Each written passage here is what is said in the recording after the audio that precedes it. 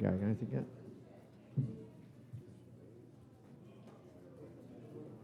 All right, guys, sorry about that. Working out the technical details here. Welcome to Challenge Series 15 at Bohemian Hall and Beer Garden here in Astoria, Queens.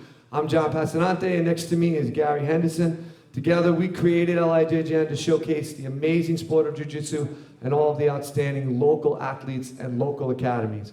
Tonight, we have 31 matches comprised of men and women of all sizes and experience levels. We have competitors from all walks of life.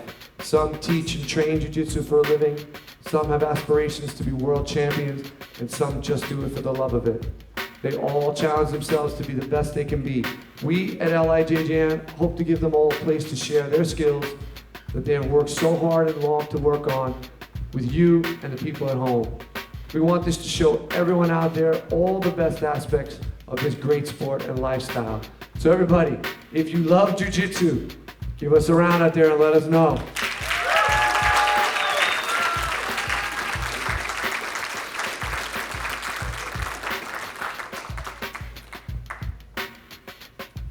All right, take it away, Philippe. Here we go. We got Christian Bailey from Heavyweight Jiu-Jitsu and Geronimo Miranda from Renzo Gracie Academy. Give it up for them.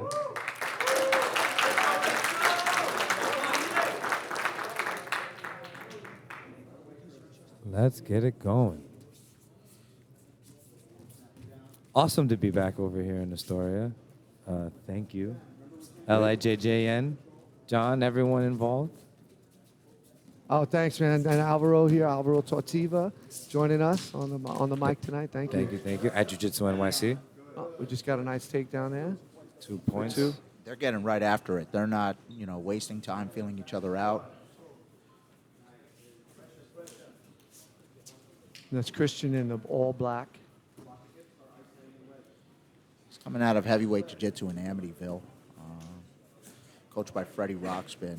Trained with Freddie. Very, very, very good black belt. Under Mateus Lutz right now out of Royal. Now, we've seen Freddie, but he's not such a heavyweight these days. Yeah, they might have to change the name to middleweight jiu-jitsu. Good exchanges happening over here. We have Christian passing the guard on his feet.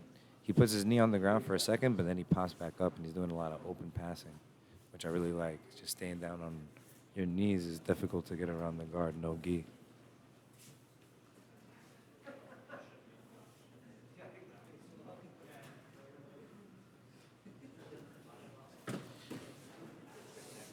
Geronimo's doing a good job of just keeping him between the legs right now. He's trying to wrestle up, get back to his feet. Christian's just keeping him down. Now he's got a front headlock. Looks like he's going for Dars. Does he have his hand connected? Does he have his hands connected? Doesn't seem to have the hand all the way over to the back to get it deep enough. He has a grip on the yelp, on the bicep, but the other hand is too shallow. I wonder if he can get on his knees and still keep the head. Yeah, that's nice guard recovery. It was almost past there, but Gets the advantage. Now they're back on their feet. and they started with some heavy collar ties. A little scramble.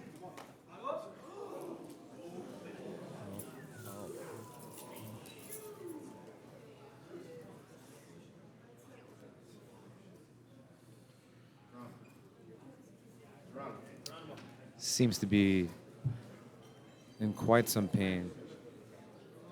All right, we're going to go to commercials. Take a second, and we'll be right back.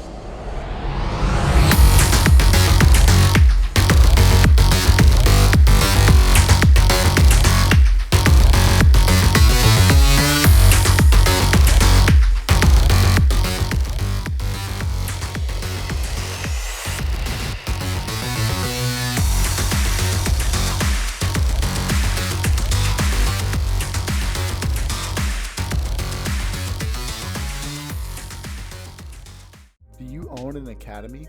Looking for custom gear? We got you covered. Polyroy Fightwear offers premium wholesale services. From design to production, we'll work with you every step of the way. See why so many choose us. Text or call 631-804-1100 for more information. That's 631-804-1100.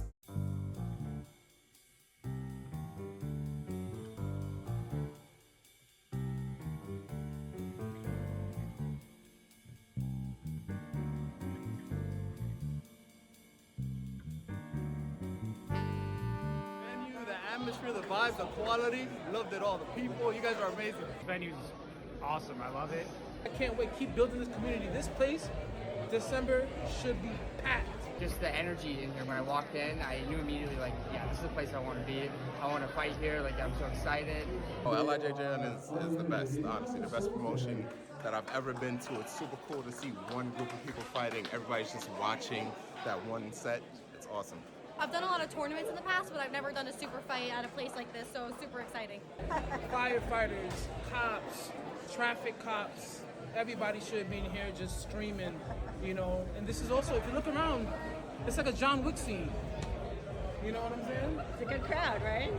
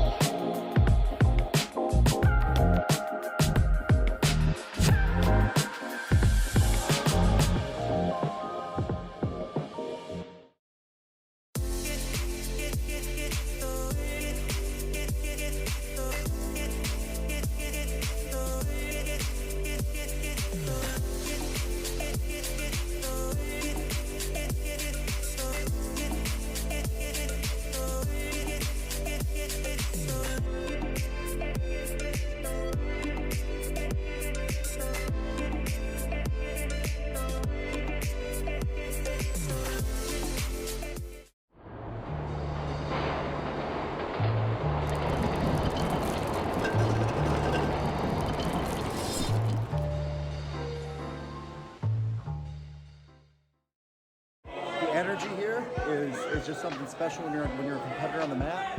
When you're cheering for your fellow teammates, like there's a buzz here. It's just something special, I think. Holy crap! I've competed in some spaces, and this is amazing. The balcony, the area, the back area, the way the stage is set up, it's amazing. Honestly, this place is banging. I love it. This is a spot you want to be fighting at. It has like the balconies, everything. It's dope. I loved it. It was awesome.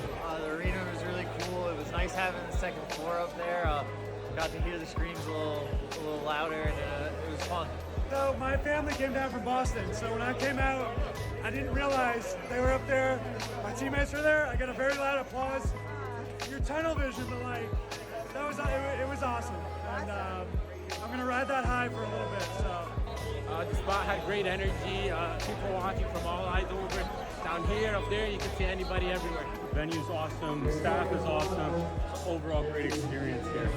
They have a beautiful venue, beautiful staff. They're putting on an amazing event. It's an amazing venue. I'm loving it. A lot of good times. Good vibes here. Let's go. The show was great. The lighting, the stage, everything was really good, and I had a good time.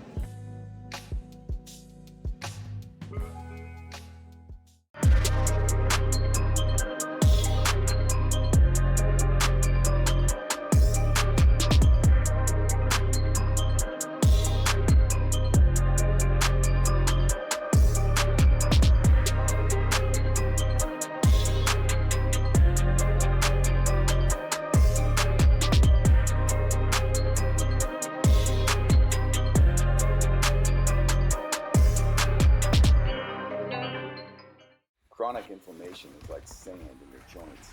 It makes them regenerate much faster. Training day in and day out with sore, irritated fingers can leave them knobby and arthritic. Penguin Fingers soft gel cold packs can stop all of that before it ever starts.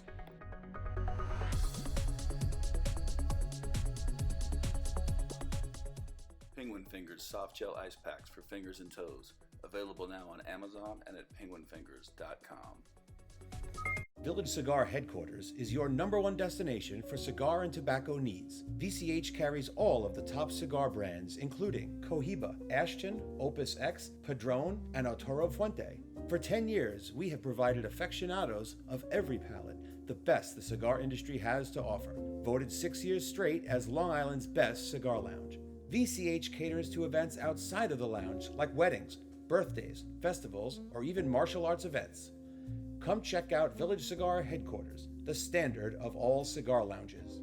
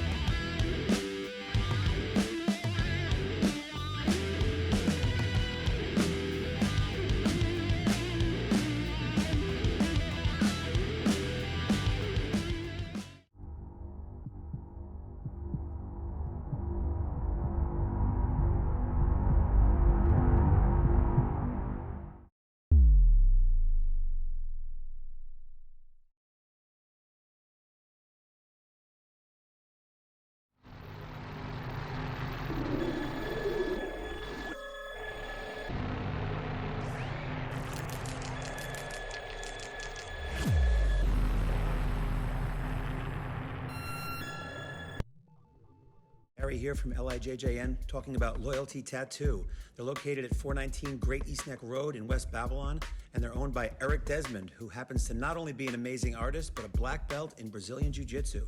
He's been tattooing for 33 years, and this is the 6th anniversary of the shop. I've seen his work. A bunch of the guys we train with have had work done by him. It's absolutely incredible stuff. They adhere to all Board of Health standards and guidelines with a strict focus on COVID-19 restrictions and protocols. Please check out loyaltytattoo.com. That's the word loyalty, tat, the number 2.com.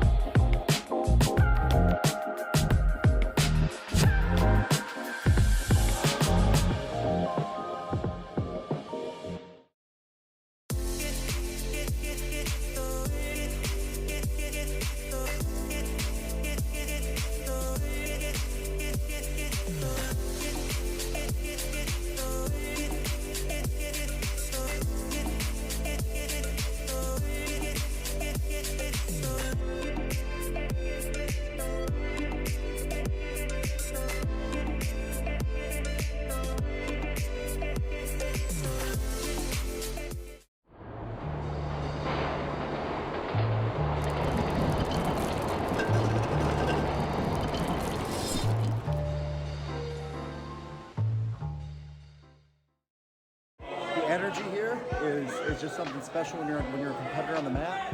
When you're cheering for your fellow teammates, like there's a buzz here. It's just something special, I think. Holy crap! I've competed in some spaces, and this is amazing. The balcony, the area, the back area, the way the stage is set up, it's amazing. Honestly, this place is banging. I love it. This is a spot you want to be fighting at. It has like the balconies, everything. It's dope. I loved it. It was awesome. The arena was really cool. It was nice having the second floor up there. Got to hear the screams a little louder, and it was fun. So my family came down from Boston, so when I came out, I didn't realize they were up there. My teammates were there. I got a very loud applause. Your tunnel vision, but like it was awesome. And I'm gonna ride that high for a little bit. So The spot had great energy. People watching from all eyes over. Down here, up there, you can see anybody everywhere. The venue's awesome, the staff is awesome. Overall, great experience here. They have a beautiful venue, beautiful staff. They're putting on an amazing event. It's an amazing venue. I'm loving it. A lot of good times. Good vibes here. Let's go.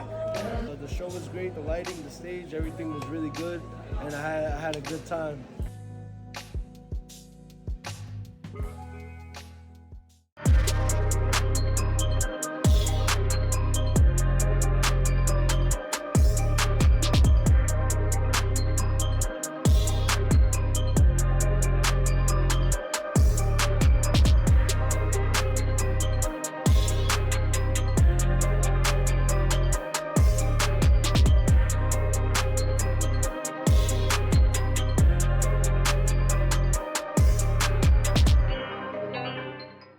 Chronic inflammation is like sand in your joints.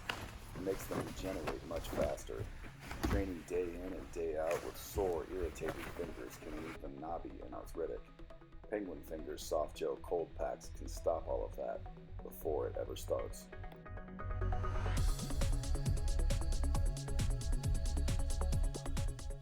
Penguin Fingers soft gel ice packs for fingers and toes. Available now on Amazon and at penguinfingers.com. Village Cigar Headquarters is your #1 destination for cigar and tobacco needs. VCH carries all of the top cigar brands, including Cohiba, Ashton, Opus X, Padron, and Arturo Fuente. For 10 years, we have provided aficionados of every palate the best the cigar industry has to offer. Voted 6 years straight as Long Island's best cigar lounge. VCH caters to events outside of the lounge, like weddings, birthdays, festivals, or even martial arts events. Come check out Village Cigar Headquarters, the standard of all cigar lounges.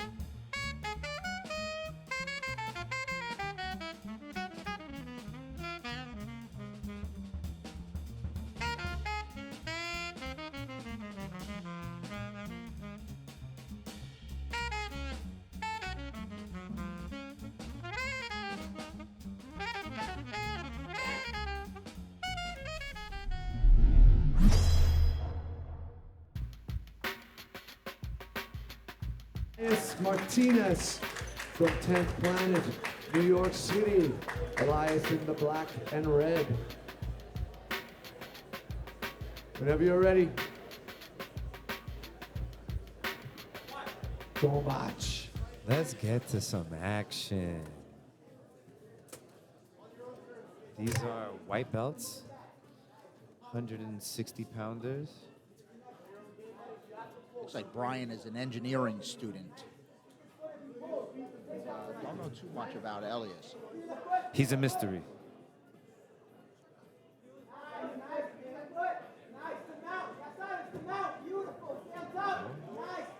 Oh, this guillotine. He can finish like this. Nice closing the guard. If he gets his elbow down, this looks pretty deep. Nice job staying tough and eating that guillotine. He's setting up an armbar right here. Ah, there we go. Armbar finish. Nice shotgun style armbar.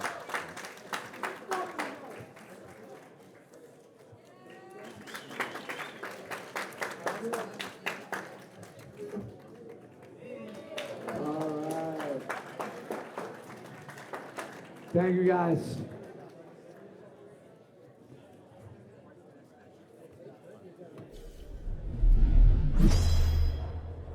Next up,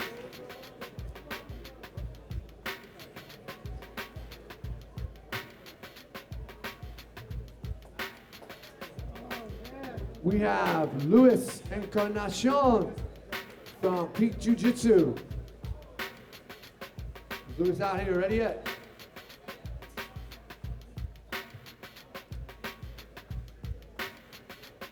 How we doing, Gary? All right. Are we ready to go, Luis? And Randy Wibasono. Here he comes. Luis Encarnacion from Peak Jiu-Jitsu out on Long Island. And Randy Wibasono from Henzo Gracie, Queens, right down the street. Let's go.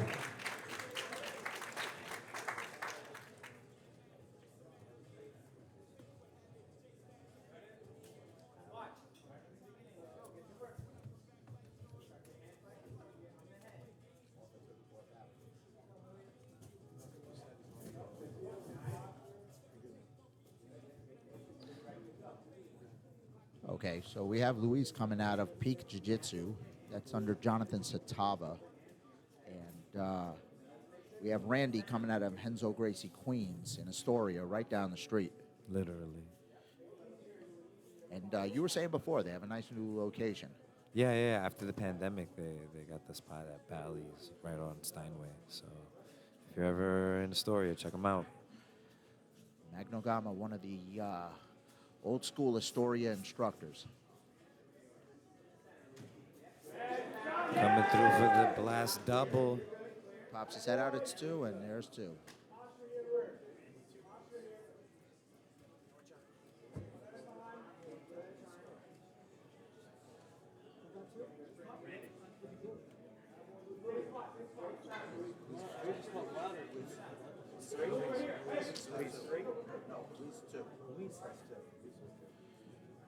So Luis has 2 points.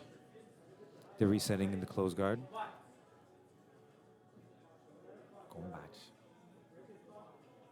He's doing a nice job with the 2-on-1 in the collar ties before.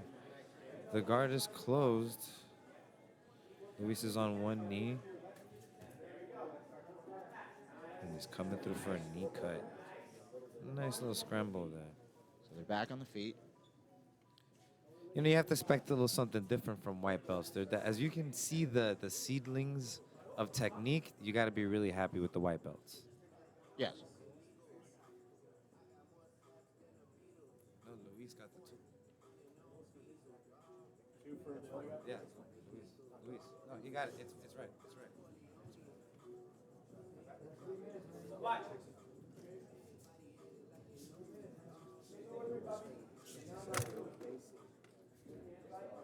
So what you're telling me that I'm in the Matrix.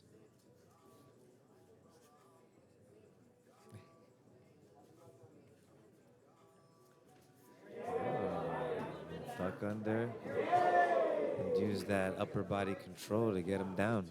Nice double unders from Luis. Puts him in a half guard. Neither player has an underhook per se at this moment, and Randy's using a nice little forearm frame to keep Luis from climbing up any higher. But once you have the shoulder in there, it's a very good position from like a half guard smash. Sometimes that framer works pretty nice if you have it closer to your elbow instead of closer to your wrist. It's stronger, you can't compress it.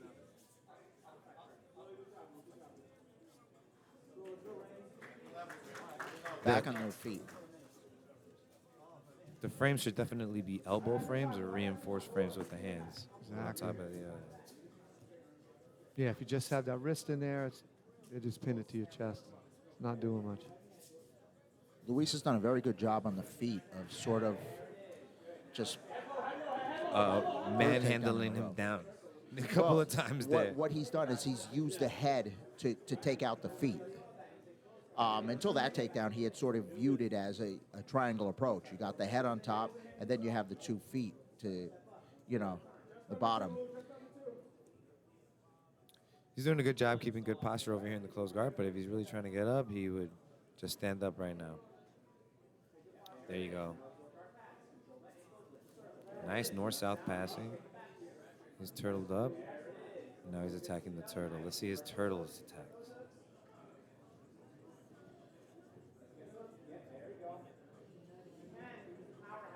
So he has one arm around the neck, and then one on the wrist.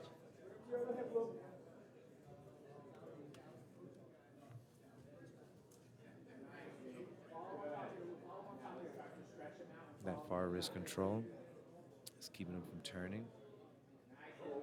Oh, he got it under the neck. Connected to the bicep. Nice finish. Excellent match. They really got after it. Oh, what a great match, guys. Thank you so much. Lewis gets the hand raised. Well, Randy put up a great match. Thank you, Randy. Let's do a commercial, guys. We'll be right back.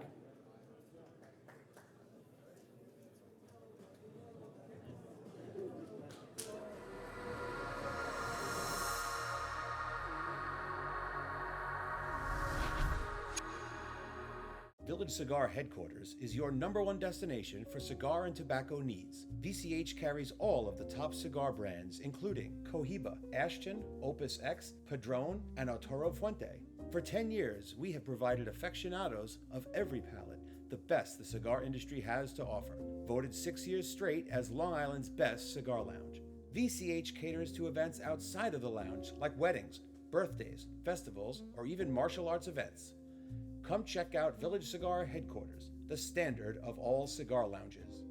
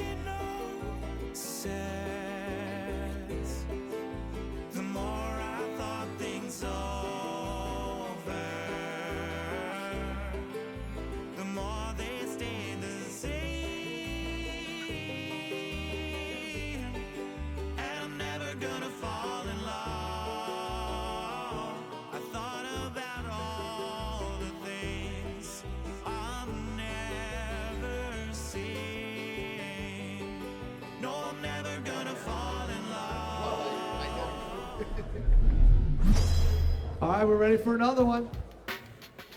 Gonna get on a roll here. The next match, Kevin Winston from Studio 1908. And Adrien Gamara from Henzo Gracie Academy. Come on out, guys. Let's go, Kevin in the red shorts, Adrien in the green and black. You have to say it 19OH. That's I'm actually a brown belt under Paulo Miao. I was promoted He's the man. He's the man. 2 years ago.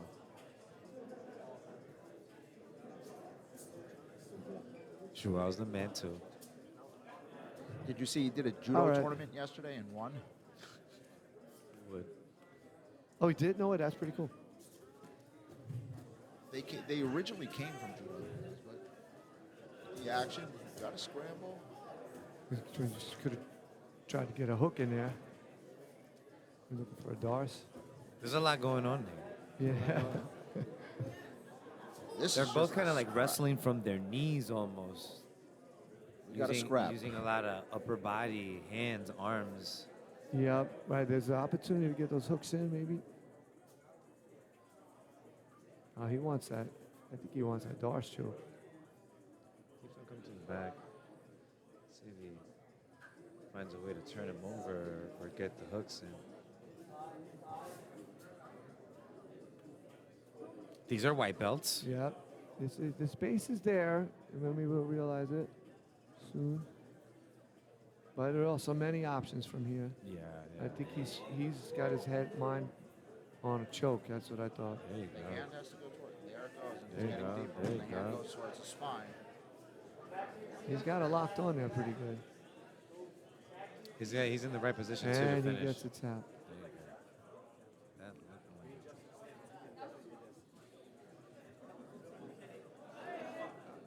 Yeah, you can't just tap the guy. There we go. In a submission, there's no reason to just tap the guy's elbow. Yeah, tapped, right? He tapped. He tapped. He tapped. I saw it 3 times on the elbow. You guys want to run it? Okay, exhibition. He's doing it. You go ahead. Go ahead. There's no harm in that. You can run it. You can run it. They want to run it. They can run it. Let's go. He's all right to go. Let's go. Let's go, yeah. He gets an advantage of the choke attempt. All right, that's good sportsmanship out there.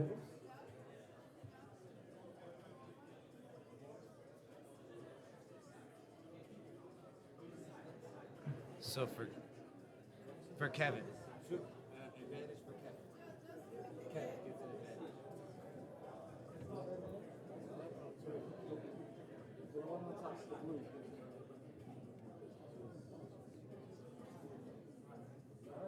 Excellent. Let's go. All right, guys. Well, I'm going to watch the tape on that again, but I guess it doesn't really matter. Kevin It just wants to go. doesn't matter. It's okay. Let's go, white belts. Yep.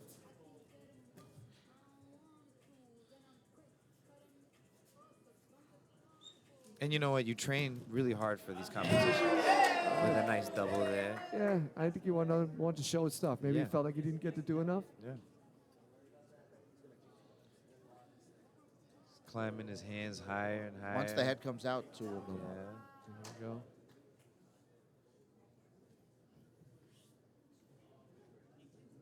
Trying to control the head, but look how he's calling, using the cell phone right there. It's a good way to avoid the person getting a true crossface. He let it go. He's still got the frame on his neck. He's in a half guard smash, chest to chest.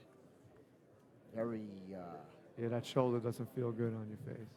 But Nogi, there's always so much time and space to kind of like wiggle out of things that, you know, even if they're close, it can all go away in 1 second. You have to have extra tight grips. Be very, very good at passing. It's Nogi. He's out. Now he's over towards the mount. He's got his elbows isolated, one elbow isolated. And he can take his time now. Americana attempt coming. It goes to side control to finish. I like it. This is what you're supposed to do when you're trapped in an Americana. You gotta get with the back. Nice finish there. Side control. All right, we Americana. appreciate you guys. Kevin gets the hand raised. Adrien, great match. I hope to see you again. We got another one coming right up.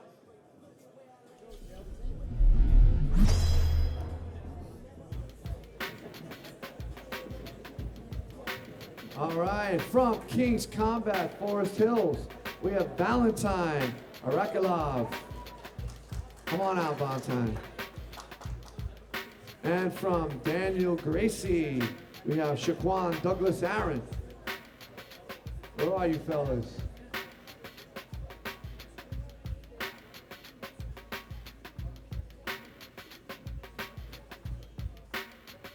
All right, Shaquan's out there on the mat. Daniel, when you're ready. Valentine, when you're ready.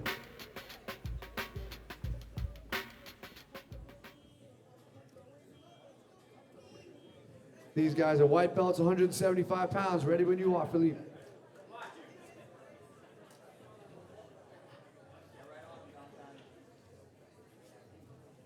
All right, Valentine. There's a lot of hype about Valentine from his academy, so I'm interested to see this. And his brother's on the card later in the evening.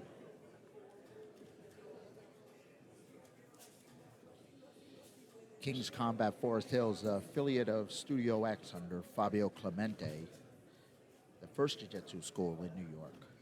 Yep. In New York City. Nice takedown into side control. Shaquan. Keep your eyes out, fellas. We offer a takedown of the night, sweep of the night, submission of the night. There's a wrist lock challenge. We're giving away a lot of, we have a lot of bonuses here. And keep your eye out, see what, that might be one of them. That could be a Definitely in contention. That was a nice takedown. Nobody's hit the wrist lock challenge yet, right? Nope, it's open.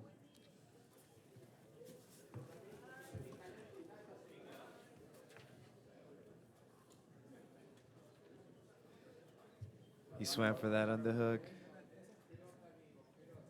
Trying to get upper body control over here. The higher you go, the harder it's going to be to get that leg out, though.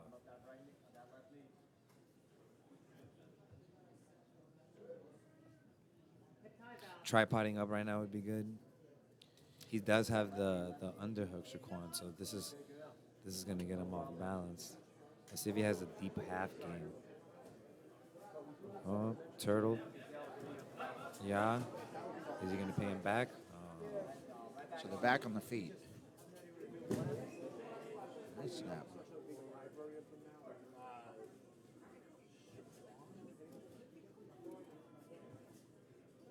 Valentine with a heavy collar. They're both hanging on each other's heads here. Real quick, I'm sorry if I didn't mention Damien Rosenstock. Rosenstock. Sorry, I'm all flustered. It's been crazy here so far today. It has been. It's gonna be a great night. It is. Ooh. Yeah, he hit his head. Yeah. Felipe. Keep that on the right.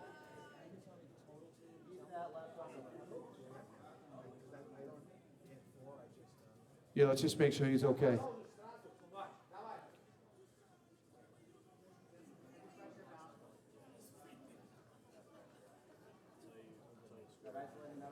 Getting that arm in there to try to create some space.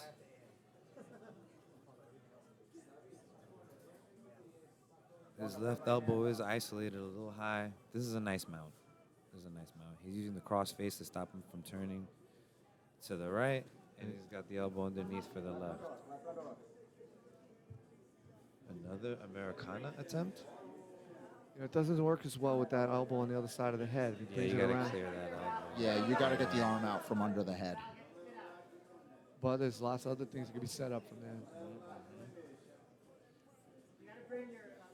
I'm curious to see what he's planning.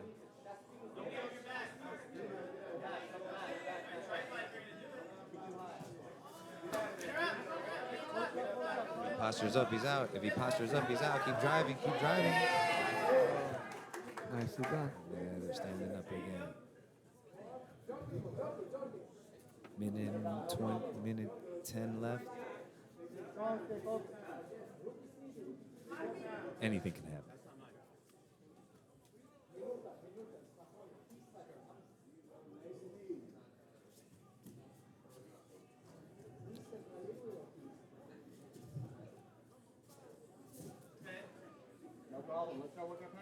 So he pulls him into half guard, which is probably one of the best ideas since he's given up 2 takedowns. Conceding more points at this time isn't the thing, but he's got 40 seconds left. He doesn't have the underhook on his right side. This is looking academic at this point, but let's see. 30 seconds.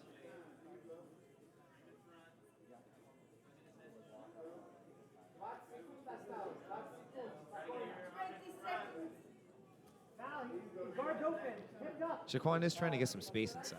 He's getting his arm in, hooking the leg, trying to get underneath again. That's how he created the last scramble.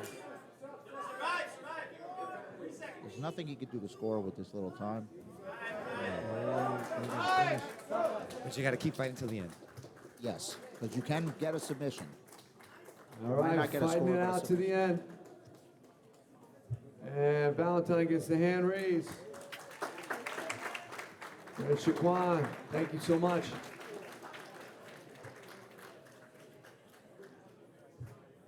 Come on over, get your medal and your cigar package. We'll be right back, right after this commercial.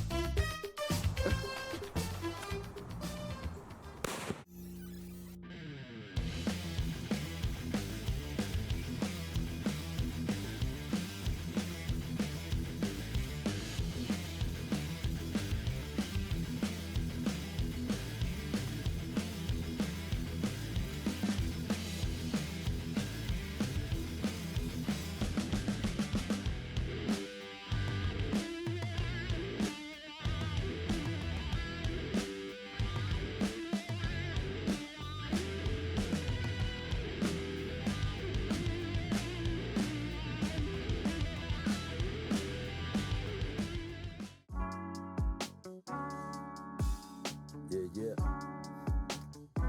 Okay.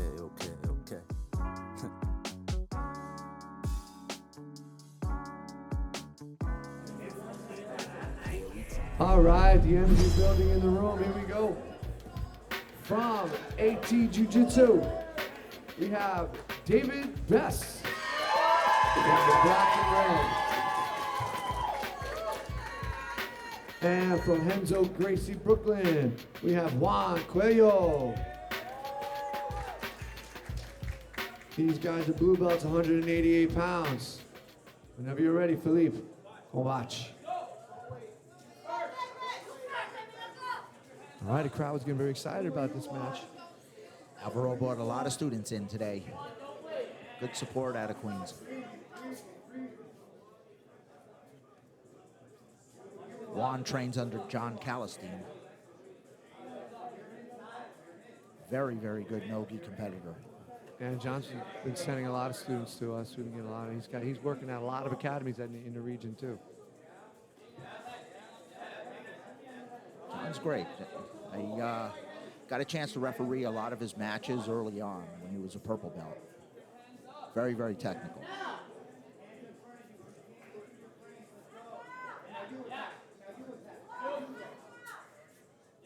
And David's a tall guy. He's very heavy on his power.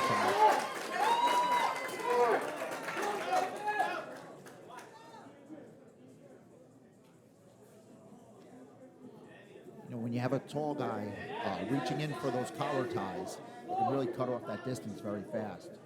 You have to find a way either to break the collar tie or get under it.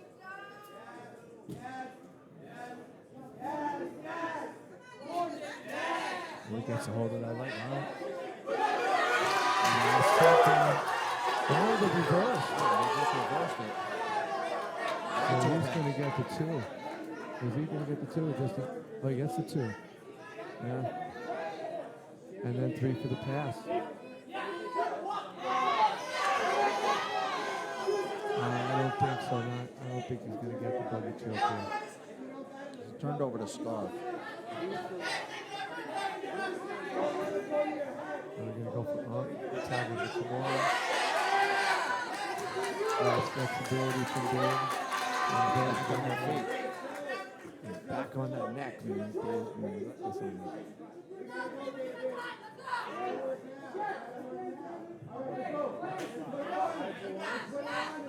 So Juan post guard. That's up.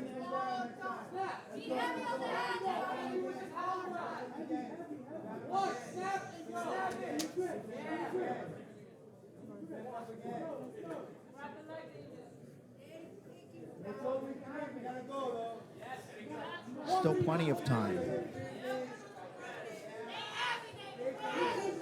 Juan is up 5-0, but David has one advantage.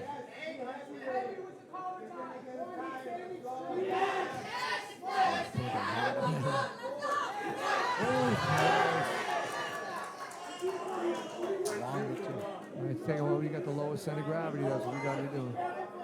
Getting right under those collar ties. Yeah, timed it nicely.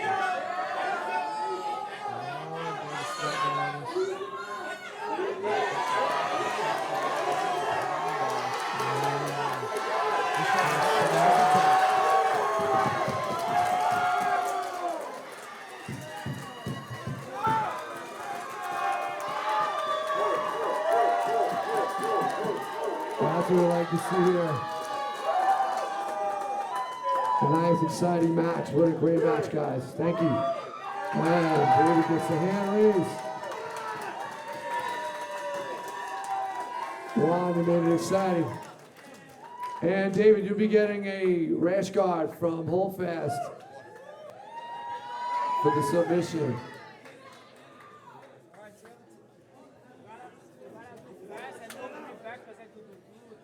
Yeah, we are ready to come right on with the next.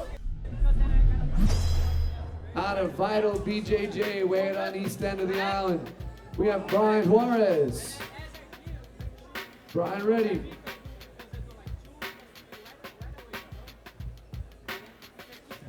And from Bayshore Jiu-Jitsu, not the one on Long Island, the one in New Jersey, we have Juan Estrada in the black and pink. You guys can step out.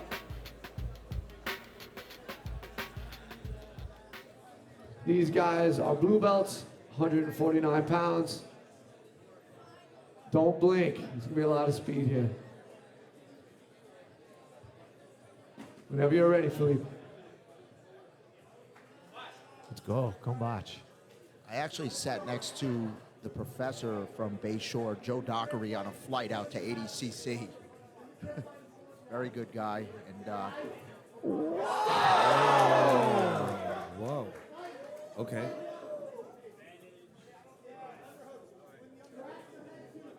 early fireworks. I want to see that again. I can't wait to watch that again. That was an advantage for Juan Estrada. Just an advantage? Nice shot. You got stuff. Should have been, sorry. For Brian Juarez. Oh, on the got neck. the He's neck. on He's that. got the Oh, it neck. slipped out, but he's in a good position.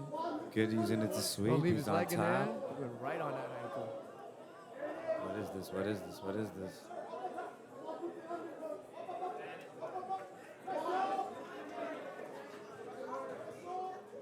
He's holding onto this leg for dear life. He's got to get onto his knees. Got on a Kimura. Do you have a Kimura grip there? Yeah. Following him. Now's the time to adjust. You can't just keep this grip. He's trying to get the hooks inside. His head's about to pop out. He still has the arm, though. I think he's going to slip out little by little. What was he going to slip into? Yeah, he's been chaining the attacks together very well. He weathered the storm. Now let's see what he can do mounting his offense here.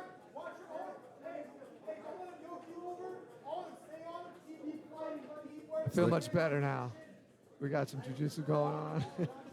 You know what? That last match was pretty He has a exciting. Kimura grip right now on the arm. He's using it to sweep.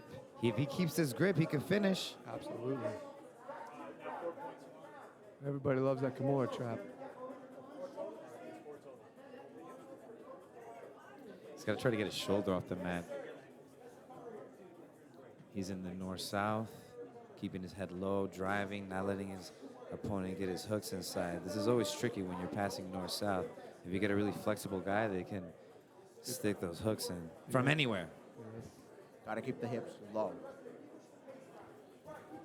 A la Marcelo Garcia style. Still plenty of time left in this match. Oh, he got it. He's got it. He's got the grip. Grip looks tight. Don't know if it's deep enough. Yeah, and he's turning on his back now, so this not the best spot to finish from. He's on his side. You want to get the arm over. But now he's back on top. Now he can drive some pressure in. Spine. Yeah, just a little adjustment either way, and it could be right in there.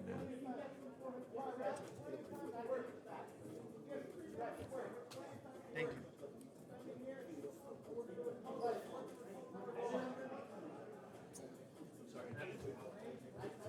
He's got a nice side control set up. Underhook underneath his armpit. Crossface going on, switching his hips over here. Trying to make sure he can keep the position. So he's got his elbow in front on the bottom. But Juan's doing a good job of using his knee to pummel inside and addressing that elbow, not letting him get it in front of him on the near side. You see how he's pummeling his leg there like that? Switching his hip, trying to get inside. The shoulder driving down. It's definitely helping. It's definitely helping. Yeah. It's either kill the head or kill the hip. Where's Juan from? Juan's from Bayshore Jiu-Jitsu. They got some good fundamentals there. I really enjoyed his side control there. Joe Dockery's been around. South Jersey scene. Very good no-gi. Andrew Solano under JT Torres. You know everybody, bro. I've been around. 14 years in jiu-jitsu.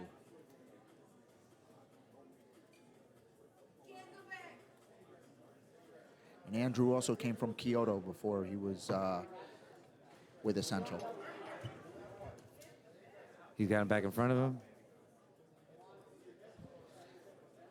He's got a half, like a reverse De La Riva half going on over here. Now a nice little keymaster, kind of K-guard situation.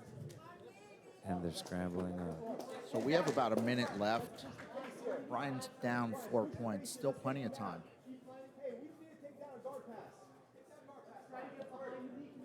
Yeah, just speaking with Andrew before, he's got a nice little school out on East End of Long Island, growing steadily.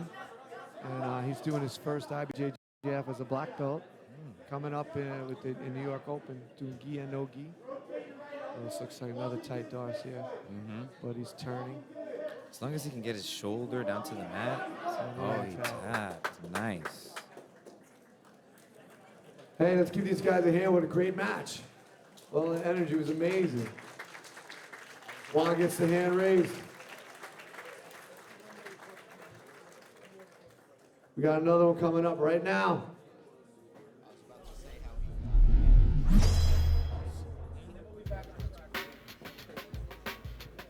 Eric Morales from 10th Planet, New York City. Come on out, Eric.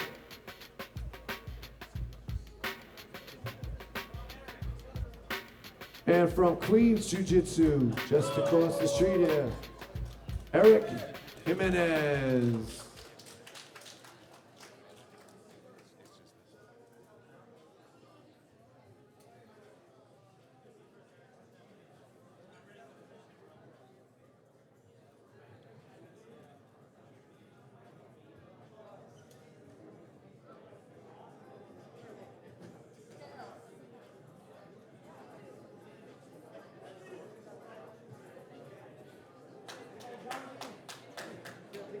All right, Eric Morales, and the glasses too, bud. It happens from a fellow Four Eyes here. Here we go. Eric Morales in the green, and Eric Jimenez in the gray. We have the battle of the Erics. Home match. Jimenez out of Queens Jiu-Jitsu in Astoria, still over here. You can nice 10-minute walk from here. The academy's even closer than that, I think. Queens is full of jiu-jitsu.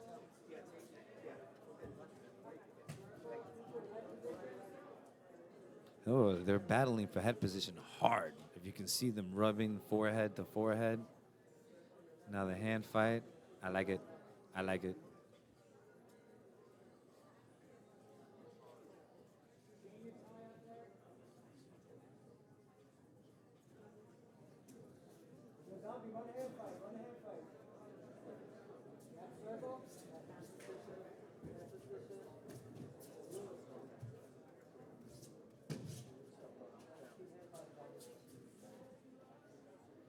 Still collar tie. Still hand fighting. Guys, it doesn't look like it, but they're spending a lot of energy right now, leaning on each other. Yep. Get very tiring. Oh, nice duck under attempt there. Oh, a little Russian foot sweep attempt. They're starting to pick it up.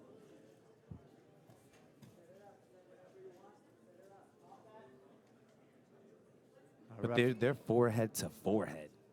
They don't want to concede an inch. Jimenez is driving forward. Both got a good pace going on.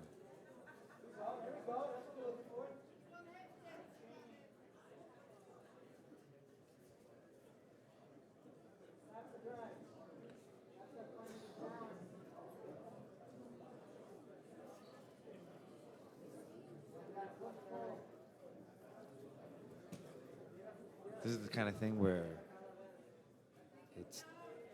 there's a lull, there's a lull, there's a lull, and they'll explode and boom. I expect to see some sort of snap down or something, where they're just pushing forward with it. Yeah, that was out of frustration. He just wants to. Yeah.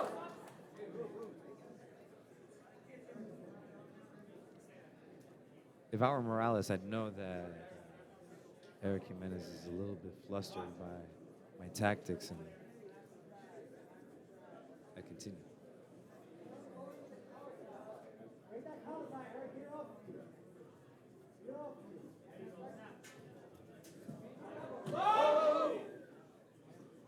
And just in case you guys don't know, if you need to experience these events live, if you're not out here supporting LIJJN, we always appreciate the YouTubers, but being here is an experience within itself.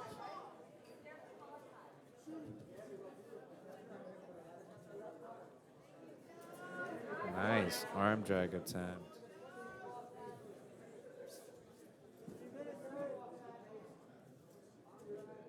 These are two pretty polished schools of jiu-jitsu.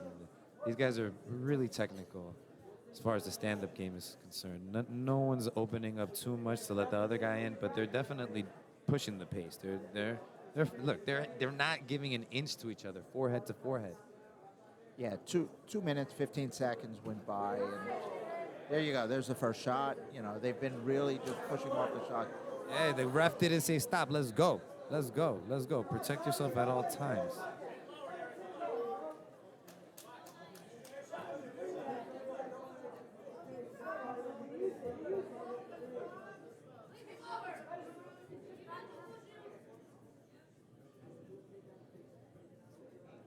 Jimenez has been the aggressor. He's been pushing forward. Morales is doing a good job of absorbing the pace, but You know, when you're in a tight match like this, I mean, the one thing you want to do is you want to do the move that stands out, because this one could go down to a referee's decision. You want to stand out to the ref like, hey, I win for a takedown, or I did something that was, you know, a point-scoring attempt. The pushing and the back and forth can easily be negated by just a simple foot sweep attempt or a shot. And as I was saying, they were forehead to forehead so much that one of them's got a little boo-boo.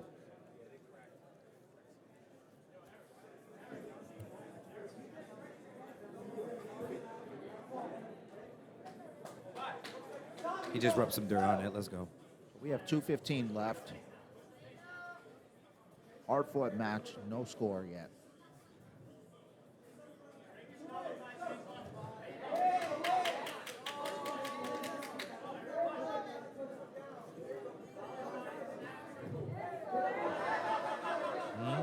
Butterfly guard. Went for a sacrifice throw and then just recovered the guard. Hey. Arm drag attempt. Hey. That happened from like an arm drag, come up. He's got one hook in. The arms underneath the neck. He could finish from here. It's on his jaw. It's on his jaw, but it doesn't feel good. No. Yeah, he's giving it everything. He needs to adjust the position. He needs to adjust the position.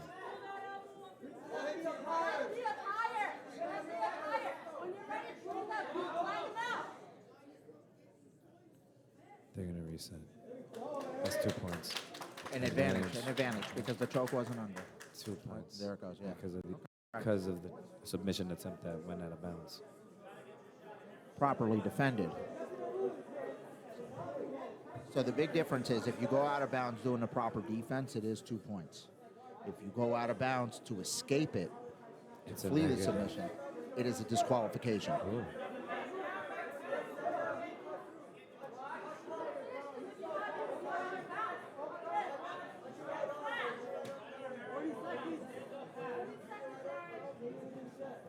I wasn't sure if he was going to award the 2 points just because the choke wasn't under, but it was deep enough that the referees saw fit to award the points. Seems reasonable to me. Yeah. It was in pretty good. He scrambles back up.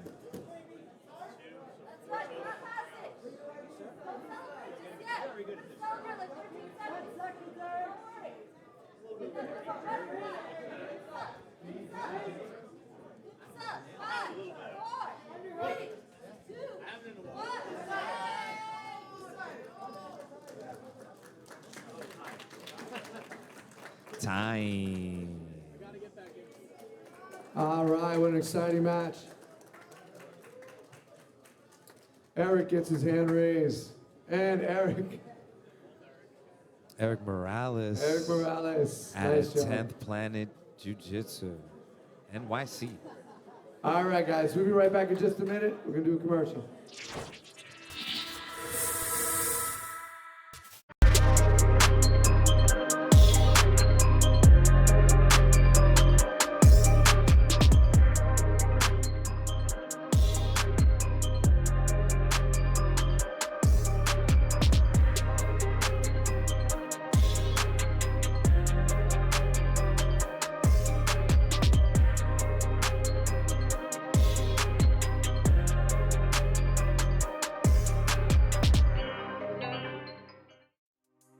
LIJJN is proud to be sponsored by Lifetime Chimney Supply.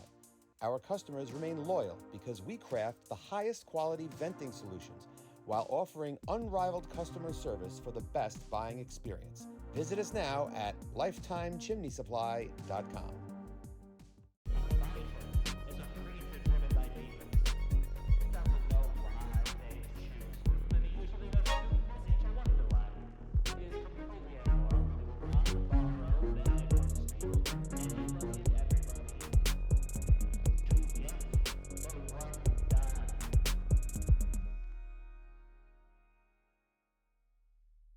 Village Cigar Headquarters is your #1 destination for cigar and tobacco needs. VCH carries all of the top cigar brands, including Cohiba, Ashton, Opus X, Padron, and Arturo Fuente. For 10 years, we have provided aficionados of every palate the best the cigar industry has to offer. Voted 6 years straight as Long Island's best cigar lounge. VCH caters to events outside of the lounge, like weddings, birthdays, festivals, or even martial arts events. Come check out Village Cigar Headquarters, the standard of all cigar lounges.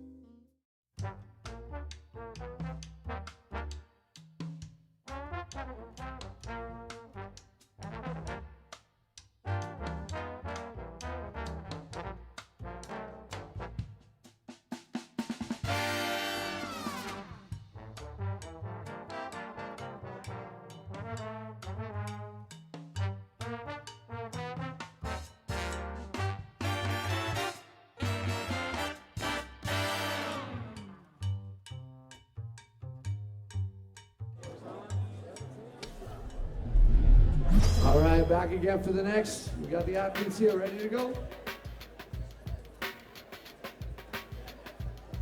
Also from King's Combat, Forest Hills, we have Kevin Arudo. Come on, Kevin. And from Law MMA, we have Deasia Misir. These guys are blue belts, 136 pounds. Whenever you're ready, Philippe. The place is getting live. I see people streaming in. I'm so happy for all the Queens Jiu-Jitsu schools, especially King's Forest Hills. I went to Forest Hills High School. I grew up around there.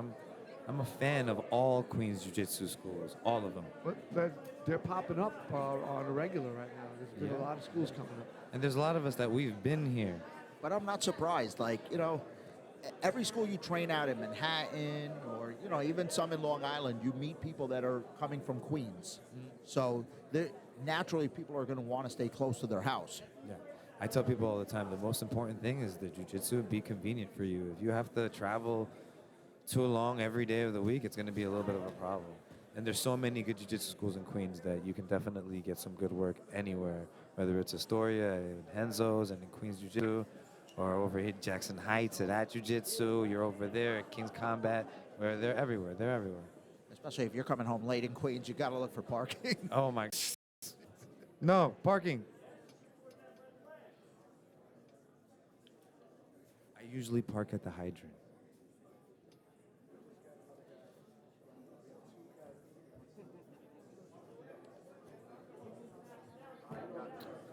Upper body battle here. Ties up. Strong, good collar ties.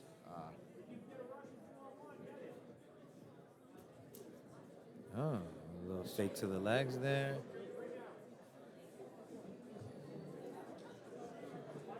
I like the Studio X logo. It's nice over there on the side of the King's rash guard. Again, shout out to Fabio Clente, the original. His daughter just opened up a school with Silvio Duran in Midtown.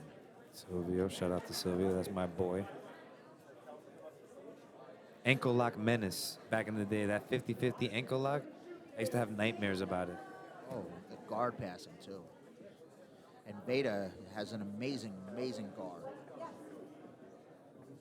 Both of them great competitors. Shout out Veda and Zada. I fought Zada out of pants, purple belt.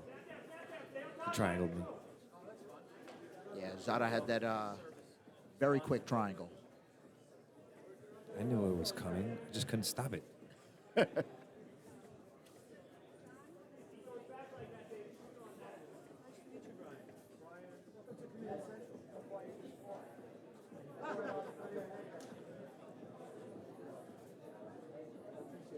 These guys have just been tied up for 3 minutes here. You know, I think this is a byproduct of the hey, okay, that was a kind of hip throw attempt. It's a guard. Yeah, he sort of drove his hips forward and had that underhook. And, he was going for the takedown.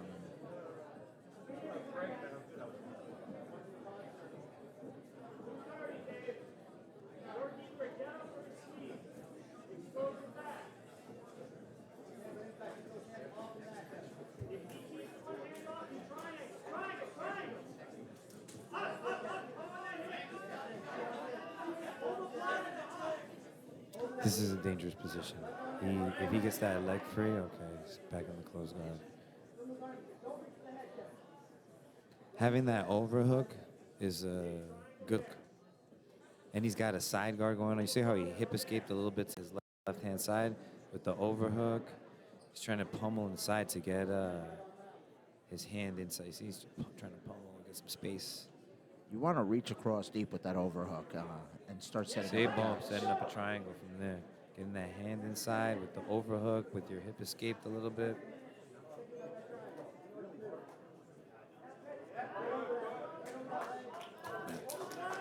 Get some space. He's changing the game up. This is two. This is two. Once this gets settled. He has the ankle. Sure. It's in a leg drag. Oh, okay. Huh. I'm for it. I'm for the attempt. Halfway decent bite, but he needs to get some space now. Yeah, told you.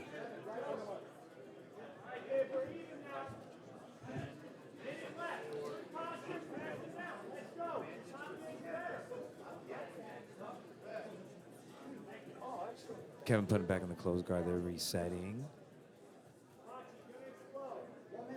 So he's in the close guard. There's 48 seconds left.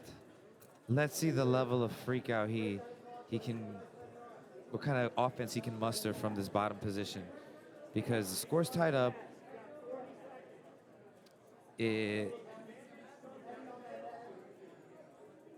Nasir has to stand up and open up the close guard and somehow create a scramble, some kind of advantage. Let's go. But you can't hold him for the last second, so he has to at least go for something point scoring. He's right.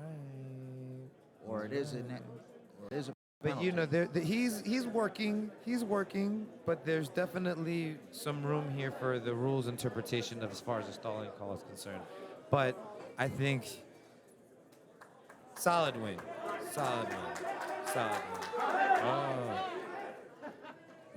We needed another 25 seconds. All right, that was great. Right to the end. Let's go, fellas. And Kevin is the winner. All right, Kevin. Kevin gets the hand raised. And gets himself a medal and a cigar package from Village Cigar Headquarters.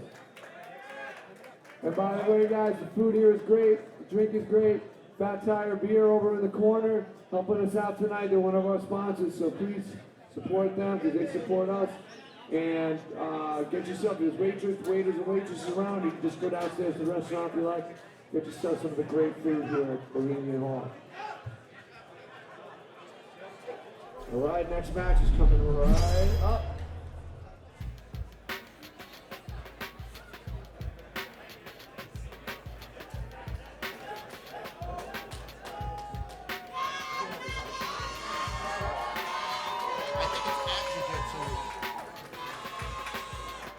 Okay, from at Jiu-Jitsu right here in Queens, Harez.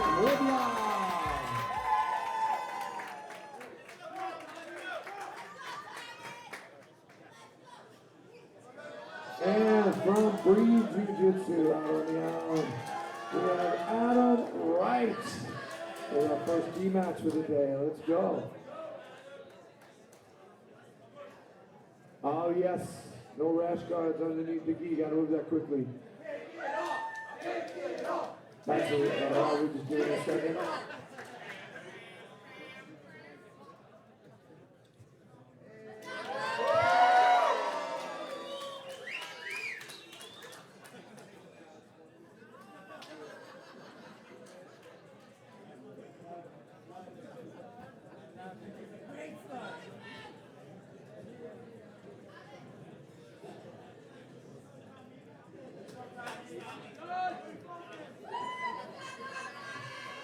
All right, we got a show with the show. All right.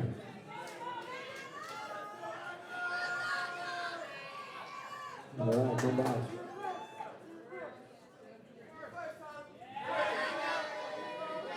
Immediately post a half guard. Using a long De La Hiva.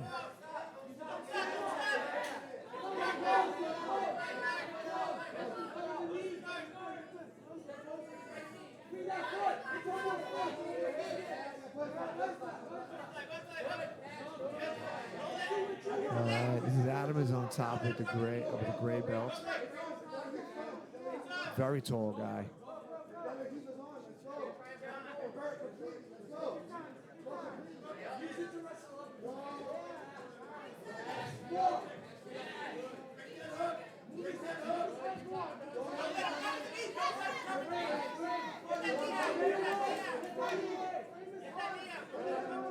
Alright, as Adam's trying to pass, he's got that collar grip.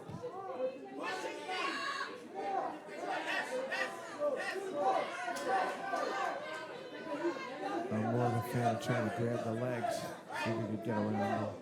So now he's using sort of a long De La Hiva. He used the De La Hiva X to a long De La Hiva. And he keeps going for the baby bolo. And he gets up with a leg. Gonna bring it back. Bring it back to the middle. All right, crowd's getting a little lively.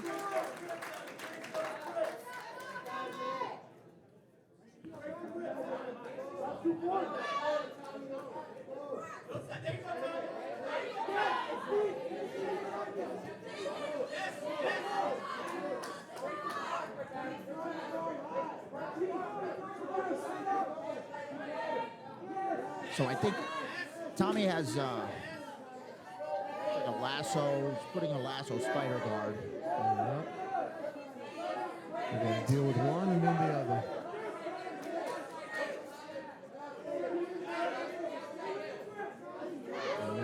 That's the spider grip.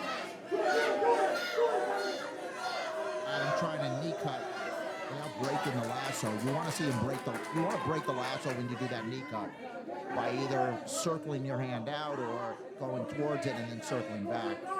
Yeah. And I also think it's most times easier to pass on that same side where the lasso is rather than try to go around the other way. They almost want you to go that way so they can do the sweep a lot of times. Yeah, you get a harpoon sweep going that way. You got a lot of attacks once you go, with the lasso on the other side.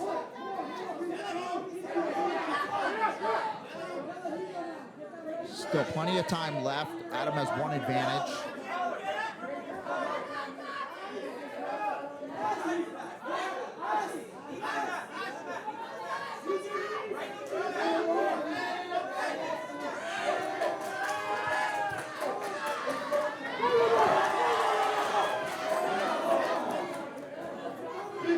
Tommy draws an advantage for the come up on the X guard. Didn't hold the position long enough to score points. Now he's back in the De La Hiva.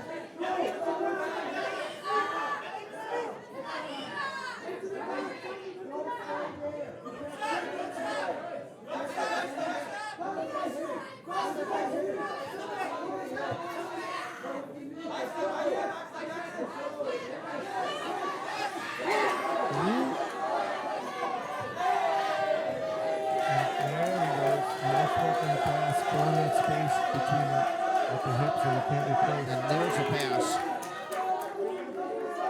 The crowd's going nuts here. Adam got 3 points. He's got the Kimura grip. Looks to be setting up an attack on his left arm. He can separate that arm and go with the back kick. Uses it to circle to the back. Okay, I think he gets 4 more.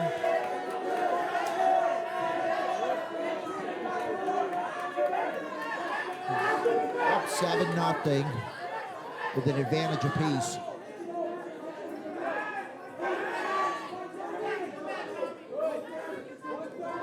One minute and a half left. Atomic can escape this. American offense.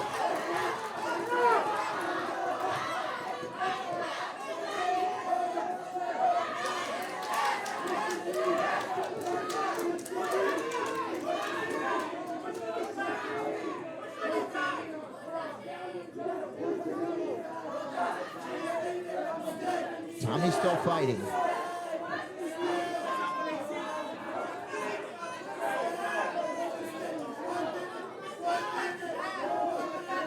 Adam is really in sort of this 3/4 guard with an attack on the left.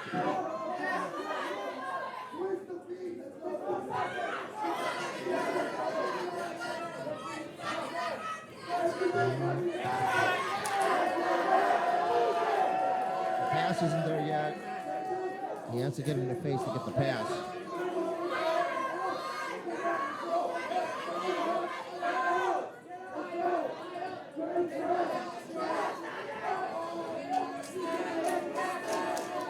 Now he's going to get pass points and mount points.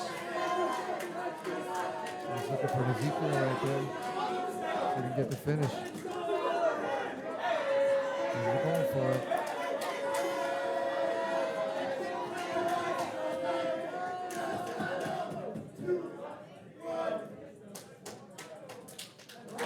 And that's it.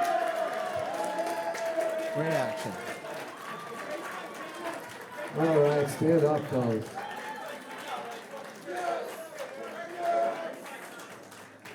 The crowd loved you. Great match.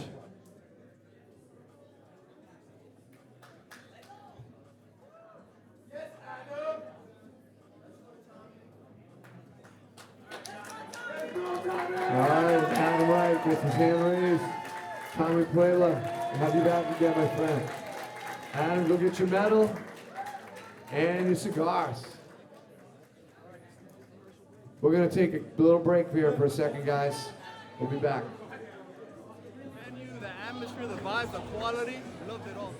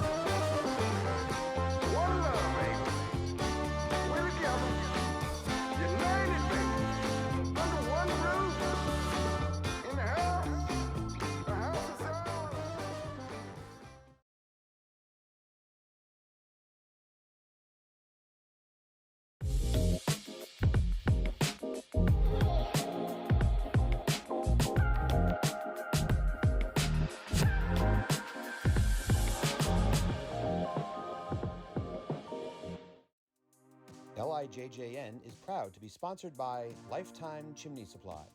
Our customers remain loyal because we craft the highest quality venting solutions while offering unrivaled customer service for the best buying experience. Visit us now at lifetimechimneysupply.com.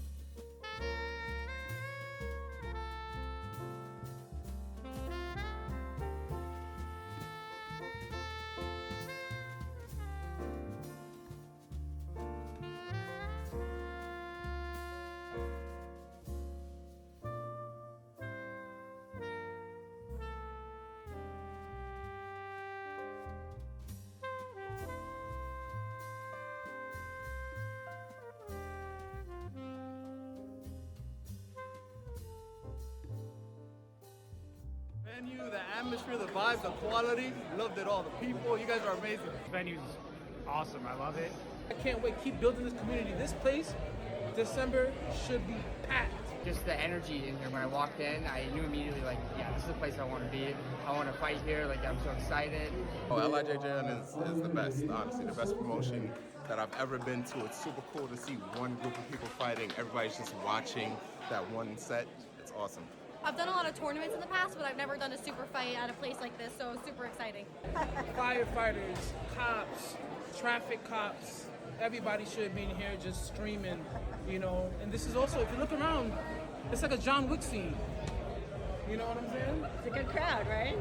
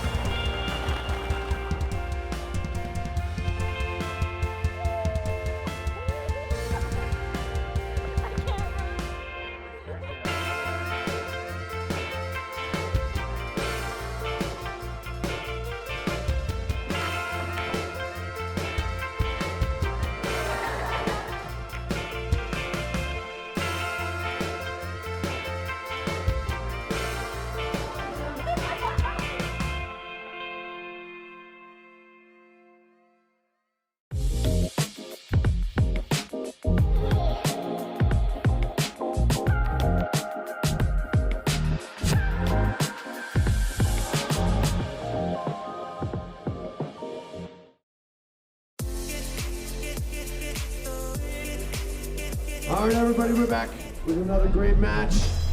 You know we always have great matches here at LIJJN, always exciting. The crowd is exciting. We have a lot of fun. From ECMMA Fight Sports, we have Daniel Steinman. Come on out, Dan. Let's go, give it up for Dan. And from Warriors Nation MMA, we have Theodore Savitt. Come on. Theodore's in the black and yellow. These guys are 136 pounds, blue belts. Expect a lot of action. Are you ready, Professor? Theodore's training under Italo Mora. Excellent black belt. I've had the pleasure of learning from. And Daniel's training out of Fight Sports, West Babylon. Both of these guys have been with us before. Or Levittown, sorry. Expect to see some good wrestling out of Daniel. Wrestled 6 years. Theodore's got some MMA experience. He's done 2-3. He's 2-3 in his amateur MMA career. I don't expect either one of these guys to go backwards. There he goes in on a low single. Nice reversal. That was good. That was a nice sequence. Both of those guys. Theodore with a nice hip toss.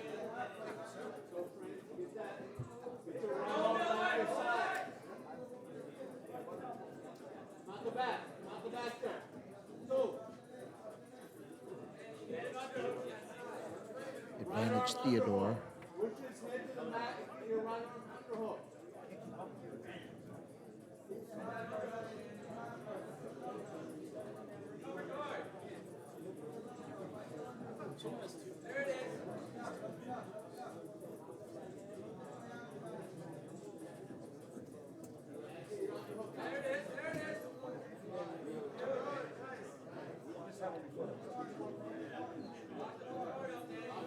All right, he's inside that guard. He's grabbing hard on his head, but he's going to have to let go of that in the pass.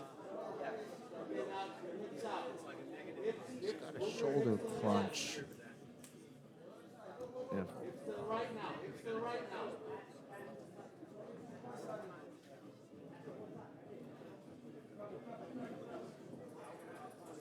Dan's being active on the bottom. Well, we might get a pass here. Jump over to sort of Dars.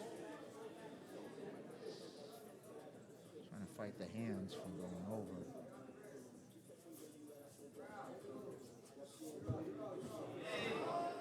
Just keeping him down. Has that Good chin strap. Yeah. Got a good grip on that chin.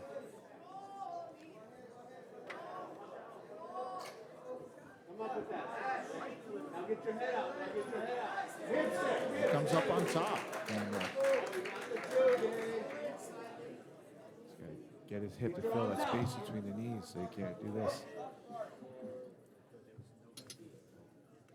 I'm going to set them up back in the middle.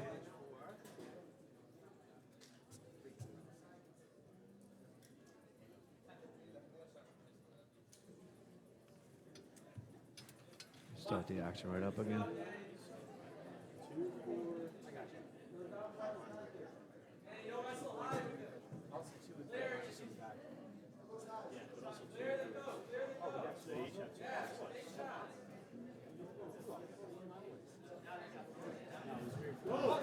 That was interesting.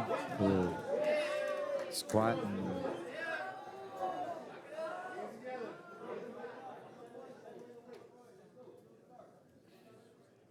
he's got a body lock on him now. Got that foot underneath. So expect him to go to that side because the other one's working over. got to do a lot of knee pummeling from here if you're this low on the body lock, especially if the guy has butterfly hooks inside. The shoulder crunch, you got to go the other Now way. it's too high. Oh, he has both arms, I see. Now this is, now that Oh, he comes up in it. the body lock became a detriment to him.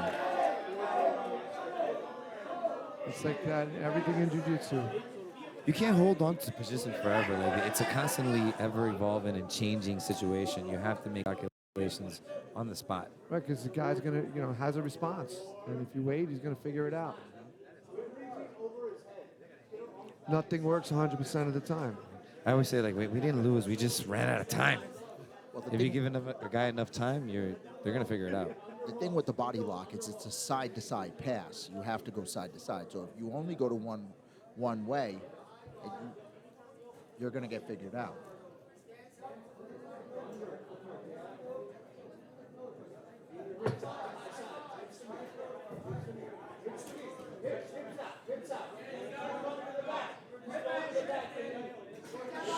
So Theodore, back on top, he's got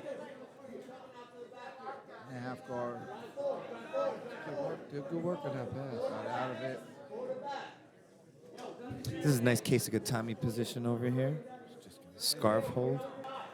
We were working this position yesterday, and there's a couple things you can do from here. It is definitely an underutilized position. It's very hard to escape. Daniel's up 8-7 with 3 advantages to 1 advantage. 40 seconds left. Theodore really needs to work on advancing position or finishing. He's got a front headlock over here. Sprawling, heavy to get rid of the grip that he has on the leg.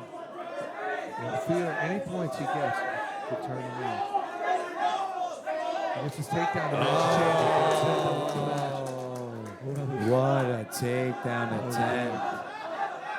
And excellent scramble back up. If he had only stabilized, that would have been the match right there.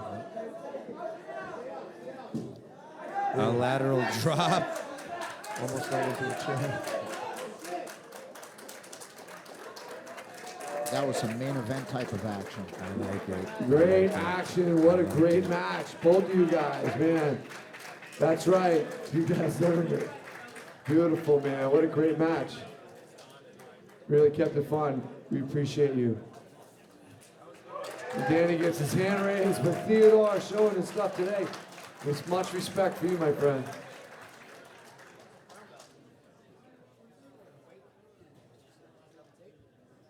All right, we're going to start up right away with another one. Here we go. From Gracie, Baja, New Hyde Park, we have Adrien Harez. Come on out, Adrien.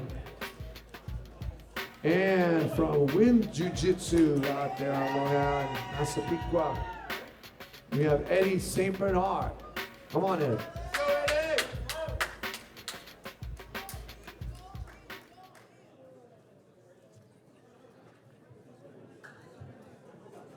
And when you're ready, Philippe.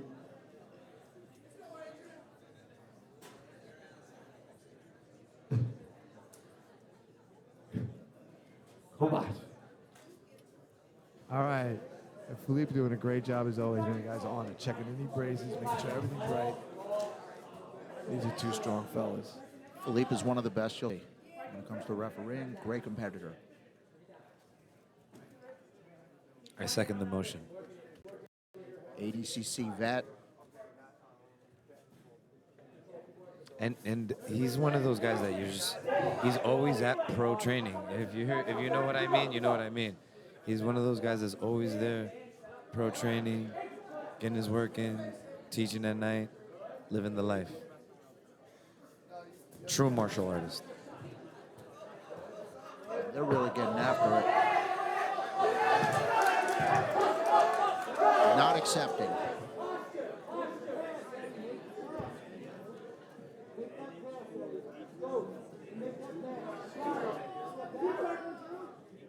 So we got some points up on the board. Things are happening. Nice north-south passing there. He hasn't gone all the way, but putting that arm as a wedge between his knee and elbow, his opponent's knee and elbow, is a nice way to get around the legs.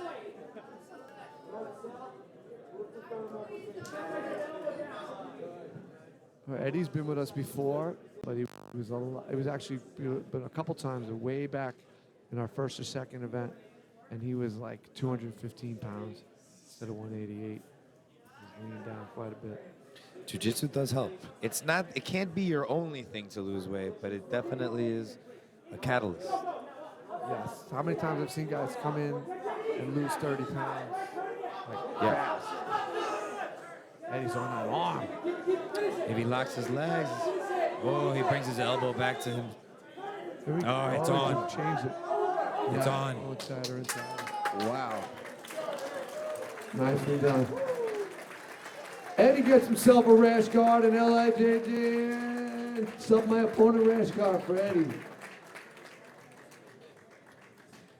Excellent match, guys. Eddie St. Bernard and Adrien Harez. We're going to take a minute break. We'll be right back.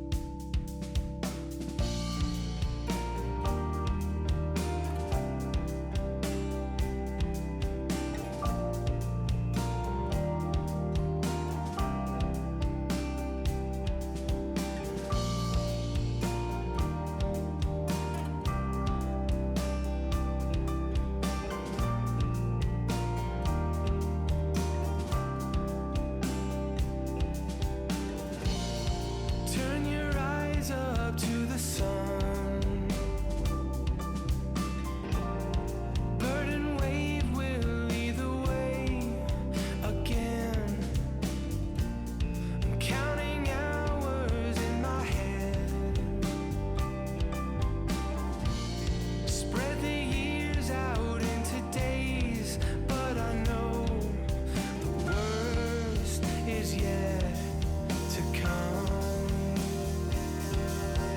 Wind like waves, wait patiently. Surround us in this universe. Wind like waves, wait patiently to drown. All right, everybody out there at home, we're here with Patrick Donahue. Patrick Donahue is a very special person to us at LIJJN. He's been very supportive from the very beginning, and we love what he's doing. He's a veteran who lives his life to help veterans these days, and he's got a great thing going on called Project 9 Line, and he's going to talk to us a little about what he's doing lately with it. What are you doing lately with Project 9 Line? Hey, thanks so much for having me, LIJJN. It's a beautiful event yet again. So we're offering free jiu-jitsu classes on Saturdays at 6 p.m. at our headquarters in Islip. So typically we've been helping veterans through the arts, but most recently we're including the whole BJJ community. So first responders, veterans, anyone who loves jiu-jitsu, anyone who's never done jiu-jitsu, even better, come on down. It's a free class. We have rotating guest instructors. We've had the best black belts in Long Island already teach, with many more coming over the next few weeks. So come on down if you've never trained. Bring someone with you. Bring a vet, bring a civilian, bring a first responder. Come train this beautiful art with us. How can they find out about you? Where do they need to go? Our Instagram may be the best way, Project 9 Line. So the project, the number 9 line, LINE.org. You'll see the black heart. That's how you know it's us. And we'll put the flyer up every week that'll announce our guest instructor. And we got guest instructors for the next few months. Like I said, the best black belts in the world are coming to teach us. So That's amazing. Exciting, man. That's amazing. We were just talking about it before. A project like this, where you get to introduce people to jiu-jitsu for free, is an awesome gateway. And I believe you started jiu-jitsu because of this program. yeah, so my first day on the mats was through this same program, Vets MMA. Vets MMA encompasses the inner martial art of overcoming adversity, right? Jiu-jitsu is the foundational principle for our program. And so just in the last 4 weeks since we started back up at our headquarters, we've introduced 20 new people, day one jiu-jitsu practitioners, 20 people in a month. So hopefully we'll keep that going. And then we've had the highest level black belts and everyone in between on the mats just having a good time training jiu-jitsu. So please come. It's a worthy project, and we're happy to be helping you in any way we can, Patrick, man. We're really proud to be associated with that. Thank you so much. Thank you for your time, everyone. We'll see you on the mats. All right. Take care, buddy. I got a follow. All right. Always positivity with Patrick Donahue. And we're ready to move on, guys. We're going to keep bringing some more matches. Ready, Gary? Gary says go. All right, everybody, it's time to start up some more matches.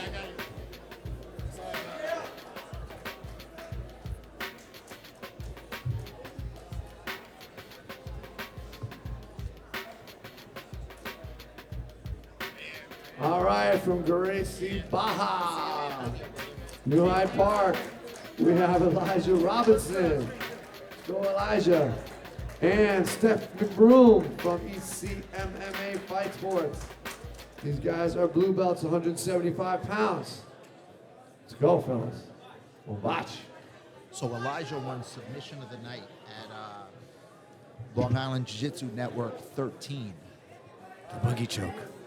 Yes, I expect fireworks with this one.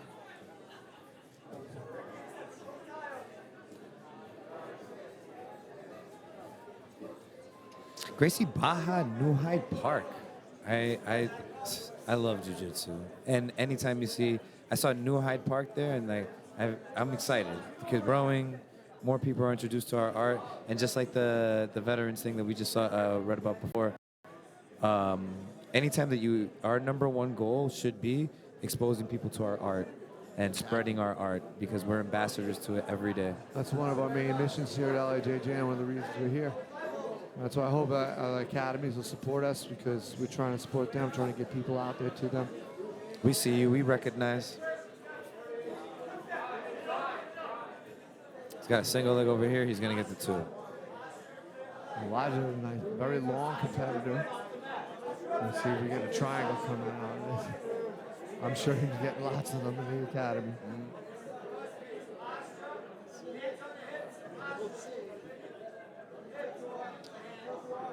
Steph doing a good job keeping his head up. He's going to do that close hard buggy choke there, just trying to set up. And Steph from East Coast MMA. These guys have been around for a while, and they produce some great fighters. I'm happy to see them on the card. Yeah, Nick Waltz. Elijah, don't settle in half guard. Nick Waltz is coaching from EC MMA. Dying to get him on. He's always game. You just got to find somebody for him. Sometimes that's the hardest part. Opponents.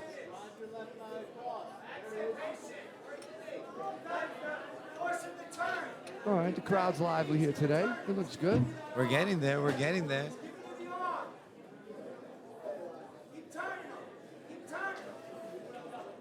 I love how my students got the perfect product placement right there for the jiu-jitsu sign. We have to make this a big deal. This is a big deal. Can I tell you how much this is a big deal to us and to just the jiu-jitsu community in general? LIJJN is a big deal. Get your fighters to fight over here. Put your jiu-jitsu to the test. Win or lose, we're all here for each other. We have to support each other. Yes. Let's go. And please come out. Don't be put off by the memberships. Yes. Do not worry about it. It's a one-time fee. First of all. Yeah, we will not be hitting you up every month, I promise. Yes. We're not. And it's all for the best. We have to support each other. We have to support the jiu-jitsu community. Very important. Very important. Support the jiu-jitsu community. I have to say I'm very happy to see some guys out here in the crowd that have been with us before, and even though they're not competing, they are here supporting us, and we really appreciate them. Steph's got a nice guard pass over here. Second time.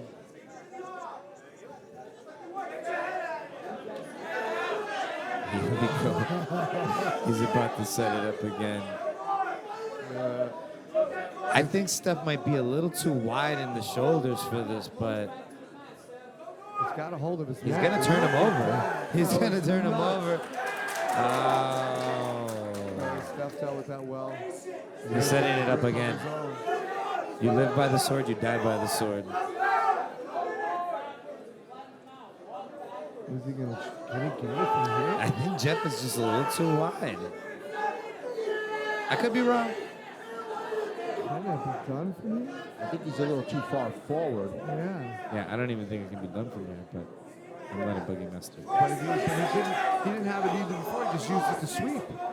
Exactly. If you can get that arm tracked and create some momentum to his... Now he sort of has something going on here.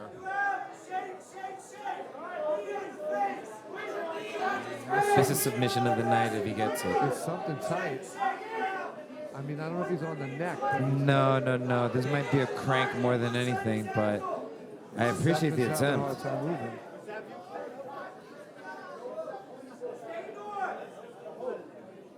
Steph's doing a good job of staying calm and breathing. He's down 8 with a minute 15. He's trying to deal with that grip.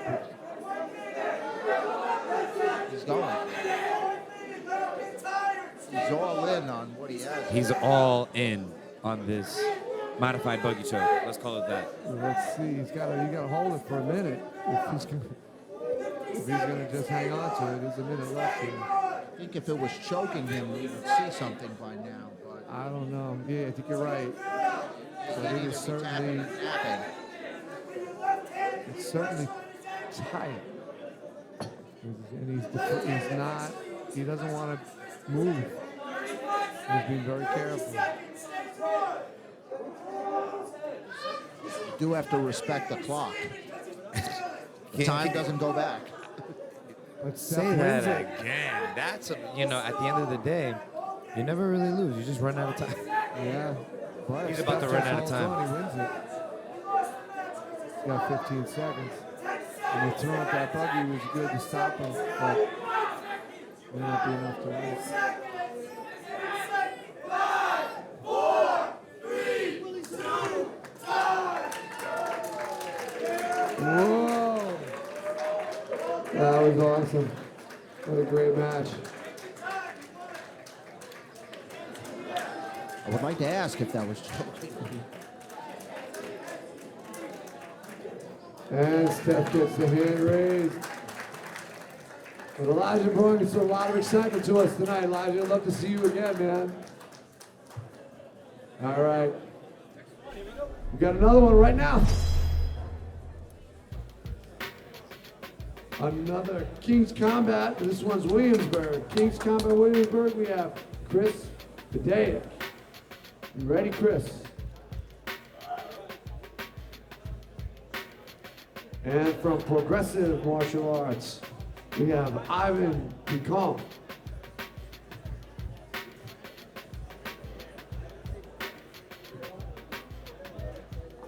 Go ahead and step out of the mat there, Ivan. Let's go. Get recognized.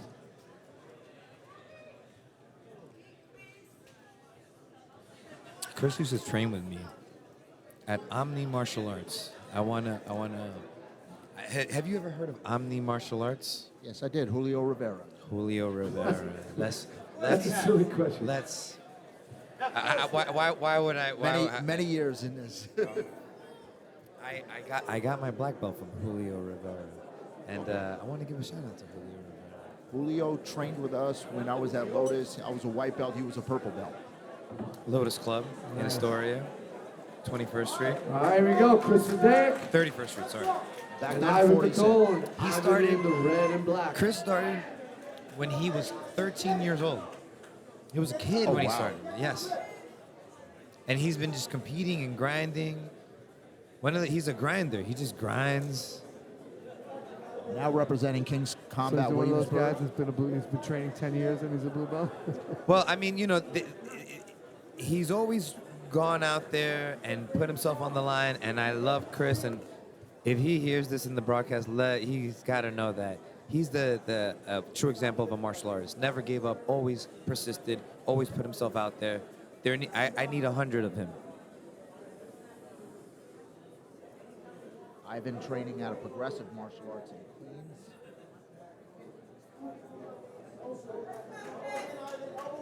He works at a jewelry store. That's his daytime gig.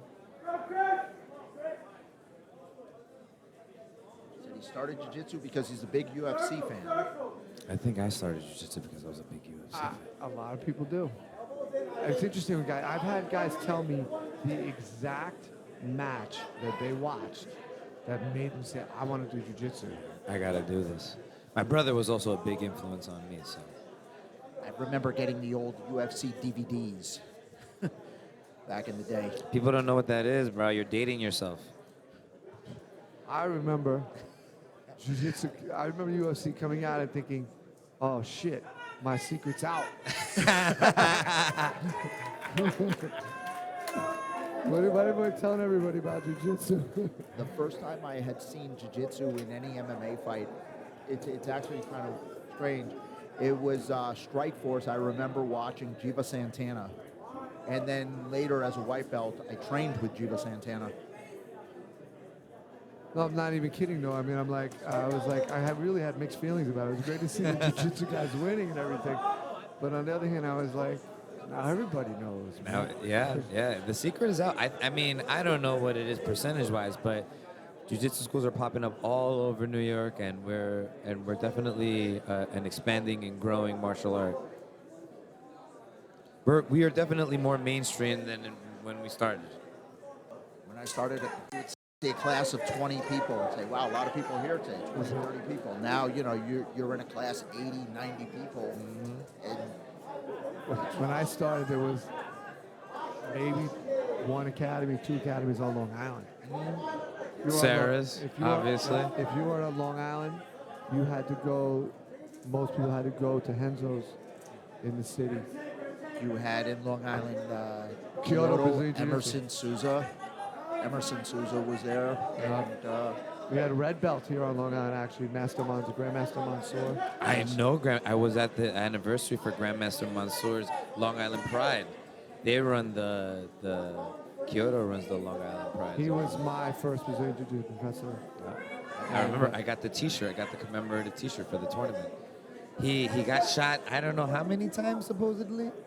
11. I've seen the bullet holes, my friend. I've seen them. A fascinating man. I hope he comes back to the United States again. Oh, we got an ankle lock here. He comes in on an ankle lock. And it looks deep. Those toes are in right in the armpit. No. Wow. Chris is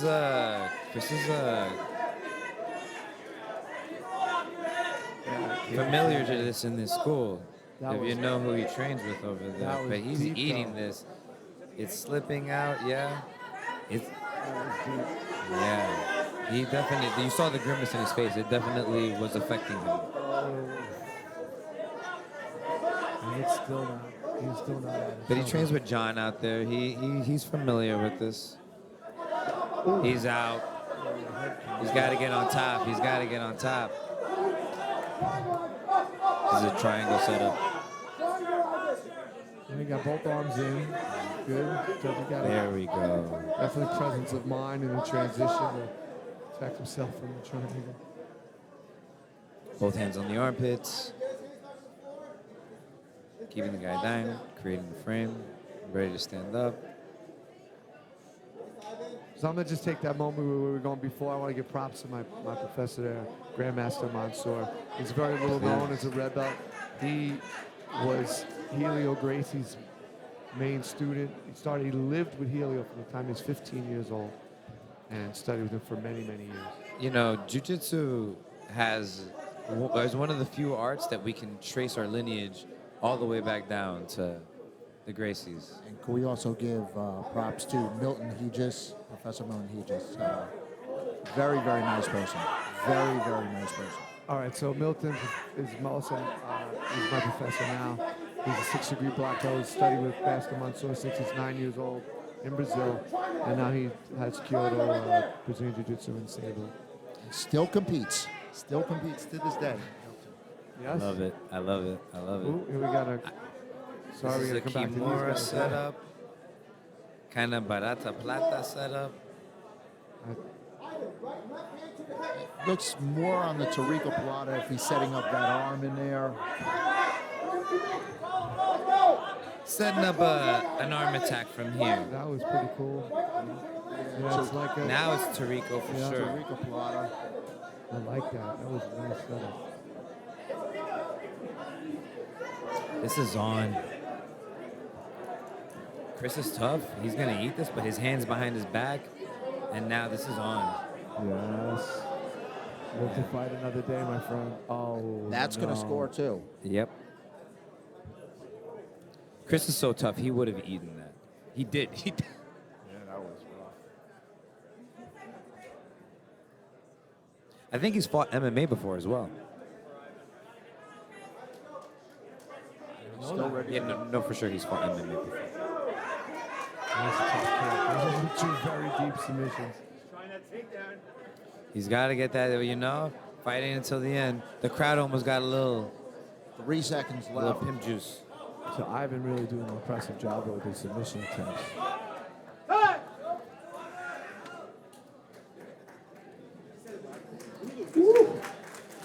What a great match. Ivan, great submission attempts. And Chris, great resilience. Ivan gets the hand raised. We appreciate you guys.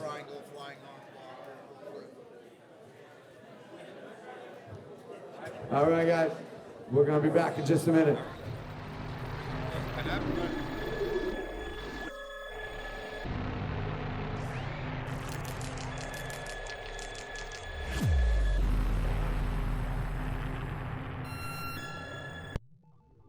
Gary here from LIJJN talking about Loyalty Tattoo. They're located at 419 Great East Neck Road in West Babylon, and they're owned by Eric Desmond, who happens to not only be an amazing artist, but a black belt in Brazilian Jiu-Jitsu. He's been tattooing for 33 years, and this is the 6th anniversary of the shop. I've seen his work. A bunch of the guys we train with have had work done by him. It's absolutely incredible stuff. They adhere to all Board of Health standards and guidelines with a strict focus on COVID-19 restrictions and protocols. Please check out loyaltytattoo.com. That's the word loyalty, tat, the number 2.com.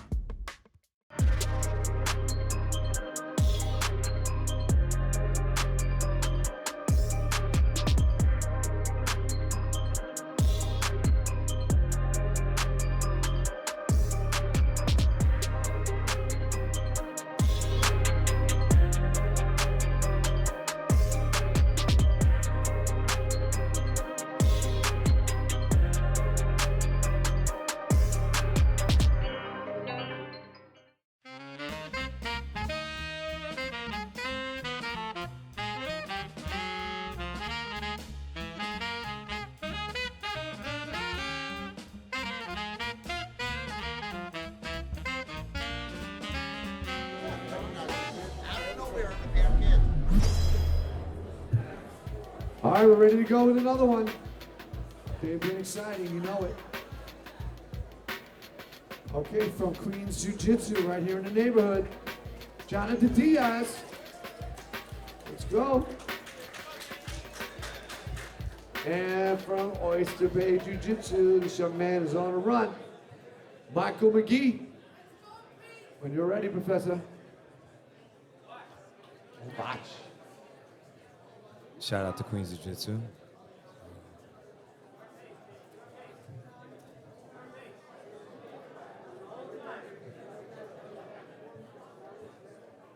Shout out to Quinn. All those guys from Queens Jiu-Jitsu train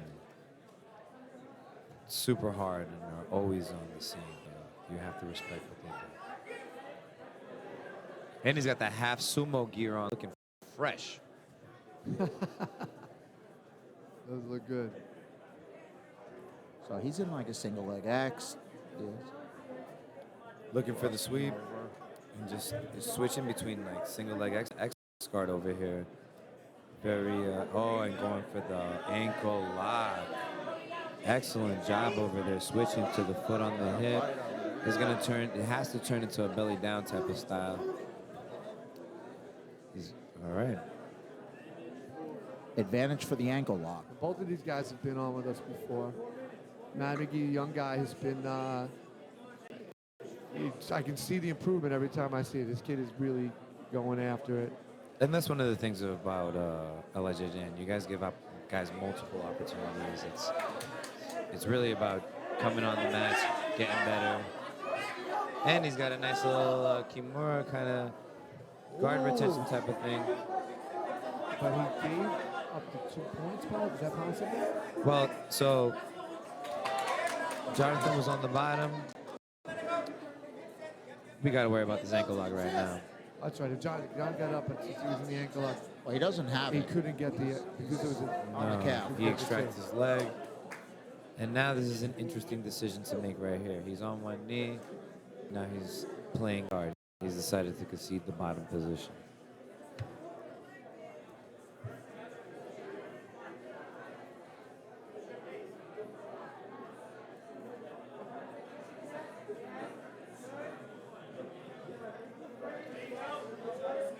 Oh, nice shoulder crunch over here. Hip escaping to get his knees in front. He's got good elbow frames on the hip and on the armpit. Doing a good job of managing distance from the bottom. Nice and then setting up that nice Kimura. He's trying to do the Kimura attempt where he's got to be careful. You the let him armbar, pass and you turn him over. The armbar reversal is right there when you don't have when you don't have half guard. Yeah. But there's like a sweep from there. It's pretty common. He's trying to wrestle up now. Yeah. Look at that. Nice.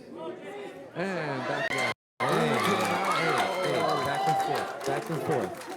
Right to him. Good match. He's gonna get 4 for the mount, 2 for the sweep, 4 for the mount. Set up like a Nogi Ezekiel.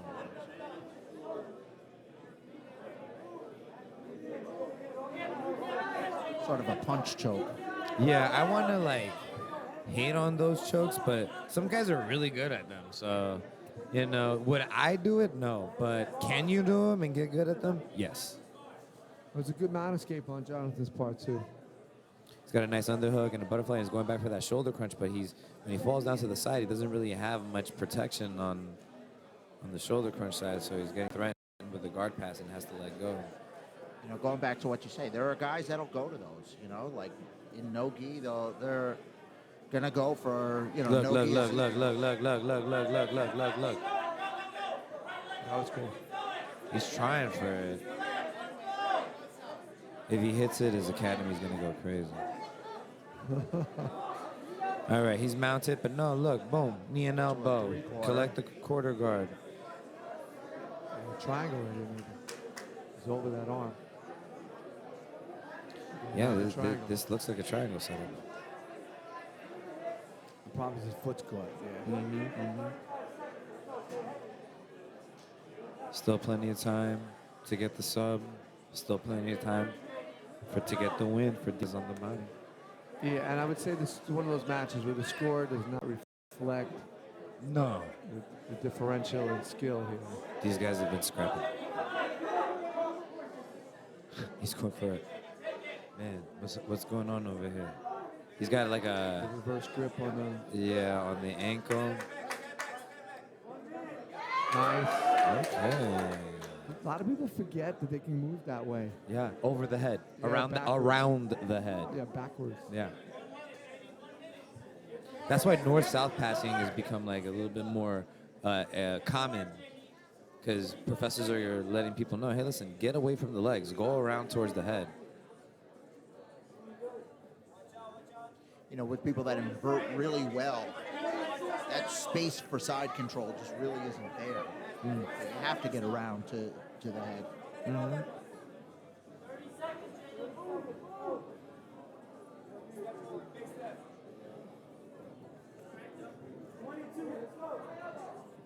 Think of any, you know, from purple belt on, you know, with videos of the Meow brothers, you know, anytime they were ever in trouble, somebody came close to scoring on their guard. With the exception of Hoffa Mendez, it was always to north-south.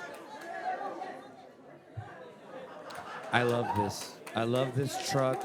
I love this electric chair setup at the end. Good match. That was a fun match. Great jiu-jitsu on both of your parts. Michael McGee, it's a hand raise. And Jonathan, as always, puts up a great match. We're going to take a short break. We'll be right back.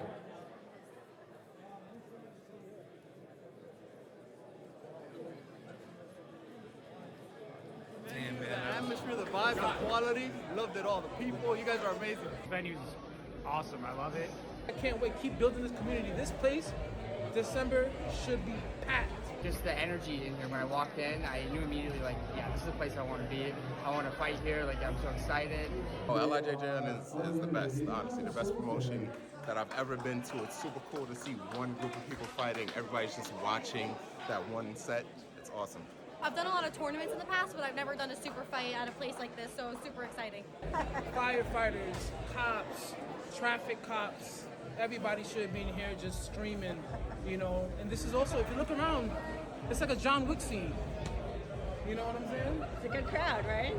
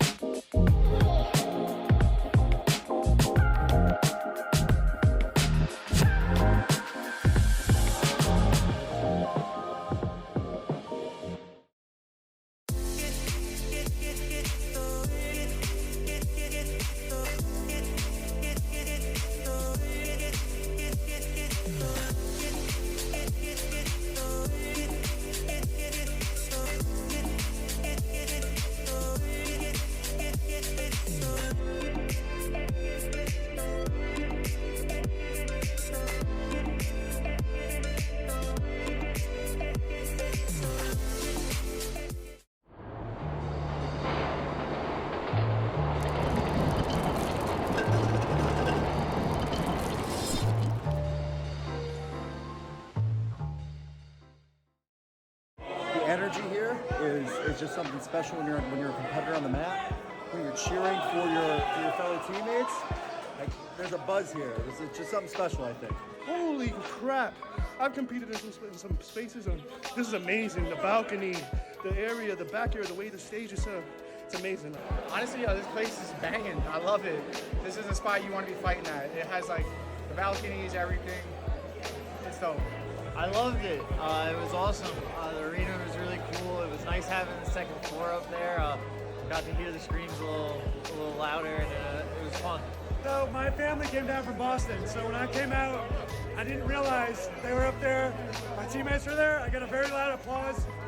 Your tunnel vision, but like, it was awesome. And I'm gonna ride that high for a little bit. So. The spot had great energy. People watching from all eyes over. Down here, up there, you can see anybody everywhere. Venue's awesome. The staff is awesome. Overall, great experience here. They have a beautiful venue, beautiful staff. They're putting on an amazing event. It's an amazing venue. I'm loving it. A lot of good times. Good vibes here. Let's go. The show was great. The lighting, the stage, everything was really good, and I had a good time.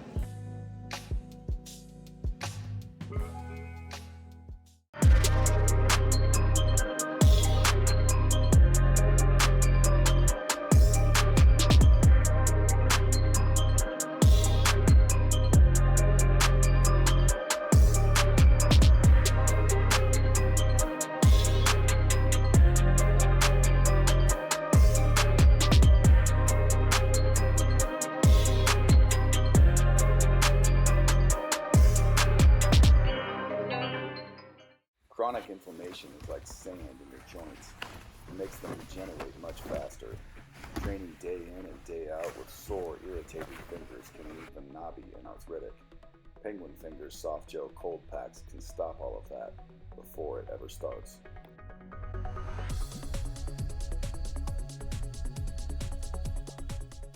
Penguin Fingers soft gel ice packs for fingers and toes. Available now on Amazon and at penguinfingers.com. Village Cigar Headquarters is your #1 destination for cigar and tobacco needs. VCH carries all of the top cigar brands, including Cohiba, Ashton, Opus X, Padron, and Toro Fuente. For 10 years, we have provided aficionados of every palate the best the cigar industry has to offer. Voted 6 years straight as Long Island's best cigar lounge. VCH caters to events outside of the lounge, like weddings, birthdays, festivals, or even martial arts events. Come check out Village Cigar Headquarters, the standard of all cigar lounges.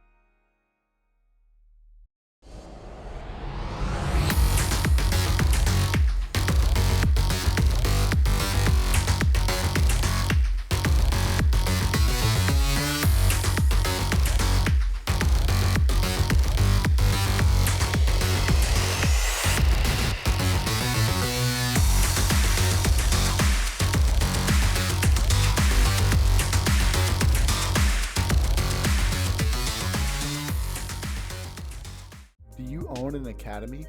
Looking for custom gear? We got you covered. Apolyroy Fightwear offers premium wholesale services.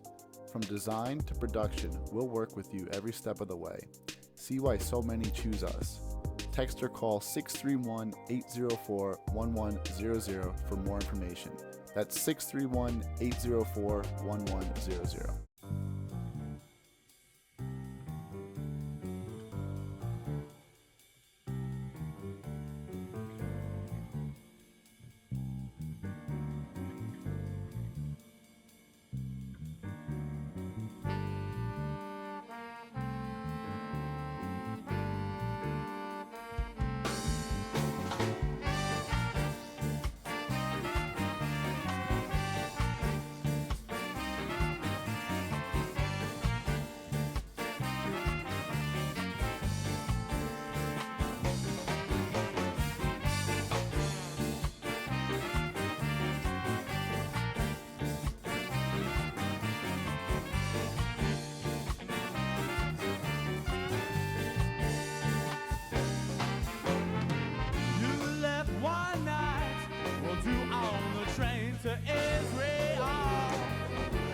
All right, it's time. Sorry, everybody on the tech team here had to use the facilities. It is time. From Culture Jiu-Jitsu, Shane Miles, pumping up the crowd.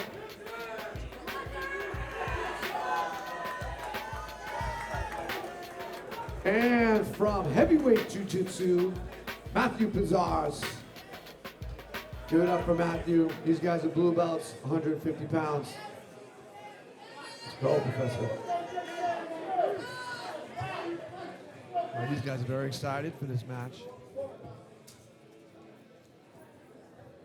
It was on the neck, but it popped out. Oh, jumping to the other side. A little risky. Advantage for that.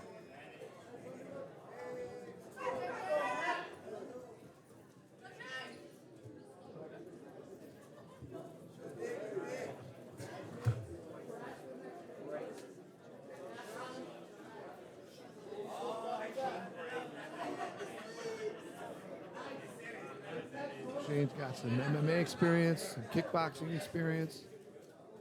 He's an all-rounded martial artist. Oh, goes for the takedown.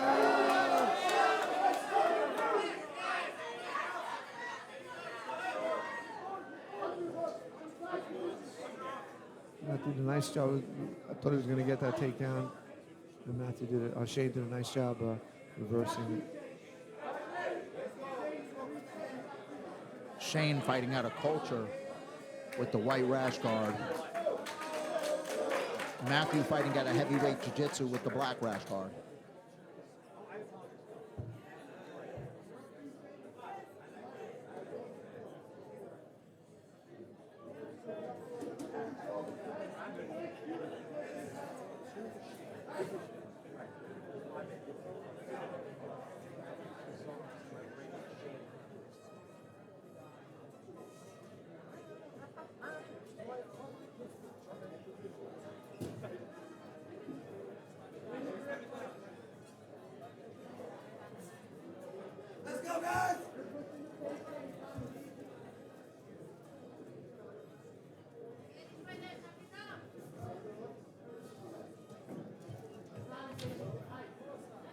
Matthew went on the leg. Whoa, got some height on that.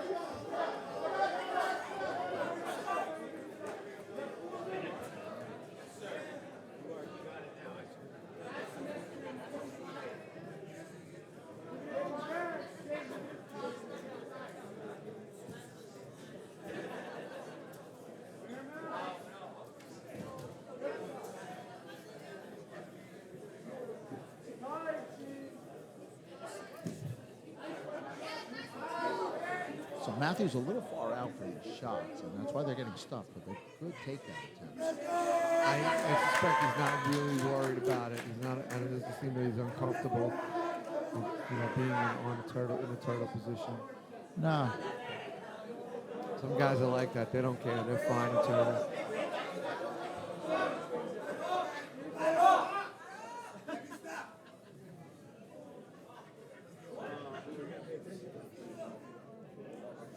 know what that penalty was for? The penalty was for pulling guard with no grips. There's no connection on the guard. Felipe, as always, taking charge of the match. Doing a great job.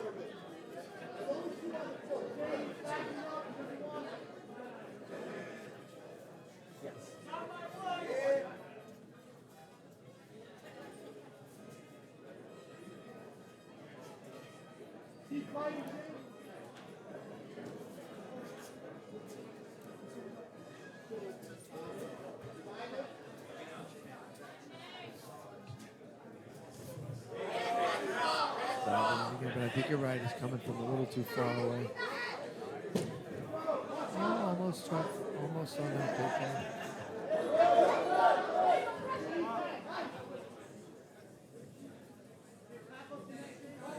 Not enough to score because he's not keeping him down. You got to drive him to the mat and keep him there for 3 seconds in that position.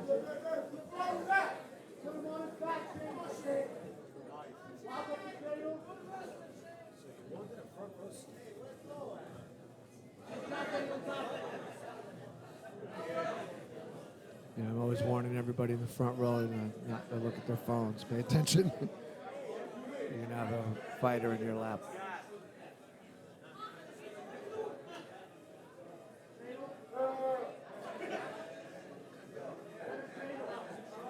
And lead right on it on the restart.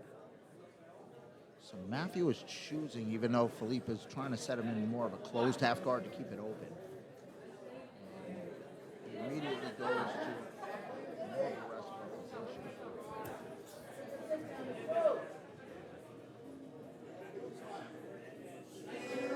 Well, it's still anybody's match here. You guys have been busy, but not a lot of points scored. Matthew's length is probably what's keeping Shane from getting closer on his shots than he wants. Not that leg. It's tough when you pick up that leg for that single. Sometimes they can still jump around a bit. It's still not so easy to get them down. Yeah, you should probably put the leg. Yeah, you want to step that left foot to the outside of the foot and circle the other way. Yeah. And at this point, yeah. Just hanging on to that.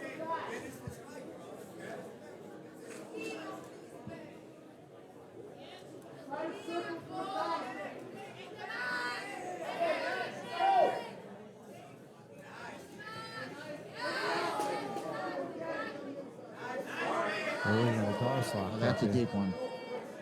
See when the hand goes across to the spine. Now if you can get, no, you missed it. Yeah, let go.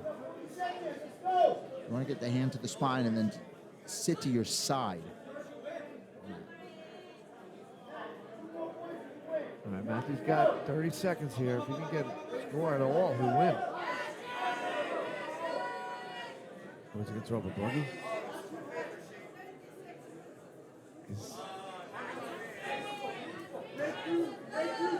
Well, with less than 20 seconds, he has to put himself in a position to score points, and now he can mount it.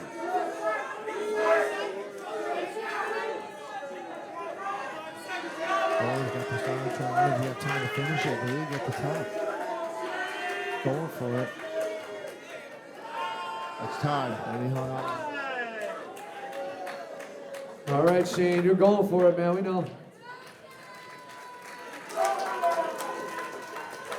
Matthew, great resilience, great match. Much respect.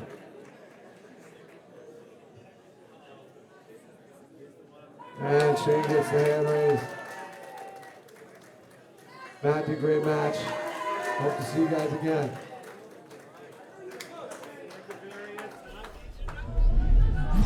All right, guys. This next match, I've been excited about. Really looking forward to this one. Got one in McGee. And this is my prediction for Matthew tonight. I'm saying it right here. From Peak Jiu-Jitsu, Danny Echeverria. And from Sarah, BJJ, Tom DeGennaro. Go Tommy. Don't often see Tommy in the gi.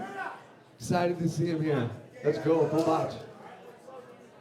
Tommy's been with us a bunch of times. First time in the gi. He's a gamer though. He's really happy to do it. Danny's been with us a few times too. Danny pulls to butterfly.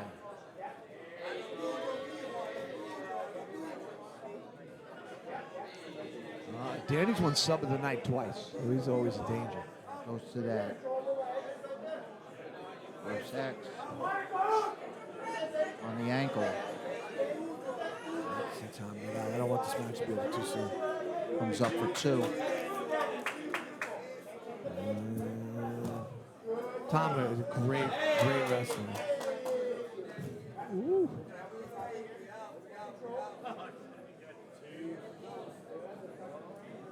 All right, here we go. 2 and 2. Going back and forth.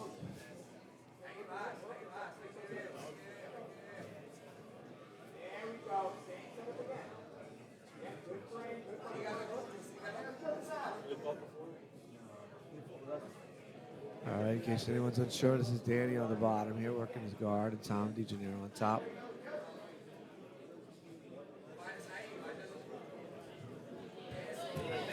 So he goes to his single leg X.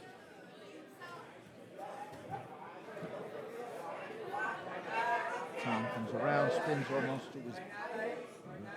Definitely threatening this back take with Danny making his hips very high, making it hard. He's trying to weigh down and he's trying to come up on his feet.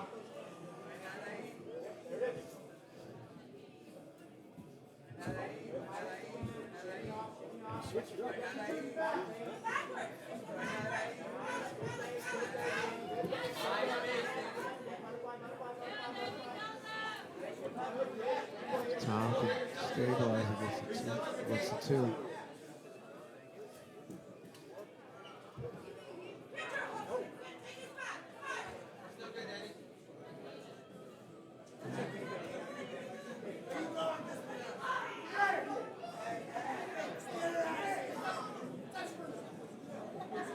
So the ref's going to reset them. Yeah, I think that's a good moment to choose. Position is sort of pushing down on his left shoulder. Danny's a New York City police officer. We're happy to have him here. Tom's a former Division I wrestler.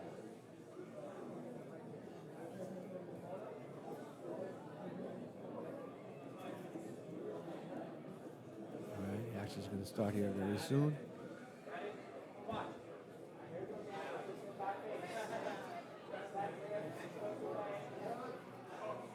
Tom's just got the 1 hook in. Does he have the second hook? I can't see.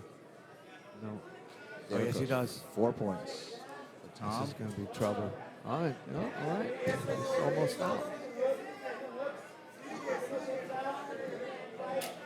All right. Good for Danny to get out of that. Tom is a tough kid. He's a strong kid. Now he's got the choke in. He can get 4 again if he gets his other hook. Oh, he's got the bow and arrow now.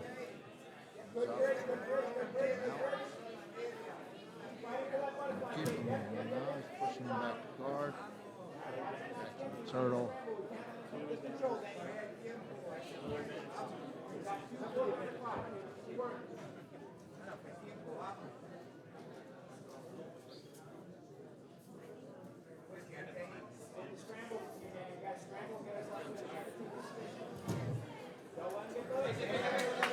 Danny, we're going out. Okay. Let's see if Danny can mount a nice offense here with this guard. Danny studied with Johnson Taub, who's a student of Marcelo's. So maybe we see some X guard.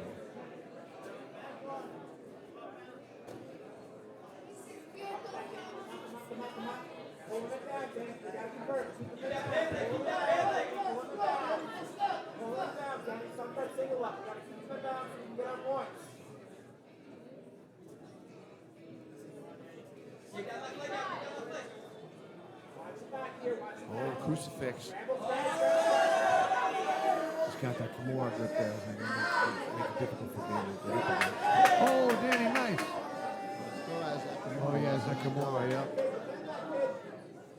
The arm is really straight. I don't think that tap's coming from there yet. But now he's back on top. Oh, this is different. Step over the head. He's got a good grip on his own pants. Stapled the other arm.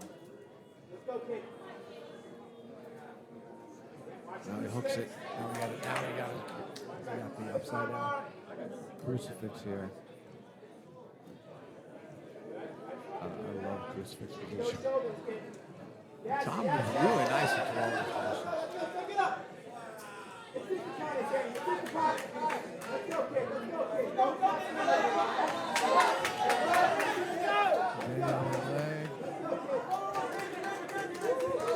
Nice spin around. Yeah, Tom is looking really good. Good fun match.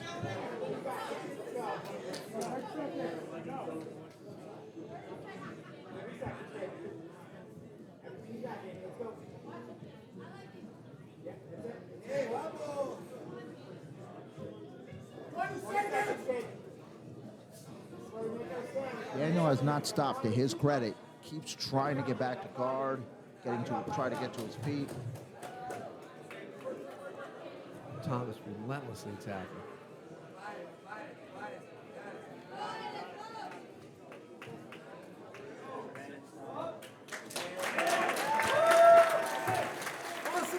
I told you that was going to be fun. This is a good match. You guys need to stop for a second. Nice to see you out there in the pajamas, Tom.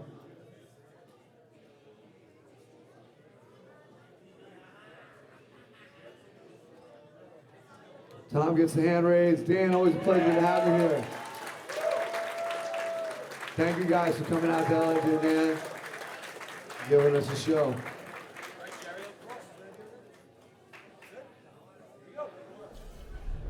Coming up right away with another good one. From King's Combat Williamsburg, got Derwin Molina. Where's Derwin? Come on. There he is. Get out there. And from Paxabella Martial Arts, Jerelle Cross. Jerelle here. There he is.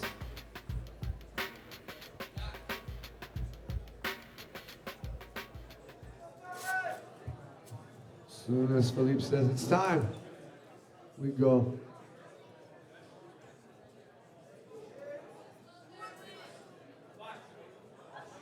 All right.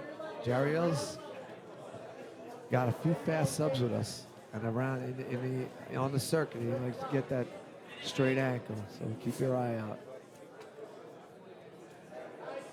Jerrelle's in the black, all black, and Derwin's with the black and pink.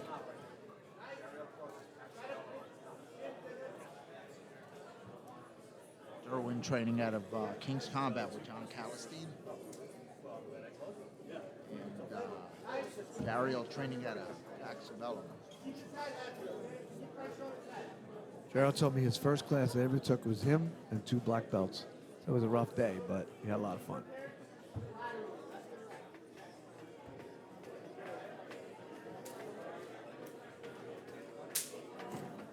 Both these guys compete quite a bit. That's a self-service reset right there. Well, I guess when you don't want to get reset in the wrong position, you bring them back in.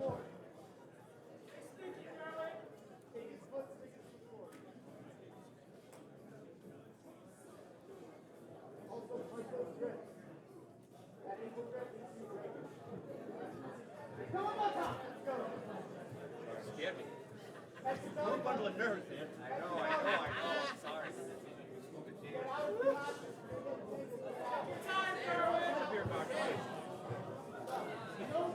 Ooh, the triangle might come out of that.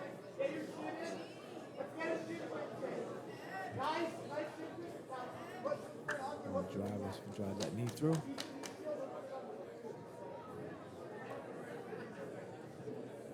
He could get his other leg to staple too. He can get this pass.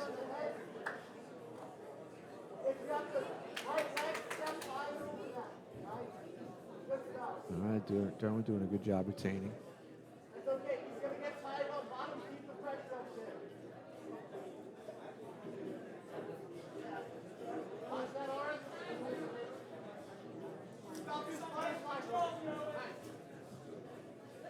You're up 2, 3 minutes, 30 seconds left. 3 minutes, 30 left.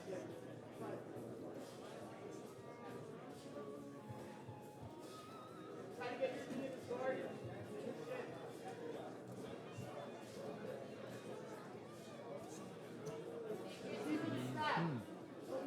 Derwin's going to a high guard. Yeah.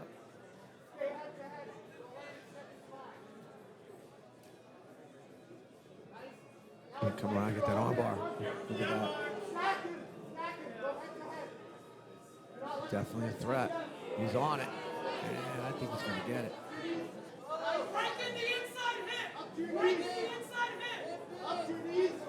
Excellent work passing. Oh, excellent response.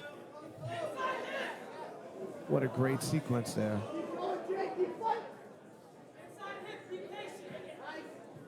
Jerelle defending really well.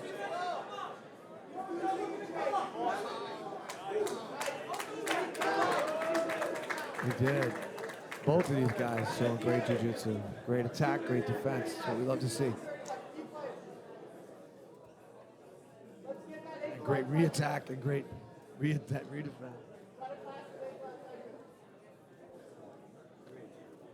Jerrelle's still up 2-0. Derwin did get an advantage.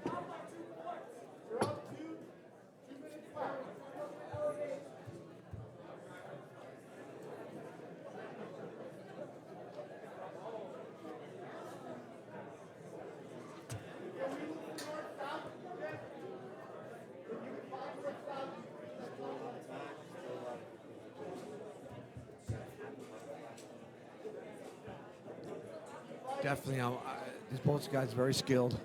I'd like to definitely see some more action. It's too bad, but the time is ticking away here. Maybe we'll see one last burst.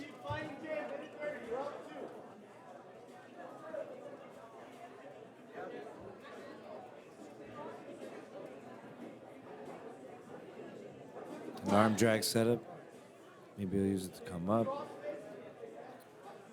Nice inversion into a triangle attempt there. This is slick. That was slick. He's got a little time to get this too. Yeah. You could go French armbar from here. He's got it locked in. He can get that neck closer to his knee and make that triangle tighter. The configuration's tight on the legs. Let's see if he can get the shoulder into the choke. 44 seconds. I think it's time to attack the arm a little bit more, with more vigor. And as I say that, he goes to the wrist. Create an angle, come up on a sweep even. Right now you can scoop grip the leg over there with the left hand. Keep yourself close. But now Keep see creating how, that angle. if you look at this triangle here, there's a lot of space by the knee, even though it's closed. So we can force the head in closer to the knee and the triangle will get tighter. You make a shoulder walk back. You can see that space. You shoulder walk back, you take away that space. And then pull the head. He's going wrong side triangle. I like it. Yeah, but the time is... Yeah, there's no time.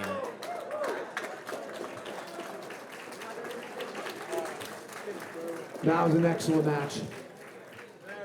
What a great match. Jerelle gets the hand raised, but Derwin, what a great show, man. You can see you got skills, that's for sure. We're going to do a quick commercial. Be right back.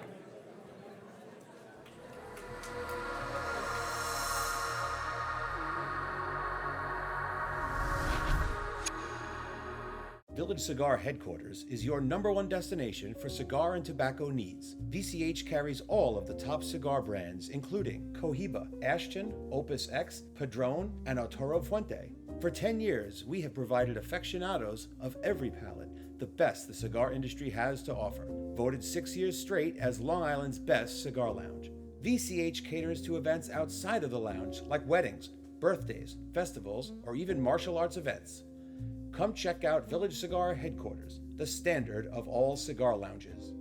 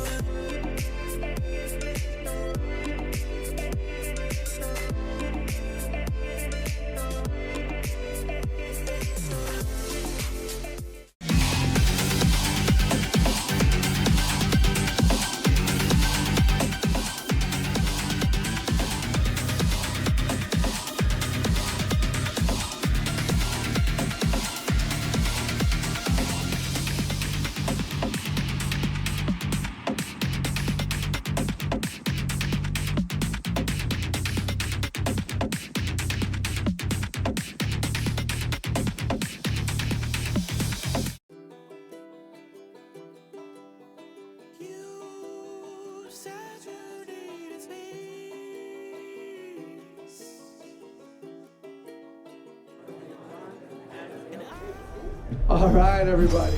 I hope you're not disappointed. We've been seeing some good matches. Let everybody know, man. All right, we hear you. Hey, guys. Get your friends out. Next time we're back here, let's fill this place to the brim. Get the excitement even bigger. All right, we got another gi match here. We have from Sarah BJJ, Sean Paprocki. And hold on, let me announce it first. Hold on, Philippe. Oliver, I'm gonna try my best with your last name. Tlahul? Say it, man. Tahul? I'm sorry, my friend. Let's go. Let's see you. Let's go. Oliver in the black gi. Sean in the white. I'm gonna stand up for the rest of this event. Enjoy. These guys are. Well, if Oliver came to the athlete meeting, I would have got his name right. Make sure you're there for the athletes meeting. We need to know about you. We need to know about your schools. We need to know about your professor. We need to know. Let's come on, guys. Oliver's from right across, very close to here. Henzo Gracie Queens. Magno. The Bally's. I haven't met Magno yet, but I've only heard great things about him. He was the original instructor for Gianni Grippo when Magno was a blue belt. Where do you pull these things out of? Trained a lot with Gianni Grippo. There we go. There we go. He's the Rain Man of Jiu-Jitsu. Quarantine training. Nice. Nice throw. Into a north-south position over here. Turning it into a front headlock, staying heavy on the neck.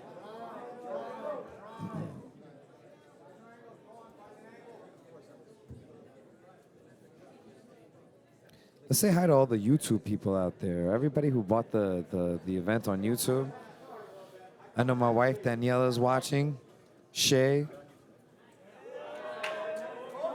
It's LIJJN.com. Even better, LIJJN.com. Yeah, we appreciate everybody supporting us so we can keep bringing these. Francesca, you need to train more. Make sure you're there for the adult classes too. Advantage for Oliver.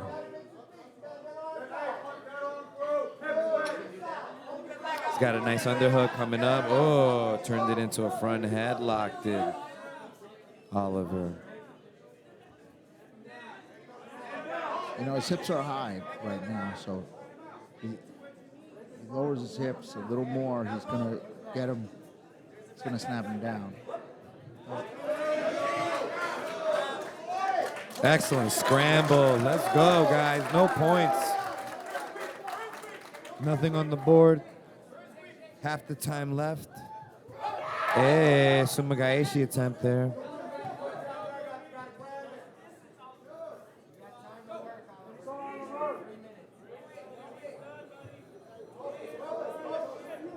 I'm definitely going to leave the names of the judo takedowns to you, Alvaro. I got you.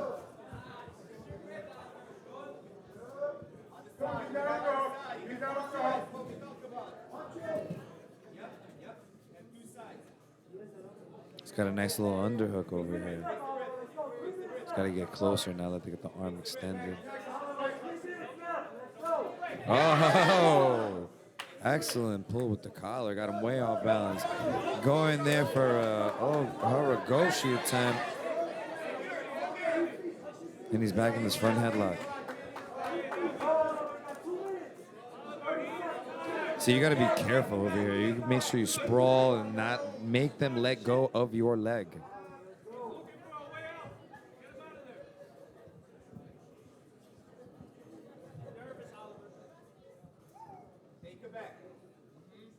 So the battle of Henzo Gracie Queens and Sarah BJJ. Very interesting battle because they're both old school Henzo students.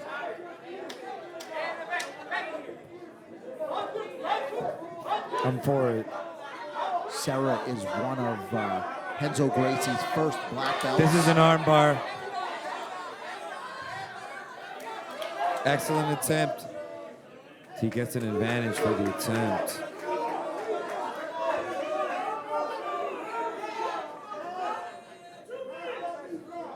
So there's an advantage on the board. 3 advantages, 2 points.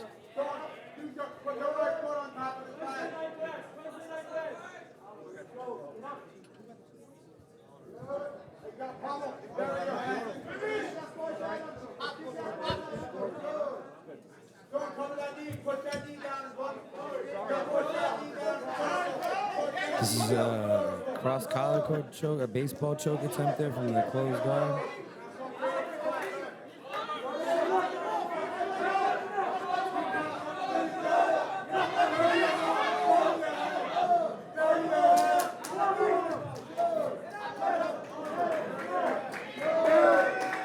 For the pass for Shawn. The complexion of the match has completely changed now. Oliver's down by 1. He's in the bottom position. And with 45 seconds, how bad do you want this? There we go.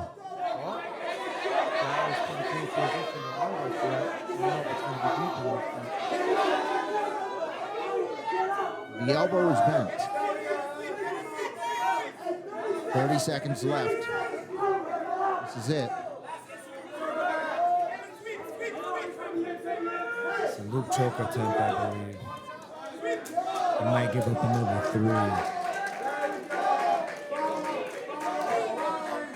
No points yet. And the reversal. He's got to go knee on belly. He's got to go knee on belly. Yeah, this is points. This is points. Oh, he didn't keep it long enough. What a match. Oh, what a close match. Oh, just so you know out there, the reversal there was not from the guards, which would result in points. What a match. There was a lot of craziness there, but Philippe got it right as always. Andrea wants a lesson on the rules. We'll help you out. What a great match. Both you guys should be proud of yourselves. Great match.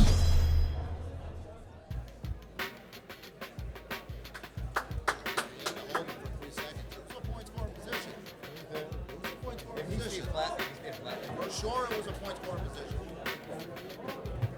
So if the crowd wants to know what we're talking about, he was on his back, belly down, with his hips flat on the mat. If he didn't get on his knees, yeah, exactly. If he didn't get on his knees quick and not give up the hooks, yeah, there was a point scoring position there. Right, if you hold it for 3 seconds, if you stay there, and it was close, but he didn't.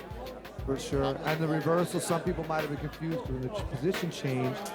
It didn't result in points because it didn't start from a guard position of any kind. So again, I'm so happy we have Philippe because he did a great job. Philippe knows his stuff. Did a great job on that. It's really hard to appreciate these things. People don't understand how fast everything happens. Okay, well, that was one exciting match. Here comes another.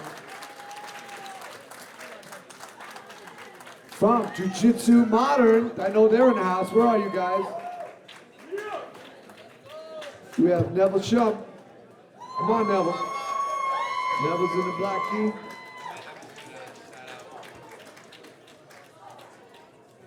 Khalid Syed in the blue key. From Gracie Baja, New Hyde Park. I love the intensity. Let's go. Let's keep it going. These guys are Masters 2. That's my division. 188 Masters pounds. 4. So you think you're better than me? Just more mastery. We'll watch. All right, we've had Neville before. Very intense guy. Loves his jiu-jitsu, man. You can just see, every time you see him, you just see the love of it. Blue belts are some of the more passionate and dedicated. You'll see them in class 5 days, 6 days a week, doing doubles, morning, evenings. Blue belts are staple. People go, oh, they have a blue belt and then you quit. No. Shout out to all the blue belts. And especially the ones that start in their 30s, right? Exactly. The mid to late 30s. Nice double. Finishing it, threatening the pass right away. Khaled is really putting the pressure on, you know. Neville's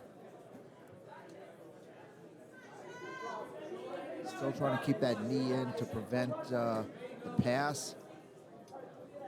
But he clears that leg, it should be 3. Should be it. I don't think Philippe is going to give him the 3 because it happened straight from the takedown.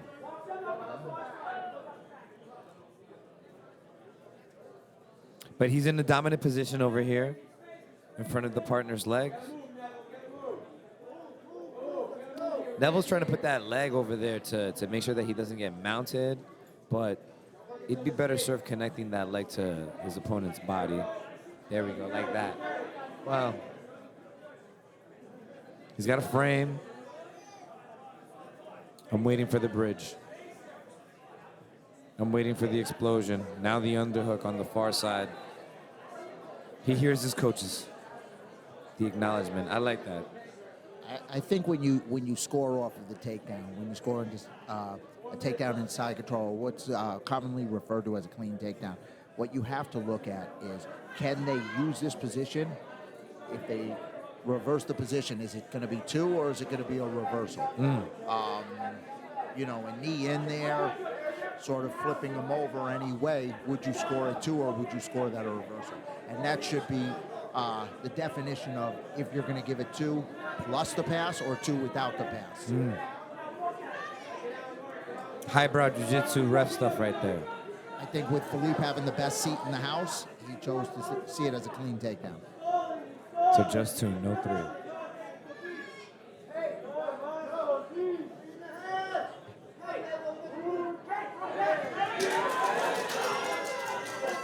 Tries to transition to the mount right away and gets it. And 4 points for Khalid. So he's up 6-0.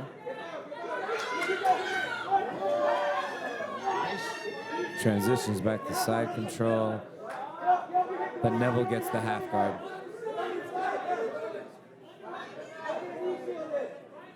Still plenty of time. 2:50 left in the match.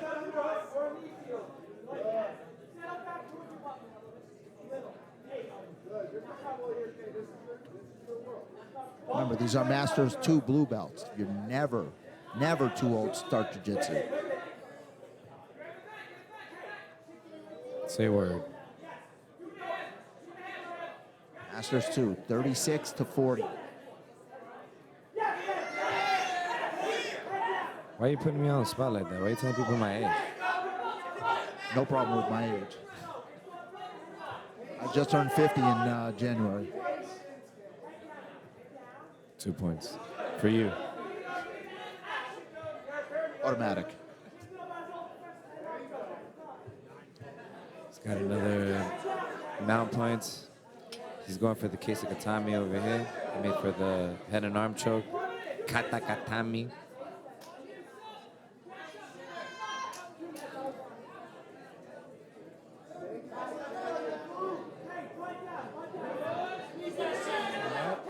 Neville doing good work to get that. Man, Neville's really sticky with his half guard.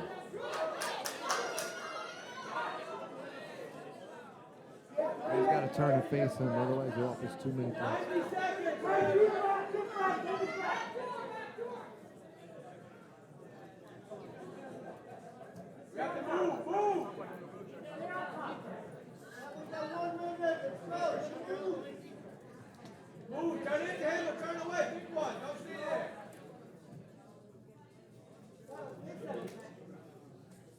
Coming up on a minute left. He's got a grip on his collar and is threatening a choke over here. See how Neville's addressing the grip hand, and now he switches it to seatbelt grip on the other side. Another 4 for Colin. He's ragging up the points. 17 is one of my numbers in roulette. It's my wife's birthday. The great thing about jiu-jitsu, with all the points, you can still get a submission and win the whole thing. Listen, he shakes his head, no. He's displacing his shoulder line, getting his back to the mat. It'd be smart to transition to the mount from here, or at least end up on top. Neville, at this point, needs a submission.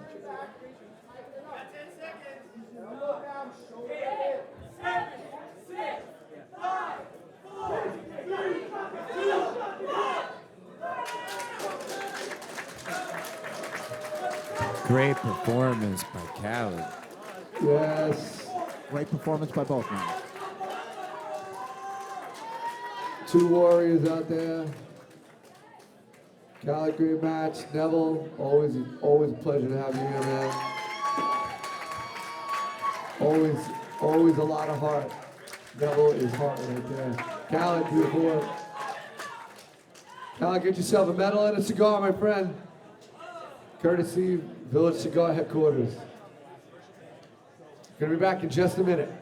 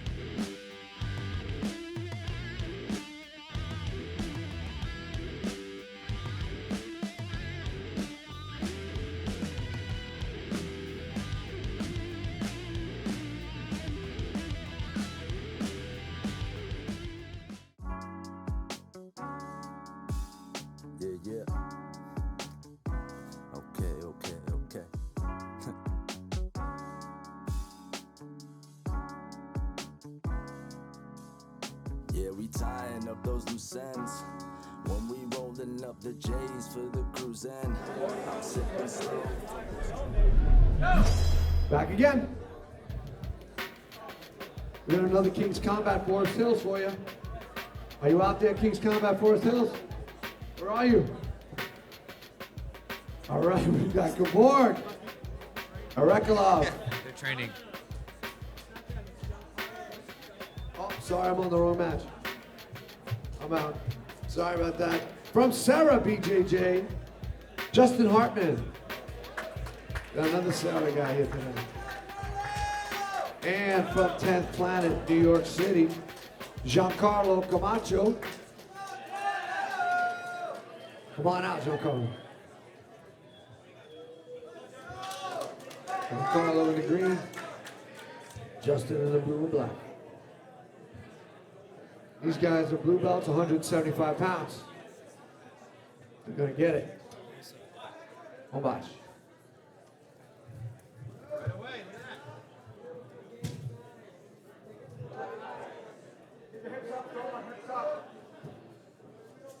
They're getting after it immediately. Justin almost scored a takedown, and now he scored the takedown.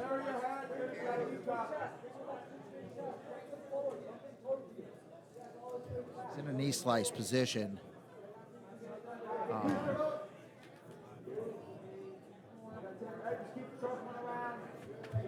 Giancarlo inverting, trying to stop the pass. And coming up on, it looks like. There's an armbar, Kimura armbar. Let's go. I like the intensity, wearing the very hard to submit gear. That's a contender for submission of the night. All right, guys, excellent match. No worries, Justin, we'll have you back, man. You can show your stuff. Giancarlo. Get your people in the room. Everyone will cheer for you. That's for sure. All right, we're ready for the next. Giancarlo, you get a rash guard for that, my friend. You got your LIJJN submission rash guard, courtesy of Holdfast. Okay, next match from King's Combat Forest Hills. We have Gabor Arakalov. And from Jiu-Jitsu Modern, Chris Searson. There we go. Expect your fireworks on this one. Jiu-Jitsu Modern in the house. As always.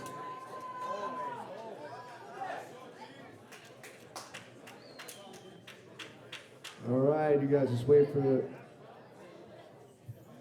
leap and we'll get this going.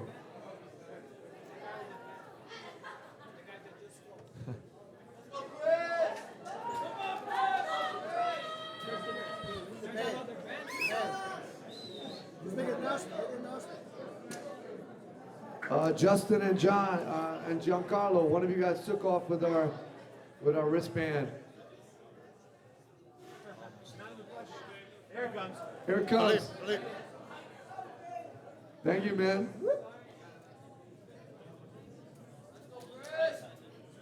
All right, I think we're ready to go.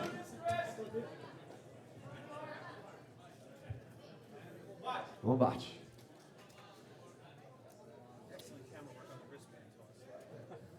All right, these are two tough guys. This is gonna be. Oh, guillotine attempt from the very beginning. Stayed on his feet. This is the way to defend, right? If you go down to your knees, they get more leverage on it. Good framing him down. But Chris is climbing the guard up pretty high.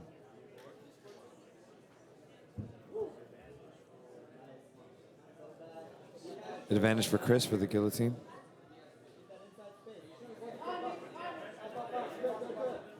He's using a nice little collar tie to stand back up. Another forehead to forehead.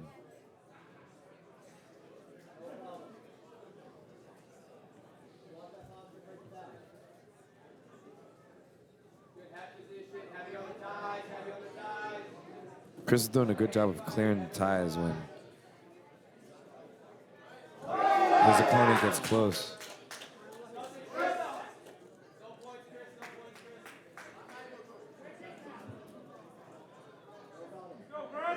advantage for Gevorg. So they're tied up on advantages, and Gavor's got 2 points. Hey. Explochivo, we call that. Nice snap down to front headlock attempt. Threatening the legs over there, making sure that the guy respects him. And this is a fireman's carry, you want to call that? And then a guard pass. Felipe gives him the 3.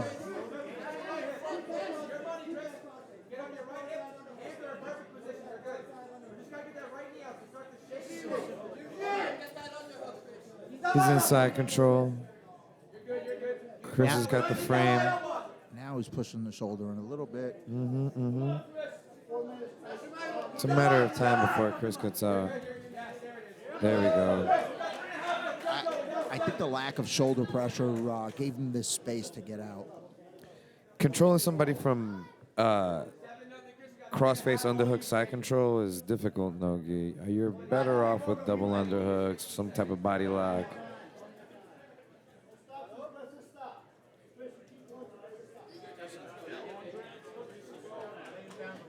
You gotta get really deep with your underneath when you're in no gi. You want to either get the hand in the armpit area, sort of lift it off the mat a little while you're dropping that weight, or you really got to get that shoulder down there. But when you give up the space and you start giving it up, you give your opponent room to get back up. Getting spicy there, going into the coach's area. I don't think it matters how big you make the mats. Area, this guy's always going to the edge. 100%. Shout out to Forest Hills, Queens Combat, Kings Combat, Forest Hills.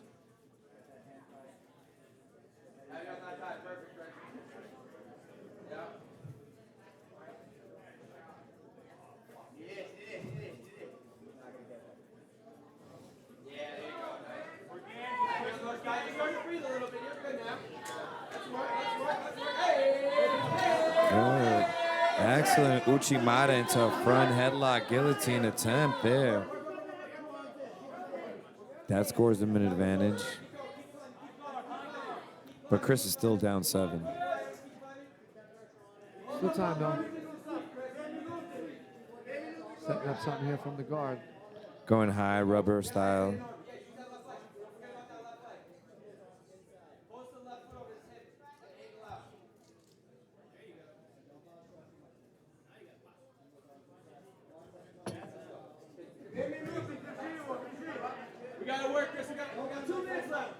Setting up a shoulder crunch.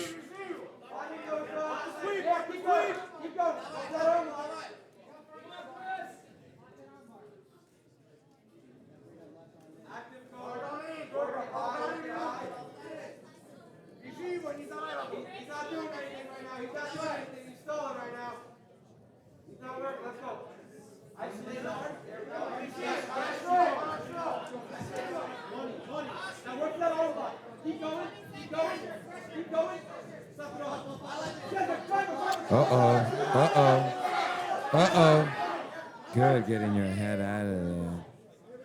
He's setting up another guillotine attempt. Maybe he can use this to stand up. He's going buggy.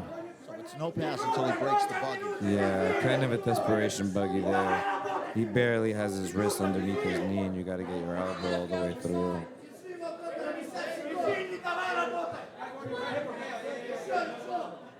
Another 3 scoop.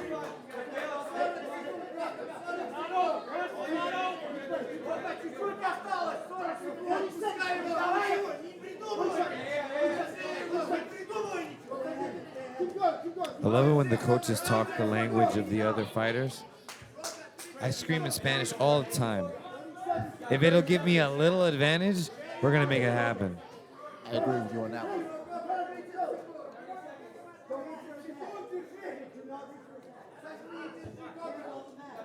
Big shout out to all my Hispanics practicing jiu-jitsu out there. I know my school is like 85% Hispanic. moments here. Chris trying anything to get. Guillotine.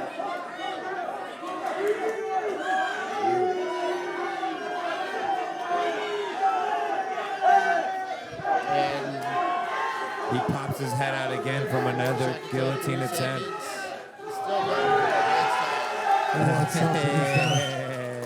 The two wasn't going to do it. He just wanted that from his heart. Heart right to the end there, Chris. A lot of heart, man. Both you guys. The war, beautiful. War gets the hand raised, and Chris gets our respect as well. Coming right back right now. We got another one, McGee right here. We got a local fella from Henzo, Gracie, Queens, Dakota Aspara. Come on, Dakota. And from out on Long Island, we have coming from Soka, BJJ, we have Vincent DeMayo. These guys are 154 pounds. And they're purple belts.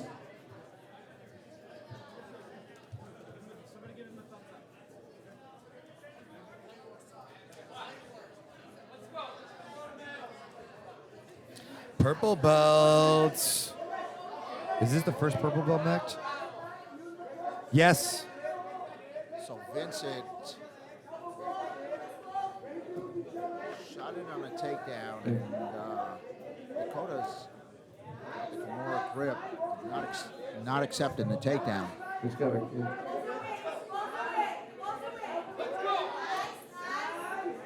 He's going to sprawl out of this and maybe still have a Kimura attempt at the end there. He switches it up to a triangle. That was just fresh out of the frying pan into the fryer. Let's go. Purple belts.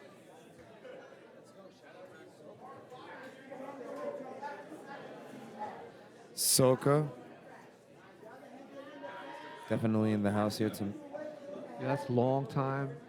Long Island Jiu-Jitsu. Old school Professor. Long Island Jiu-Jitsu there. 80cc veteran also. Many-time world champion.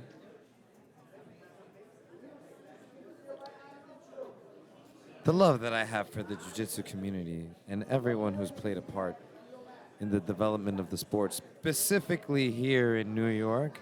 Yeah, I rich can't, history. you know, we go back. We go back. We're one of the originators over here in the United States, New York. You can't talk about jiu-jitsu in the States without talking about New York. Yeah, they really in the scene in America, in the United States. New York has put their thumbprint, you know.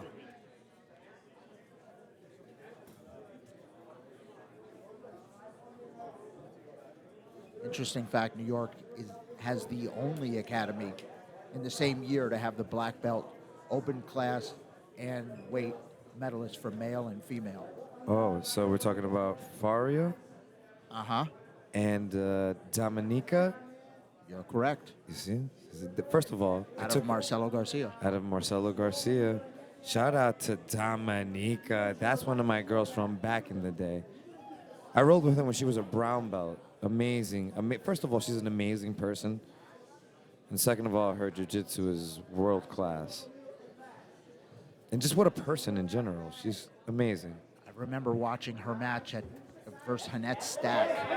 A loop choke attempt. This is pretty deep. He's going to escape from the back here, and he's got another triangle. So Dakota's really attacking with the submissions.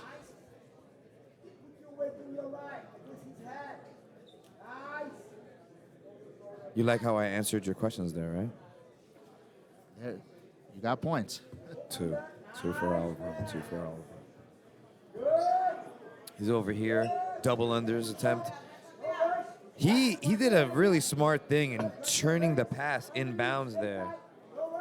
making sure that he didn't get caught with those double unders out of bounds. Now see if you can stack him up on his neck first before he tries to do this. Lift him up a little higher. No arm triangle. You keep doing that. You can finish these. Absolutely, but if you get your hand in the collar. Or if you just pull down on the head. My boy Eric from Black Hole BJJ is one of he's a brown belt over there in upstate New York. One of the best at this no arm triangles. There was the teepee choke like this that Josh Cisneros finished on somebody and put him to sleep when he was a brown belt. You got to keep that hand inside there and really try to go underneath the neck. Yeah, he gets that hand And deeper. Get this. And get a good squeeze. And have the thunder thighs, what was that? The buns of steel? I don't know, you know. Thigh Masters, there you go. Who was the lady that was the... Suzanne Summers. There we go. We're all dating ourselves right here up on the bench. Oh, man. Fun fact, her show Three's Company had Horian Gracie as a guest. Can you stop it, bro? All right, listen to me. We get it already, all right? You know your stuff. If you ever watch I worry that you put too much. What are you taking out of your head? History of the UFC.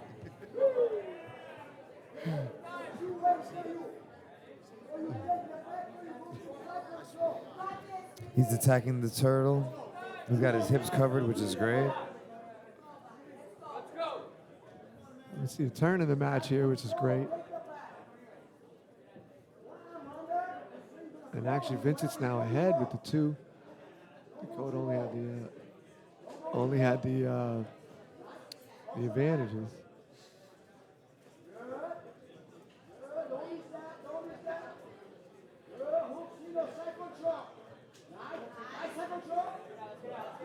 He's still got pretty good back control. That seatbelt grip that he's got is keeping him on the back. And now he's got two hooks in.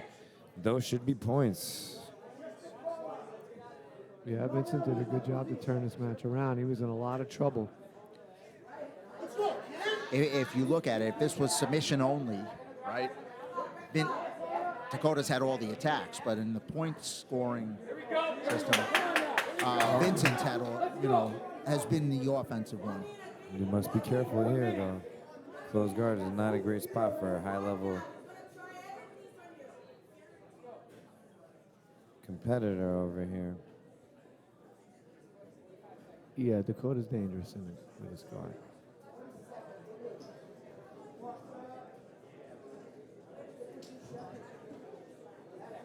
He's running out of time now.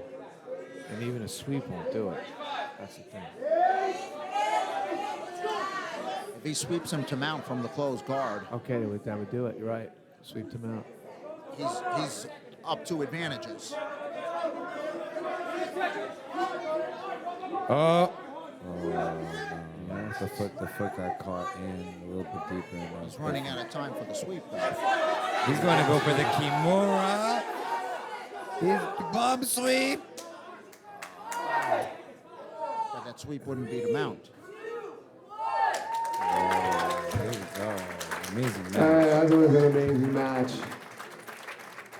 Great skills. Great skills. Back and forth.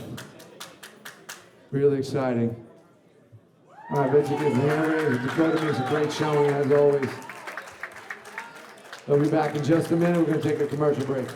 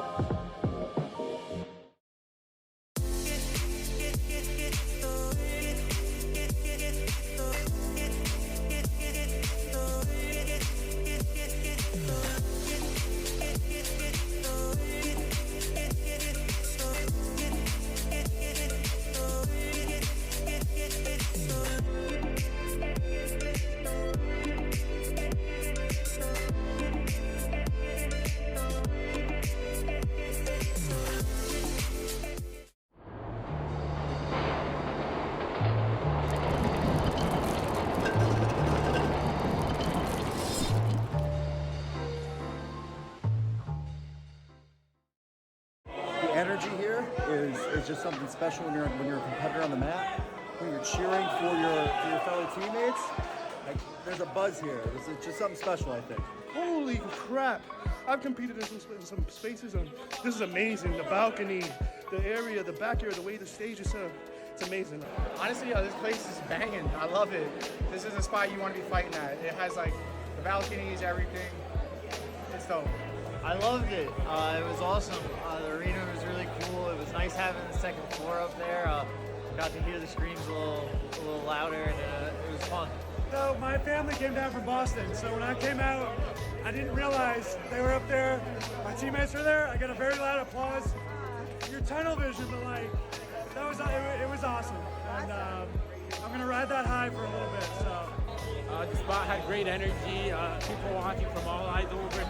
Down here, up there, you can see anybody everywhere. Venue's awesome. Staff is awesome. Overall, great experience here. They have a beautiful venue, beautiful staff. They're putting on an amazing event. It's an amazing venue. I'm loving it. A lot of good times. Good vibes here. Let's go. The show was great. The lighting, the stage, everything was really good, and I had a good time.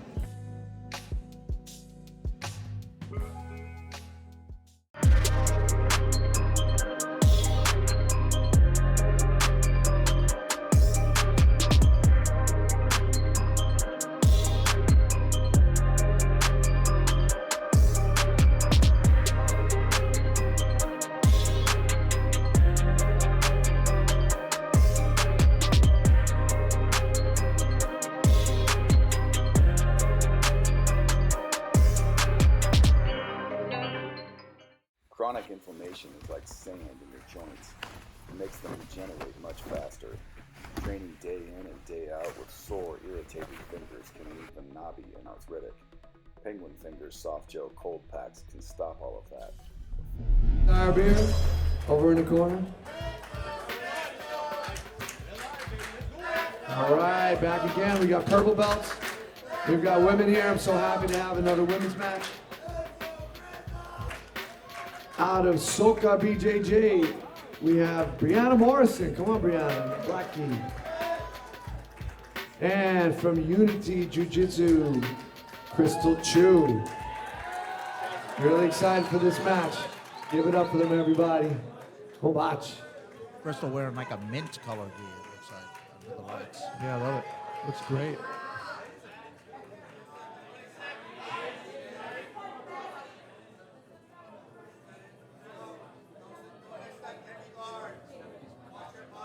Grab that sleeve, she can start looking for a triangle. Yeah, Brianna's playing an open guard. Looked like she was going for De La Hiva.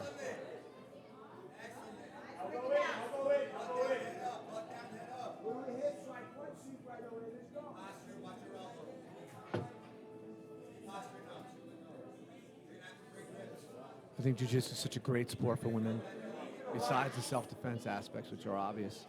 Just that they can compete on the same level as men, and then in a jiu-jitsu match, a women's jiu-jitsu match, every bit as exciting as a man's match. So now she has the De La Hiva. She's a long De La Hiva. She sort of backs up here and now to the closed guard. We're still getting the knee in there.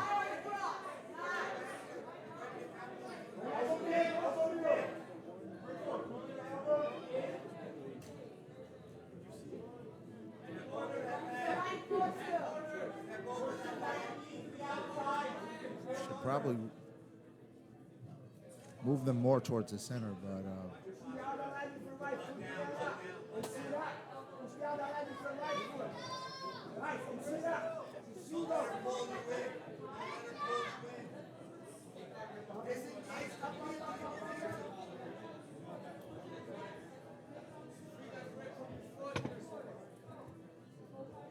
Brianna's got sort of a very loose De La Hiva. Yeah, but she's able to keep Crystal away with it.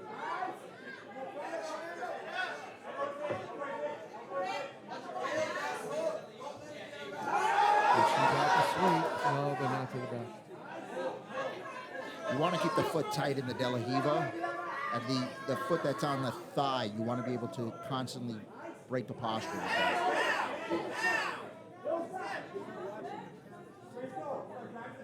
So there you go. And once that De La Riva foot falls off, you got to pressure the knee out.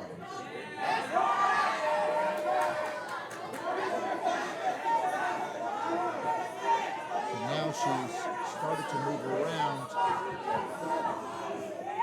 but you want to kick that knee back.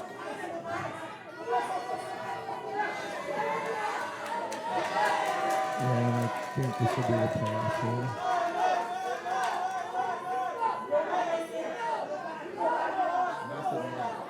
Okay, close. Should get the advantage. Yes. Well, Brianna did well to make that only an advantage. I think in a situation when you get there and you've stopped moving in that position, a good knee tap with the forward knee on the knee that's kicking in will get your other knee in there. Very good technique you see JT Torres use. So now she's got her in the half guard smash. Chev flattened her out. Yeah, she needs to control the neck, I think. She had an underhook, but it can control the neck might be giving more pressure on the shoulder. Brianna not allowing that. She's blocking that hand from controlling the neck, which is a good decision. She's not allowing Crystal to get a hold of her neck, which is very good in this position.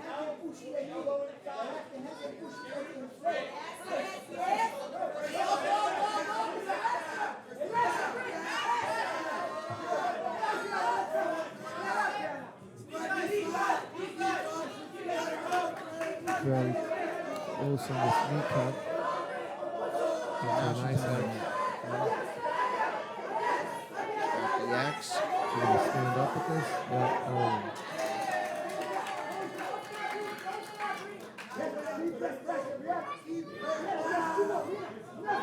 Very nice recovery from getting stretched out on the X.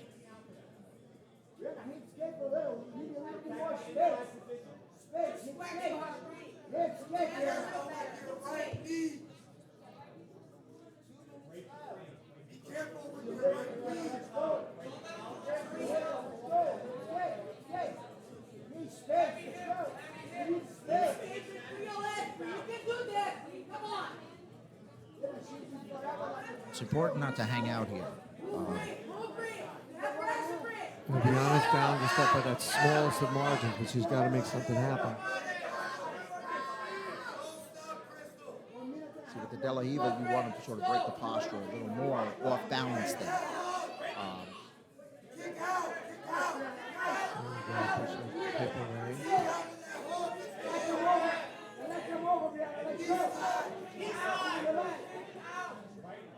Now the grip is deeper in the De La Riva. But you want to get that foot out. You don't want them to sit on that foot.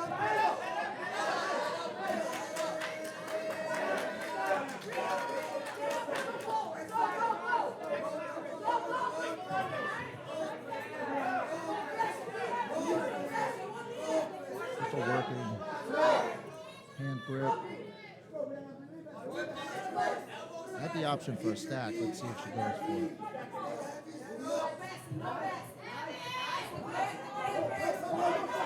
Less than a minute left.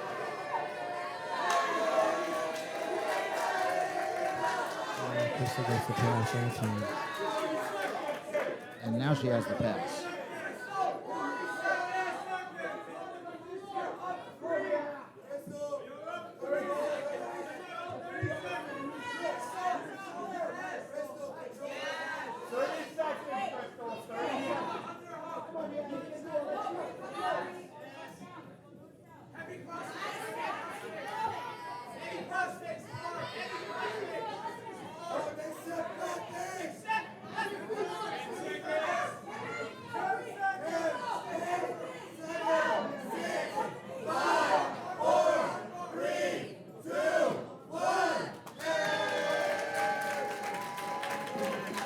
Very good match. That was a fight to the end. Great match.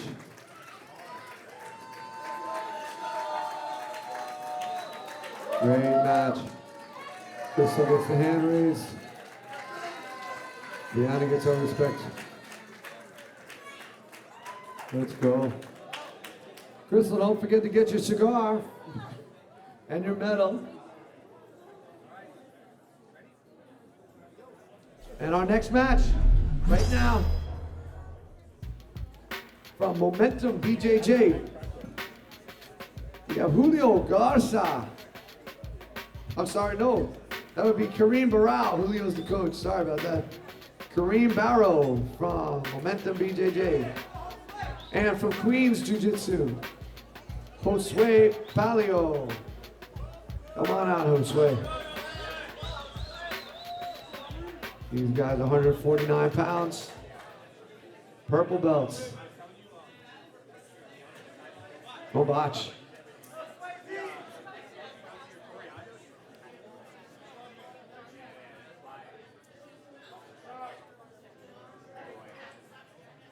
All right, Josue is over 30.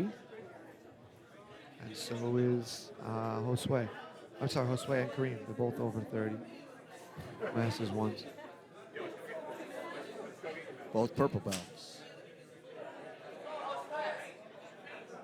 This would be featherweight, I guess? Yes.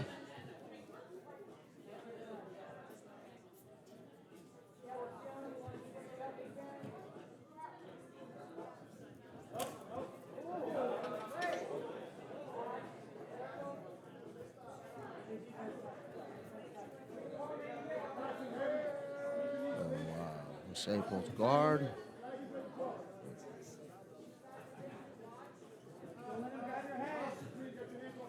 Full guard.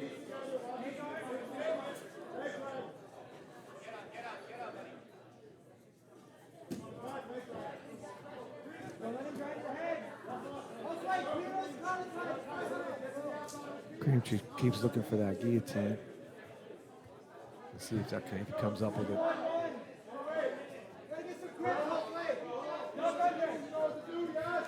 Now he's looking for a Dars. And he's on locked it. his hands together. He's adjusting it. You see how he barely has his fingers in? Like he's barely holding onto his bicep. He's adjusting though.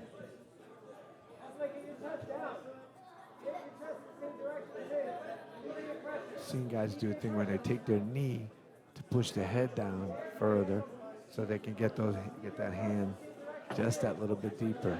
It's a pretty cool technique. It's deep. It's deep. What's saving him right now is the half guard. Once he drops to his side, the pressure will be there. Ready to tap. I think. I guess that wasn't really a tap, just some fingers moving. It's tough to see. Felipe's in there.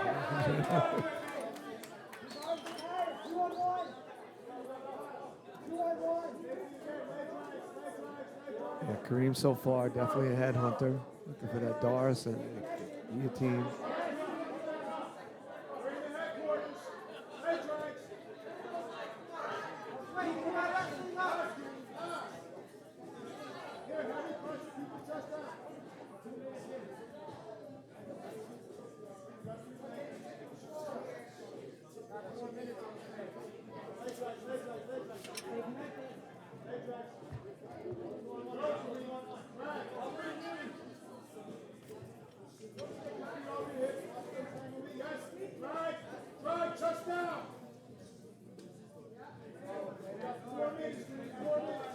A lot of open stuff over here. Using a lot of legs. Yeah, it's tough without the gi to keep somebody at bay with an open guard. That's why I love those gi matches. Shout out to Crystal. Yeah. Had a Unity, just won. Ladies bringing in the heat. Nice. Oh, well. Look. 50-50 sweep maybe coming up over here. Excellent attempt. Now his foot stuck in there.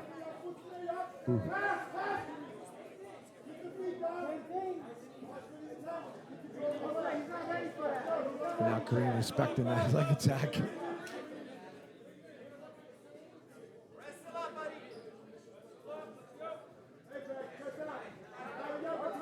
leg drag attempt.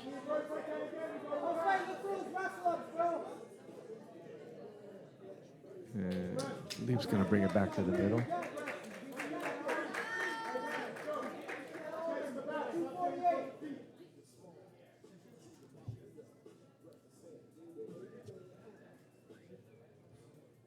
Setting up from the half guard knee shield. This position right here, I like the, oh, he's squaring him back up and going De La Riva. And he uses it for a leg drag attempt. Trying to grab onto the head over here and using it to pass. Cradle position. He just kind of backstep his leg. If he can try and get his back to the mat here, he might get this pass. He's going to turtle up, and now it's going to become a front headlock kind of battle. Oh, there we go. Complete disengagement. Back to the half.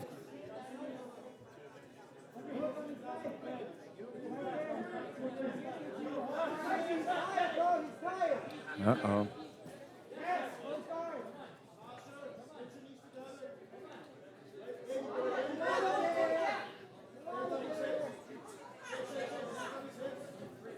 Sweet climbing. He's got a 2-on-1 grip here on the wrist. Now he's going scoop grip on the leg. This is K-guard territory. Oh, matrix hook. That's very comfortable in this position. He just peeled it off. Oh, that was clean. And he's going to get the third here.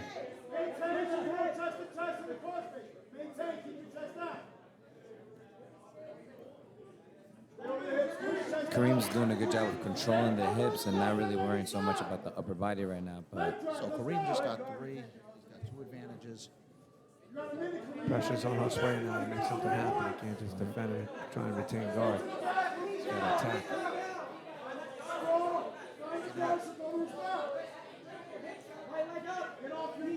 And with no gi, it's really tough. The sweeps are not as easy without the grips. It's something slippery.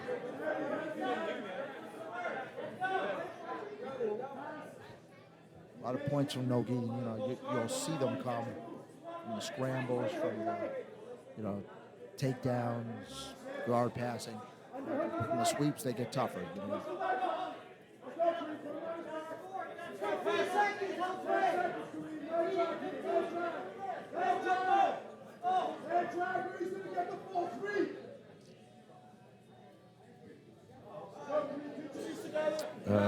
A no-gi Ezekiel kind of.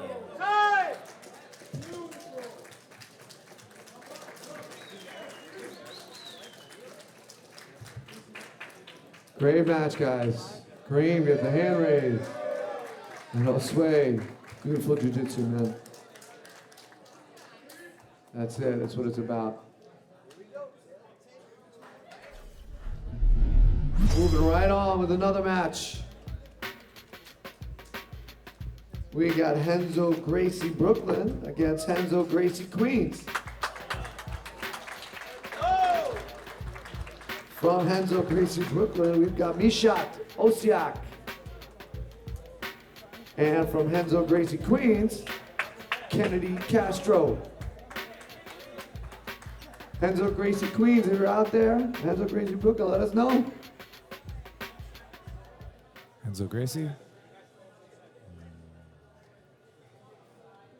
These guys are purple belts, 180 pounds. Kennedy's in the white gi, and Mishat in the black. Whenever you're ready, Professor. It's a sharp looking gi there on the back. He's got his name on the back. Oh, right in on that thing. He's going for a Kimura. He's got a good one. And now he accepts the bottom position. That's 2. Michelle gets 2 points. Kennedy's got a lasso grip. on his left side here.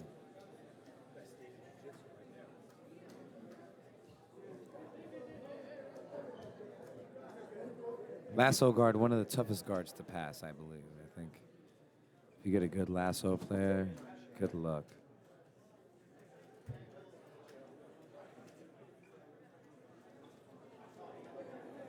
There's always those tough lasso guys at the gym that frustrate you.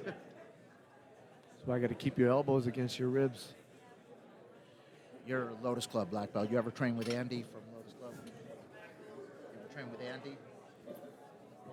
Lotus Club Flushing? Yes, Very good I lasso. just trained with Andy, Lotus Club Flushing, for the 30th year anniversary of Lotus Club, 35 years.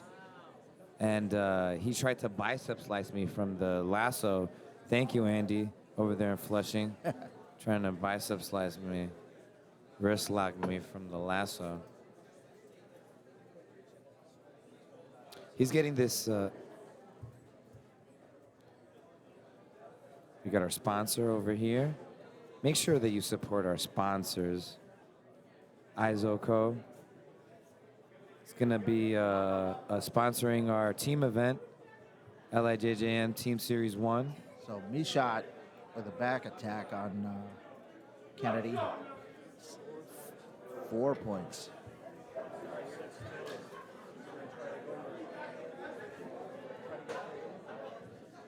He's isolating an arm. Now he's going to attack the neck.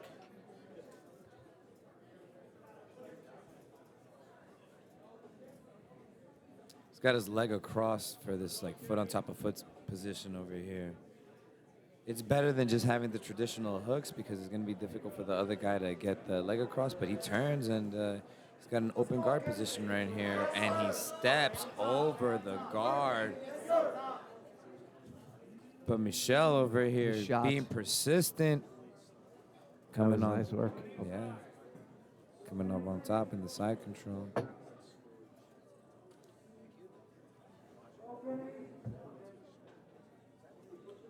So Mishat up 10-0. Still plenty of time for Kennedy.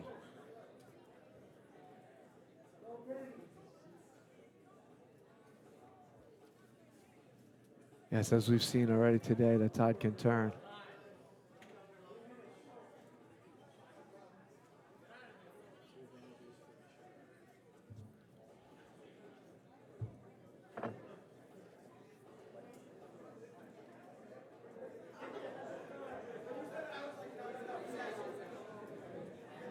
He's trying to use that frame to get your opponent off balance and come up and climbing the legs up. But Mishat is aware of everything that's happening and uses his opponent's aggressiveness to pass the guard again. He did a good job pulling that arm out when the triangle was threatened. I have a couple training partners that do that. They'll bait triangle and boom, explode out and end up in side control. It's, you know, risk and reward are a lot, but you can definitely get some good passes off of that.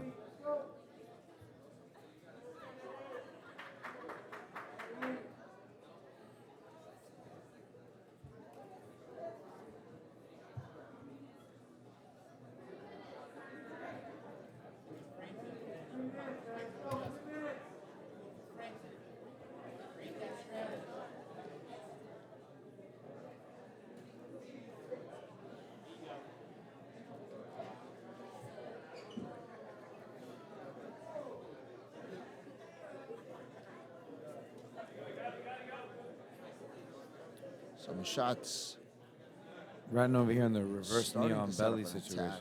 Yeah. Kennedy inverts. Oh. Yeah. Donkey guard.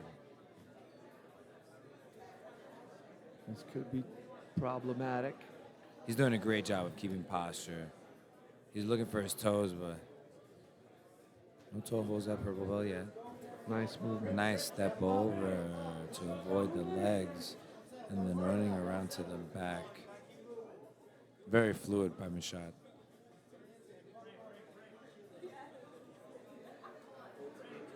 It's another pass for Mishat. So add 3 more points in the shot, and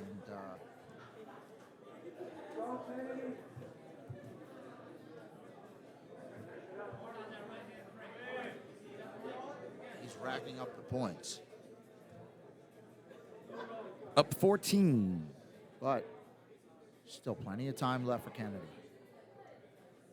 Shout out to our sponsor, Loyalty Tattoos. Make sure you give him a follow on Instagram and Facebook. He's got the wrist lock challenge. That's right. Over 300 matches, we haven't had a wrist lock yet. And Eric's offering a discount on a tattoo. I think Musa Kadi can hit it. I think if Musa got, he's got some really good wrist locks. Put the challenge out there for him. I think he's somebody that could chase it. His father's a big wrist lock guy. I love me some wrist locks. Sometimes it's just a lot less effort. John's going to get a super fight and be the first one to hit it. Please, let's see it. A nice sweep attempt over here. Diving on an ankle. Oh. Looking at the clock. Seeing if he can eat it for 30 seconds. He's got his legs on the outside asha. Yeah, he's got outside ashi over here. He's got the lapel. You're not able to arch the back when you have the lapel, so it's very tough to get it. Well, the main thing is he's got both legs to the outside with the outside ashi, and if you want to finish it from here, you either have to have foot on the hip or go belly down on it. He lets it go, and he's going for an arm bar from the 50-50 all the way until the end. That one. I like that one. Great match, guys.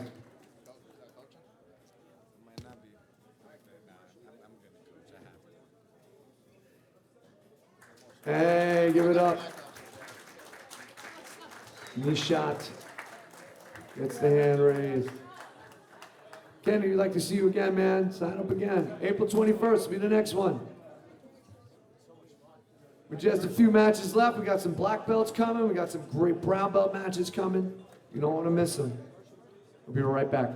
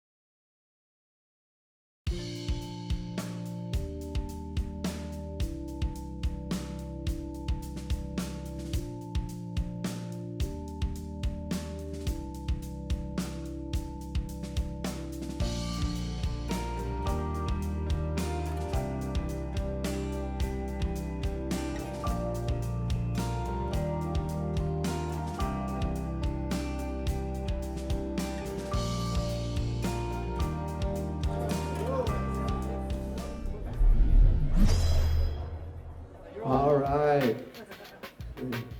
We're back again. Just a couple left. It's been very exciting. You guys been having fun? Please let us know. We got another purple belt match from at Jiu-Jitsu. We got Julian Diaz. Come on, Julian. Julian's got his people here tonight. And from Essential Jiu-Jitsu, got Aldo Arosa.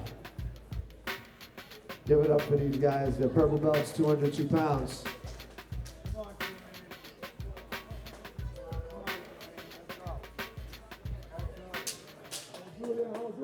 George Baez, you out there?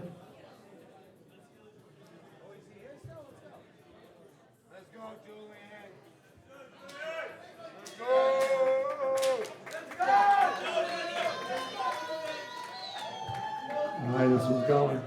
Whenever you're ready. Let's go.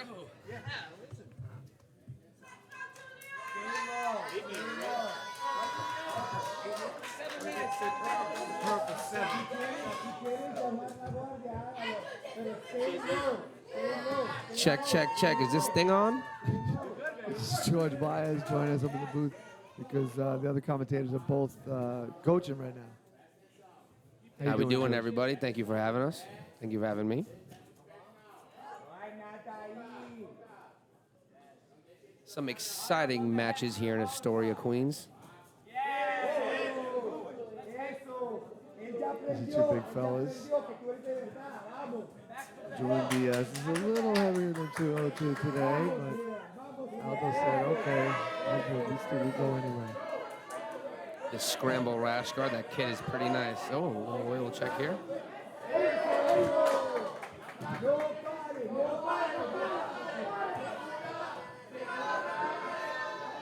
Oh. Nice.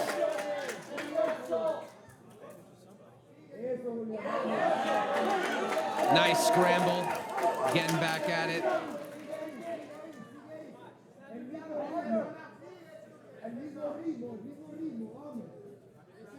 Aldo doing a lot of competing. Traveling to compete too. He's traveling all over the world. Looks like competing in Brazil.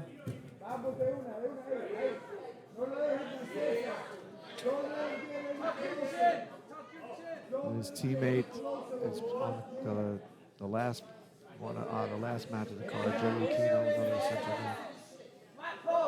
You ever been to Brazil, John? Not yet, no. Come on, black belt. You gotta go. It's on the agenda. I gotta go see my master. Okay. Half guard Ashi. I cannot heal him.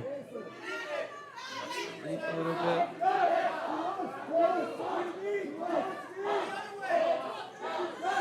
Go to X here. He could sweep. He's got a lot of options. There's a sweep. There it is. On the straight ankle. Oh, he's diving on it.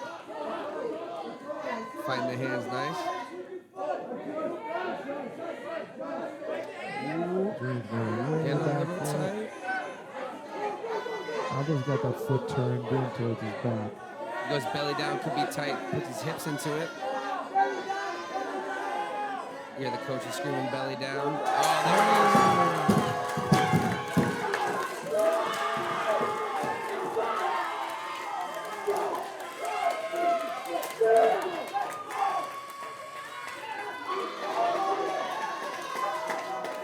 All right, two outstanding athletes here.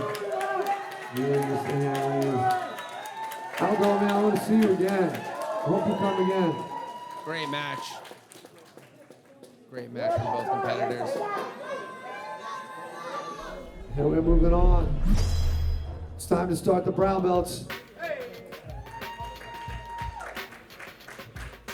Out of Warriors Nation, MMA. Out of Shola, Logonieko.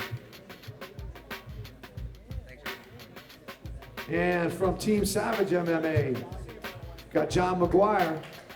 Both of these guys returning to us. Two big fellas. These guys are 215 pounds, brown belts. These are brown belts, so the feet are in play.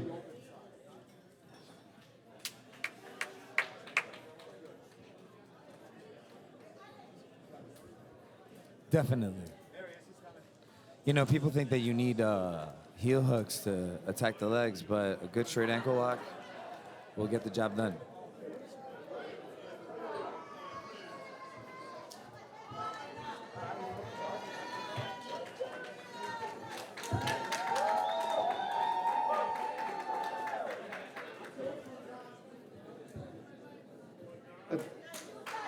all the rules, right? Yep.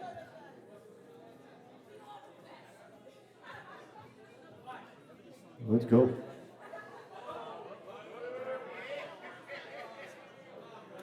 We got to restart. Penalty on the I hope that guard doesn't pull make with a no di- connection. I hope that doesn't make a difference.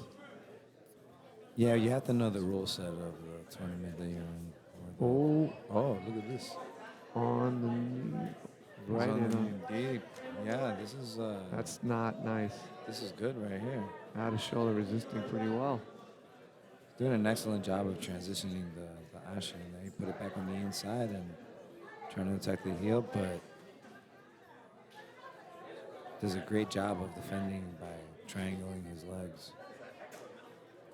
Yeah, that's a football mouthpiece right there. I like it.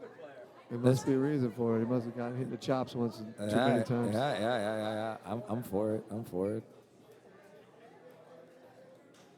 You have to have a mouth guard if you do jiu-jitsu. If you don't have a mouth guard, you don't have a mouth guard, John? And inside heel hook. Inside John heel McGuire. hook.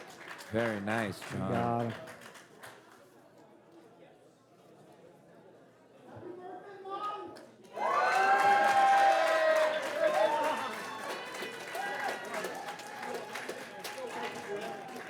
All right, John, come on in here. Get your hand raised. Shake hands with out of shoulder. All right, guys. Good to see you both. Moving on, we got another brown belt match. These guys are even bigger. Out of Nick Caton MMA, we have Joseph Goldstein. Where's Joseph? Come on, man.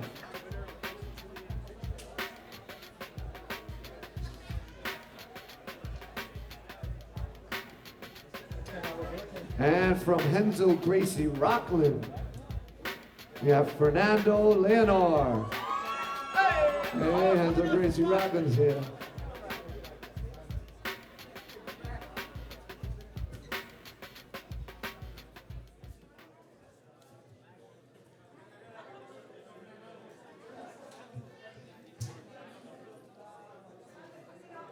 Couple of 240-pounders. Let's get it. Shout out to Julian Diaz with the ankle lock finish over there at the end there. I'm so happy for him. He's one of the hardest working guys in the game, I want to say. It's different when you're a competitor and you work full time and you have an outside life to balance it all. And we have a lot of those in jiu-jitsu, right? So that's definitely a crowd that I call them the professional hobbyists. Shout out to the professional hobbyists out there. It's a very tough balance for a lot of guys that, you know, they can't make the all the pro trainings and they got to do the night classes and, you know, you get a different sort of intensity in the night classes than some of these pro trainings give. And to still be able to compete on a high level, you know,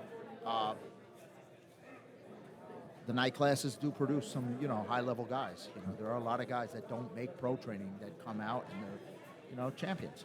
100%. Julian's training all over the place, though. He's making sure he gets his work in.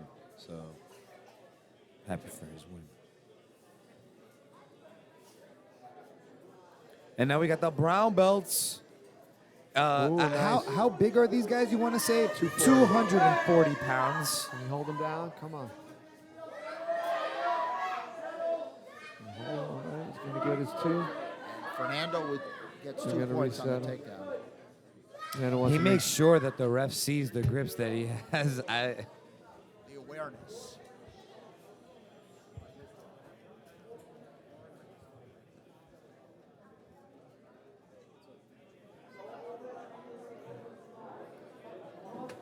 Sometimes it's hard to control somebody off the reset, and you got to let the ref know exactly what's going on. I mean, the ref knows, but you have to advocate for yourself, one. Very important aspect of the game. It's very important to remember that.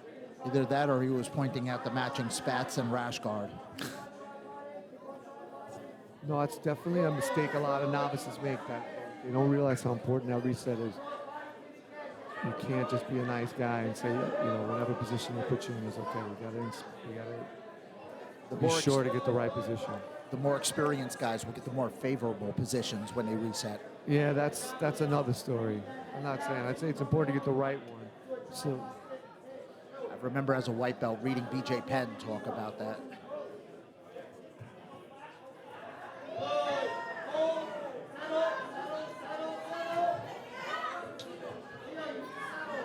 He's in the 3/4 mount. About to take the leg out. And again, with the no-gi Ezekiel attempt, but Yosef gets a nice half guard going over here. Knee in front, elbow in front.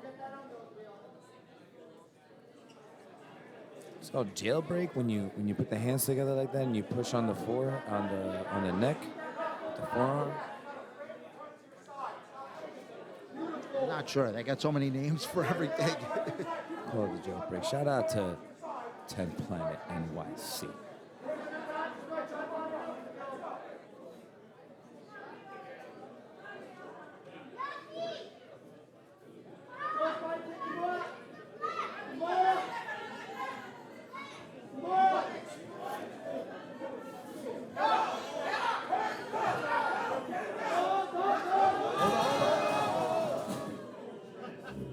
If you made the mats 100 yards wide and of the same width and length, they would still find a way to the edge. It still would not be wide enough. You notice how I use yards because I'm an American?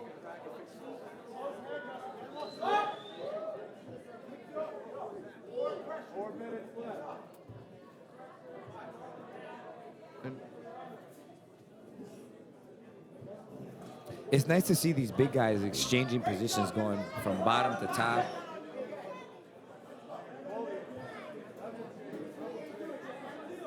So Yosef has a lot of bounce on him right now. Down to 4 minutes left.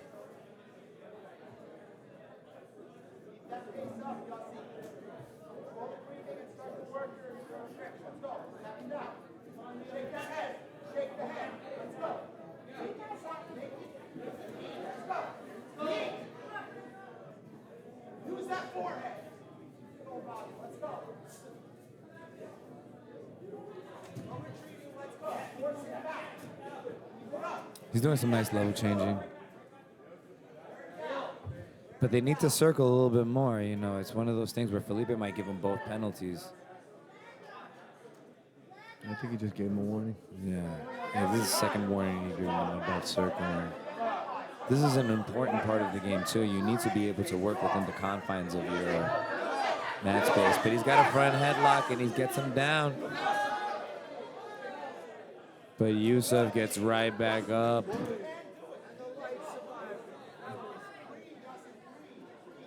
You see, this is There's a penalty. This is perfect for Felipe, giving him a penalty. You have to understand you got to fight within the boundaries of the mat space you're provided.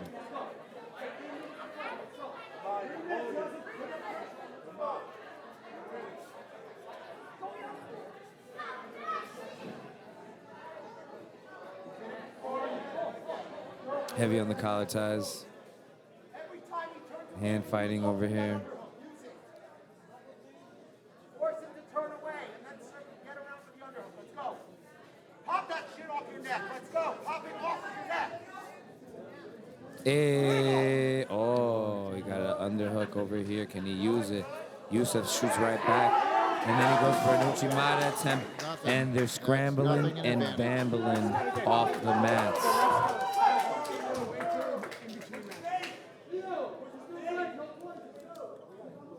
2 minutes and 36 seconds left. Only 2 points, but 6 moved folding chairs.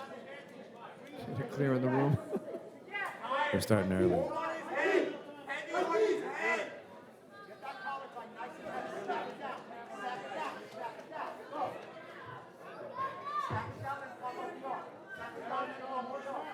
Heavy with the collar ties, both of them.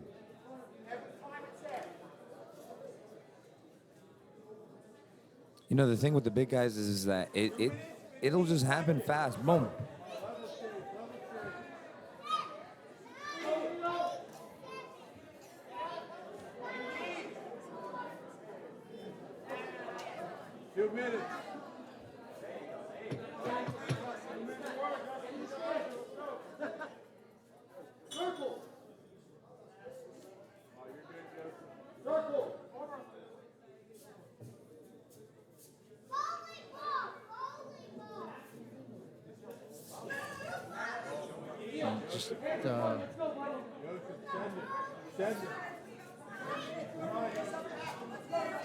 They're wearing each other down, it seems like, from the stand-up. The pushing and stuff from the stand-up is wearing each other down. I think at this point, pulling guard would probably, as conservative as it sounds, allow you to do a little more, to score. Shout out to our sponsor for the team event, ISO. So now we have a penalty and an advantage awarded. The next penalty will draw two. Next penalty draws 2 points for Joseph Goldstein. Definitely something that you need to have in mind.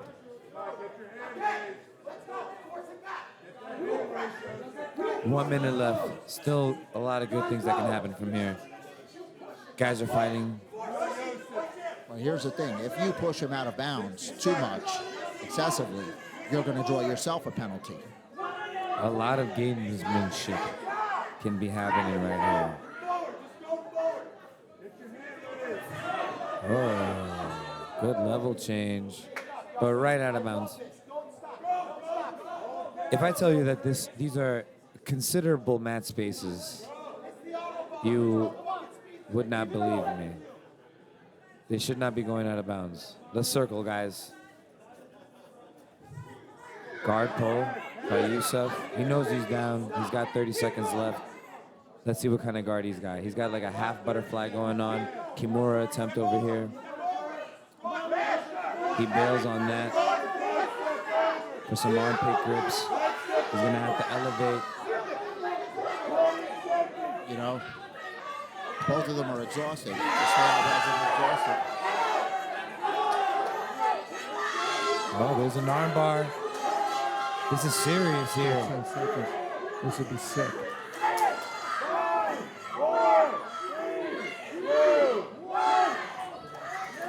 Oh, great attempt at the end.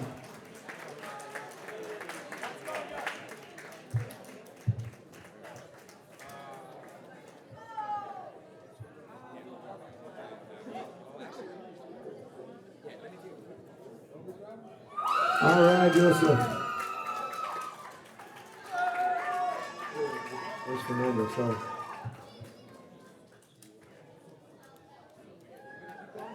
Let's go. Next match. It's going to take 1 second here to try and fix the mats up a little bit.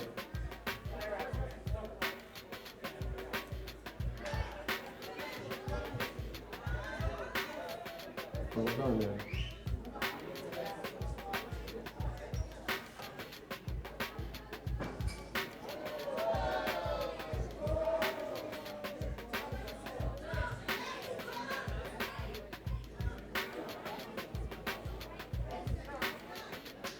That's good enough, Tom.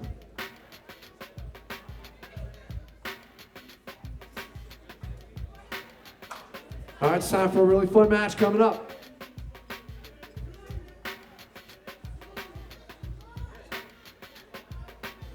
All right, from Alliance, Marcelo Garcia, we got Ben Cohn. And from Pisol, Brazilian Jiu-Jitsu, we've got Alvaro Libreros. Guys are brown belts, Masters 1. Alvaro competed in the last event.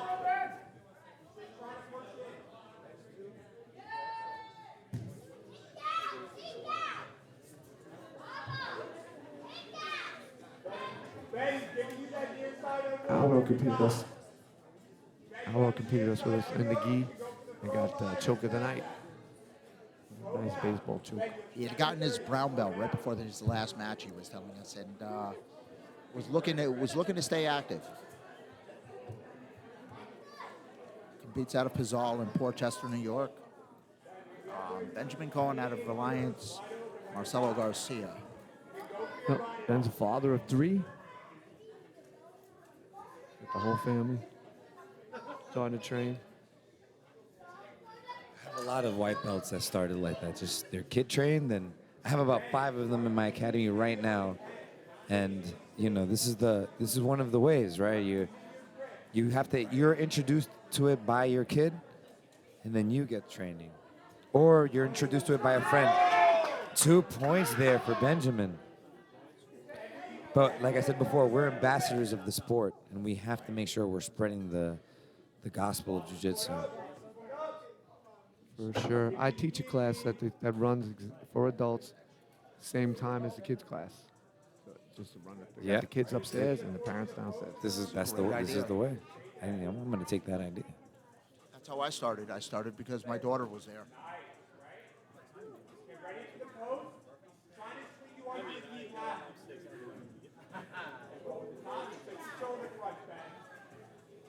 Head and arm is available. He's giving you the head and arm. Alvaro's really holding on to his head here. All right, let's go. And gets frame on the neck. Drive his jaw up. Make him as uncomfortable as possible. We have 5 minutes and 50 seconds. He's got a lockdown, which I really like to stop the guy from passing. But from there, we got to get underhooks, and he has one right now.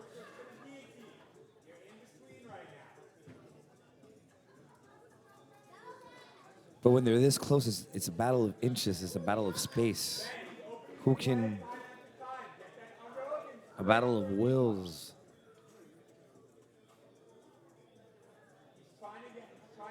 Benjamin's got a chin strap grip on Alvaro's head. You know.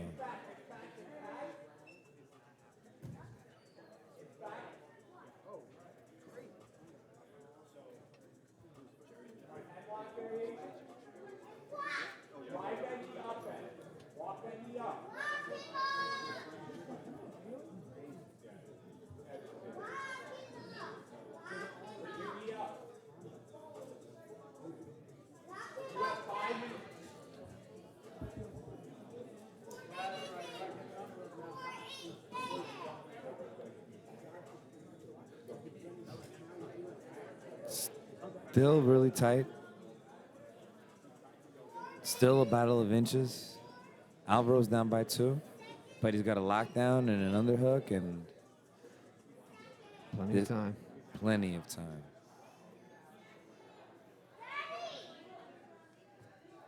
He's going to try to come out from your side. Either drive up or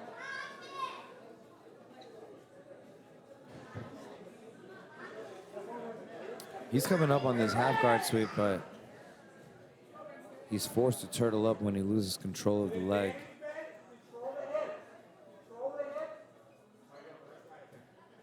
I like how he's sagging on his hip and trying to get his hip to the ground before he inserts hooks. Arm across the neck. Sunk the choke in before he had the hooks too.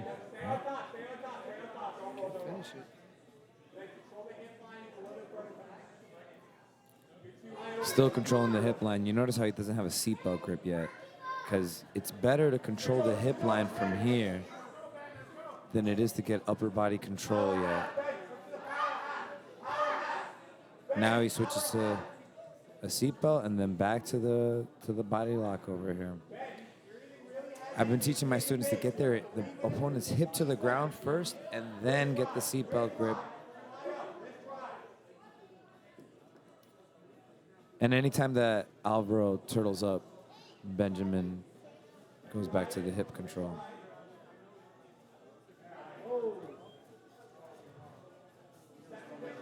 Oh. Alvaro with the underhook.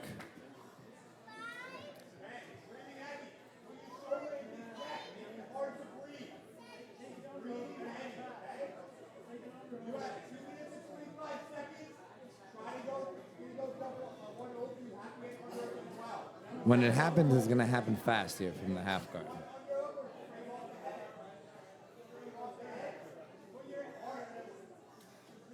keeps digging for the underhook, not letting his opponent flatten him out, staying on his shoulder. Keeping the lockdown. You play much half guard? Try not to. I play half guard good, but you know. Half guard is the last guard. Me and my friend Paco Cuneo, he came up with that terminology. The last guard you'll play and the last guard you'll pass. Yeah, I mean, you have to have some sort of a half guard because you're going to be forced there at some point in your training. You know, but there are guards I would rather play. I would rather be with the inside De La Riva. You know, I'm a master half guard player, and I do not teach my students half guard. It's better to avoid that position. I learned half guard from an injury. There we go. There's a lot of guys that make their bread and butter on it, though. Present company included. There are guys that are amazing with the half guard, you know. But You're half passed, half guard, half passed. you will eventually meet somebody that the half guard doesn't work on. Well, my professor Milton is one of those people who's a master of the half guard, and Milton Regis, you just don't know which way he's going to sweep. There's a good He's going one way or another. you can do like a nice John Wayne from there, the lockdown, the old school half guard underhook. A lot of good things from there. Don't get me wrong. There are guys with amazing half guards, and a lot of schools you'll train in. April 21st, we're going to be back at the brewery. Yep. Make sure you sign up for this event, guys.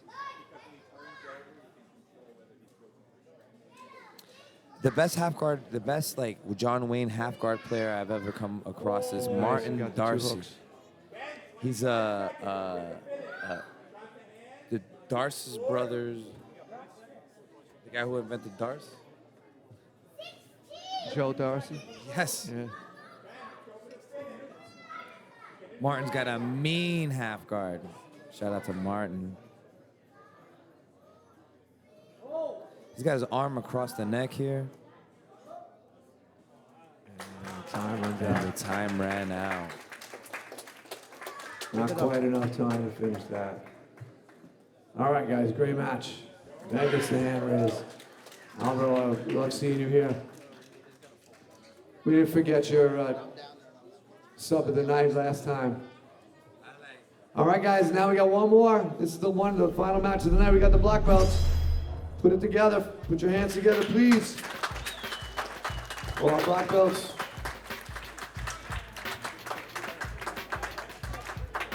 From Essential Jiu-Jitsu, Jerry Aquino.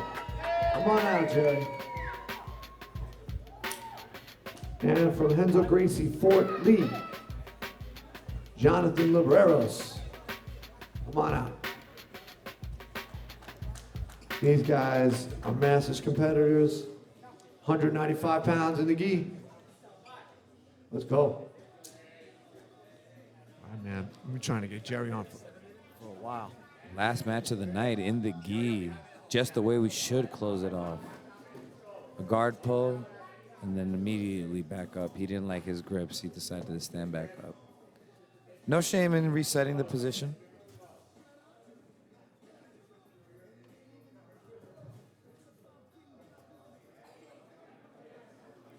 All day, people have been forehead to forehead, not giving each other an inch.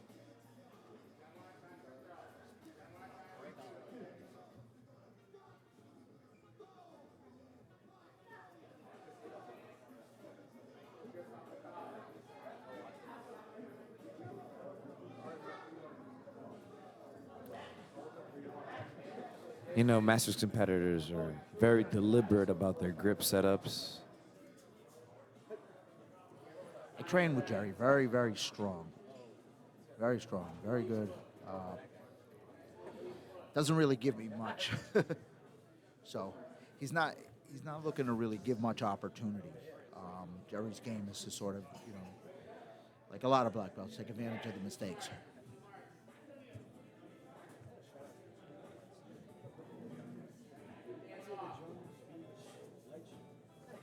There's definitely something to be said about not letting somebody set up a guard. If you just don't let them set up a guard, you'll never have to get out of one. Cheat attempt.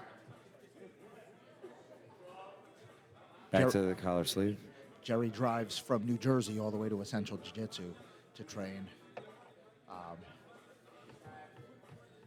Jonathan trains under Alan Teo at Henzo Gracie Fort Lee, which is right near the George Washington Bridge. If you ever thought about where is the smell coming from, it's coming from Fort Lee.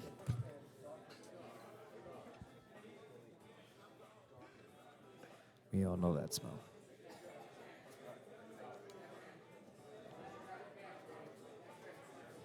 I'm so happy to see all these Henzo Gracies and all these academies spread out all over the tri-state area. We definitely have a plethora of jiu-jitsu over here. There's such a concentration of academies and jiu-jitsu players over here that I don't think that you can see anywhere else in the U.S. of A.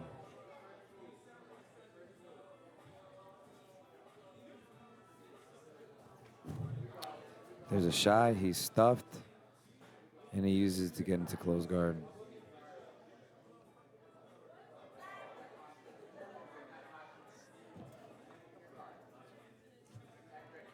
Four minutes.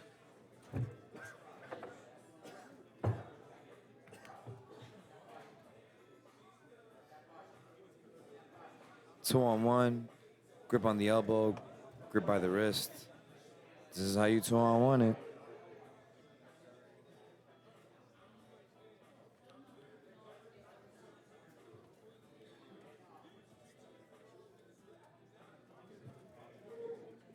He's gonna try to get the grip over his head. You see when he went like that? Oh, here we go.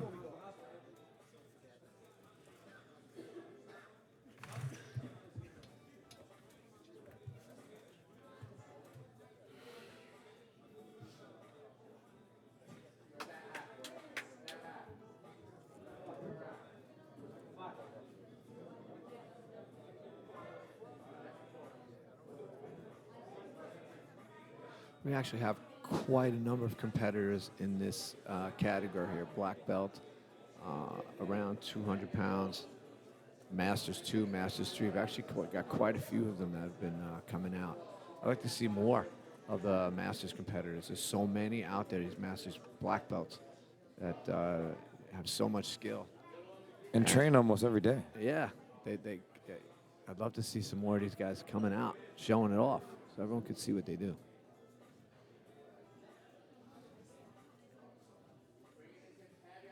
In the half guard, framing him away. He's got a knee shield in front of the hip. Still no score in this one.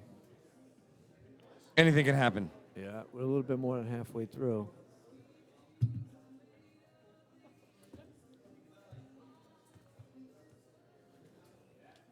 Tried to scoop grip the leg there. Always a good idea.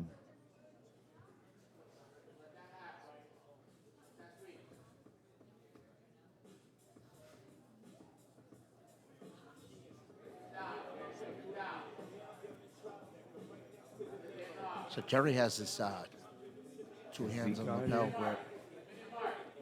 Now he switches to a close guard. Wipes the brow, gets ready to get back to it.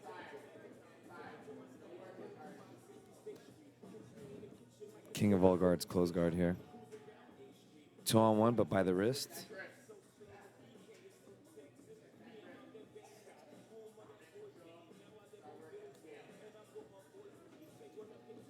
It'd be great if he used his knees and bring his knees to his chest a little bit more. He's controlling the posture now. And going back to the 2-on-1. Double lapel control, maybe. Especially now, the first mistake is going to make the match. Yeah, about a minute left. You know, guys, it's not that guys aren't opening up. It's that, you know, there is that much of, you know, they've met head on. I mean, this is strength This is strength. You know, you feel each other's strength. It's the skill is right there. It's very tough. They're negating everything they try to set up. When the skill level is the same, it ends up like this. There's 1 minute left. Close guard. What's happening? Let's see. You know, you start to set up your grips for something. The other guy goes, he's one step ahead. Like, let me stop this. Every time you'll see Jerry go to like 2 grips on one side. Oh, he's moving. He's trying to. There's definitely jiu-jitsu happening. Yeah. A lot of grip breaking. It's a battle of grips.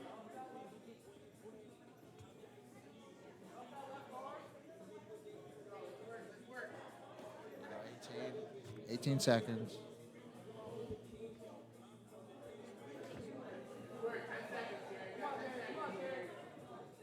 Yeah, massive black belts. You're going to see a chess match. Oh. Deep half. Can he go all the way through? Time. Guys, you'd be tough to pick this one. You know, it was a very close match. Like to see more of you guys.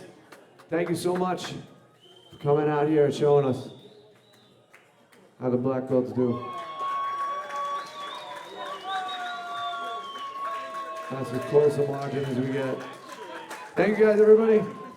Everybody, thank you so much for coming out to LIJJN. We're back again April 21st. We'll be in New York, Long Island and Bay Shore. And we got our team event coming up, so check out our website. We got a few spots for a couple teams. It's filling up fast, so if you're interested, get out after it. LIJJN.com. Have a great night, everybody. From Gary Henderson over here, and I'm John Passanante. Special thank you to Alvaro Tortiva and Damian Rosenstock. Have a great night. Bye-bye.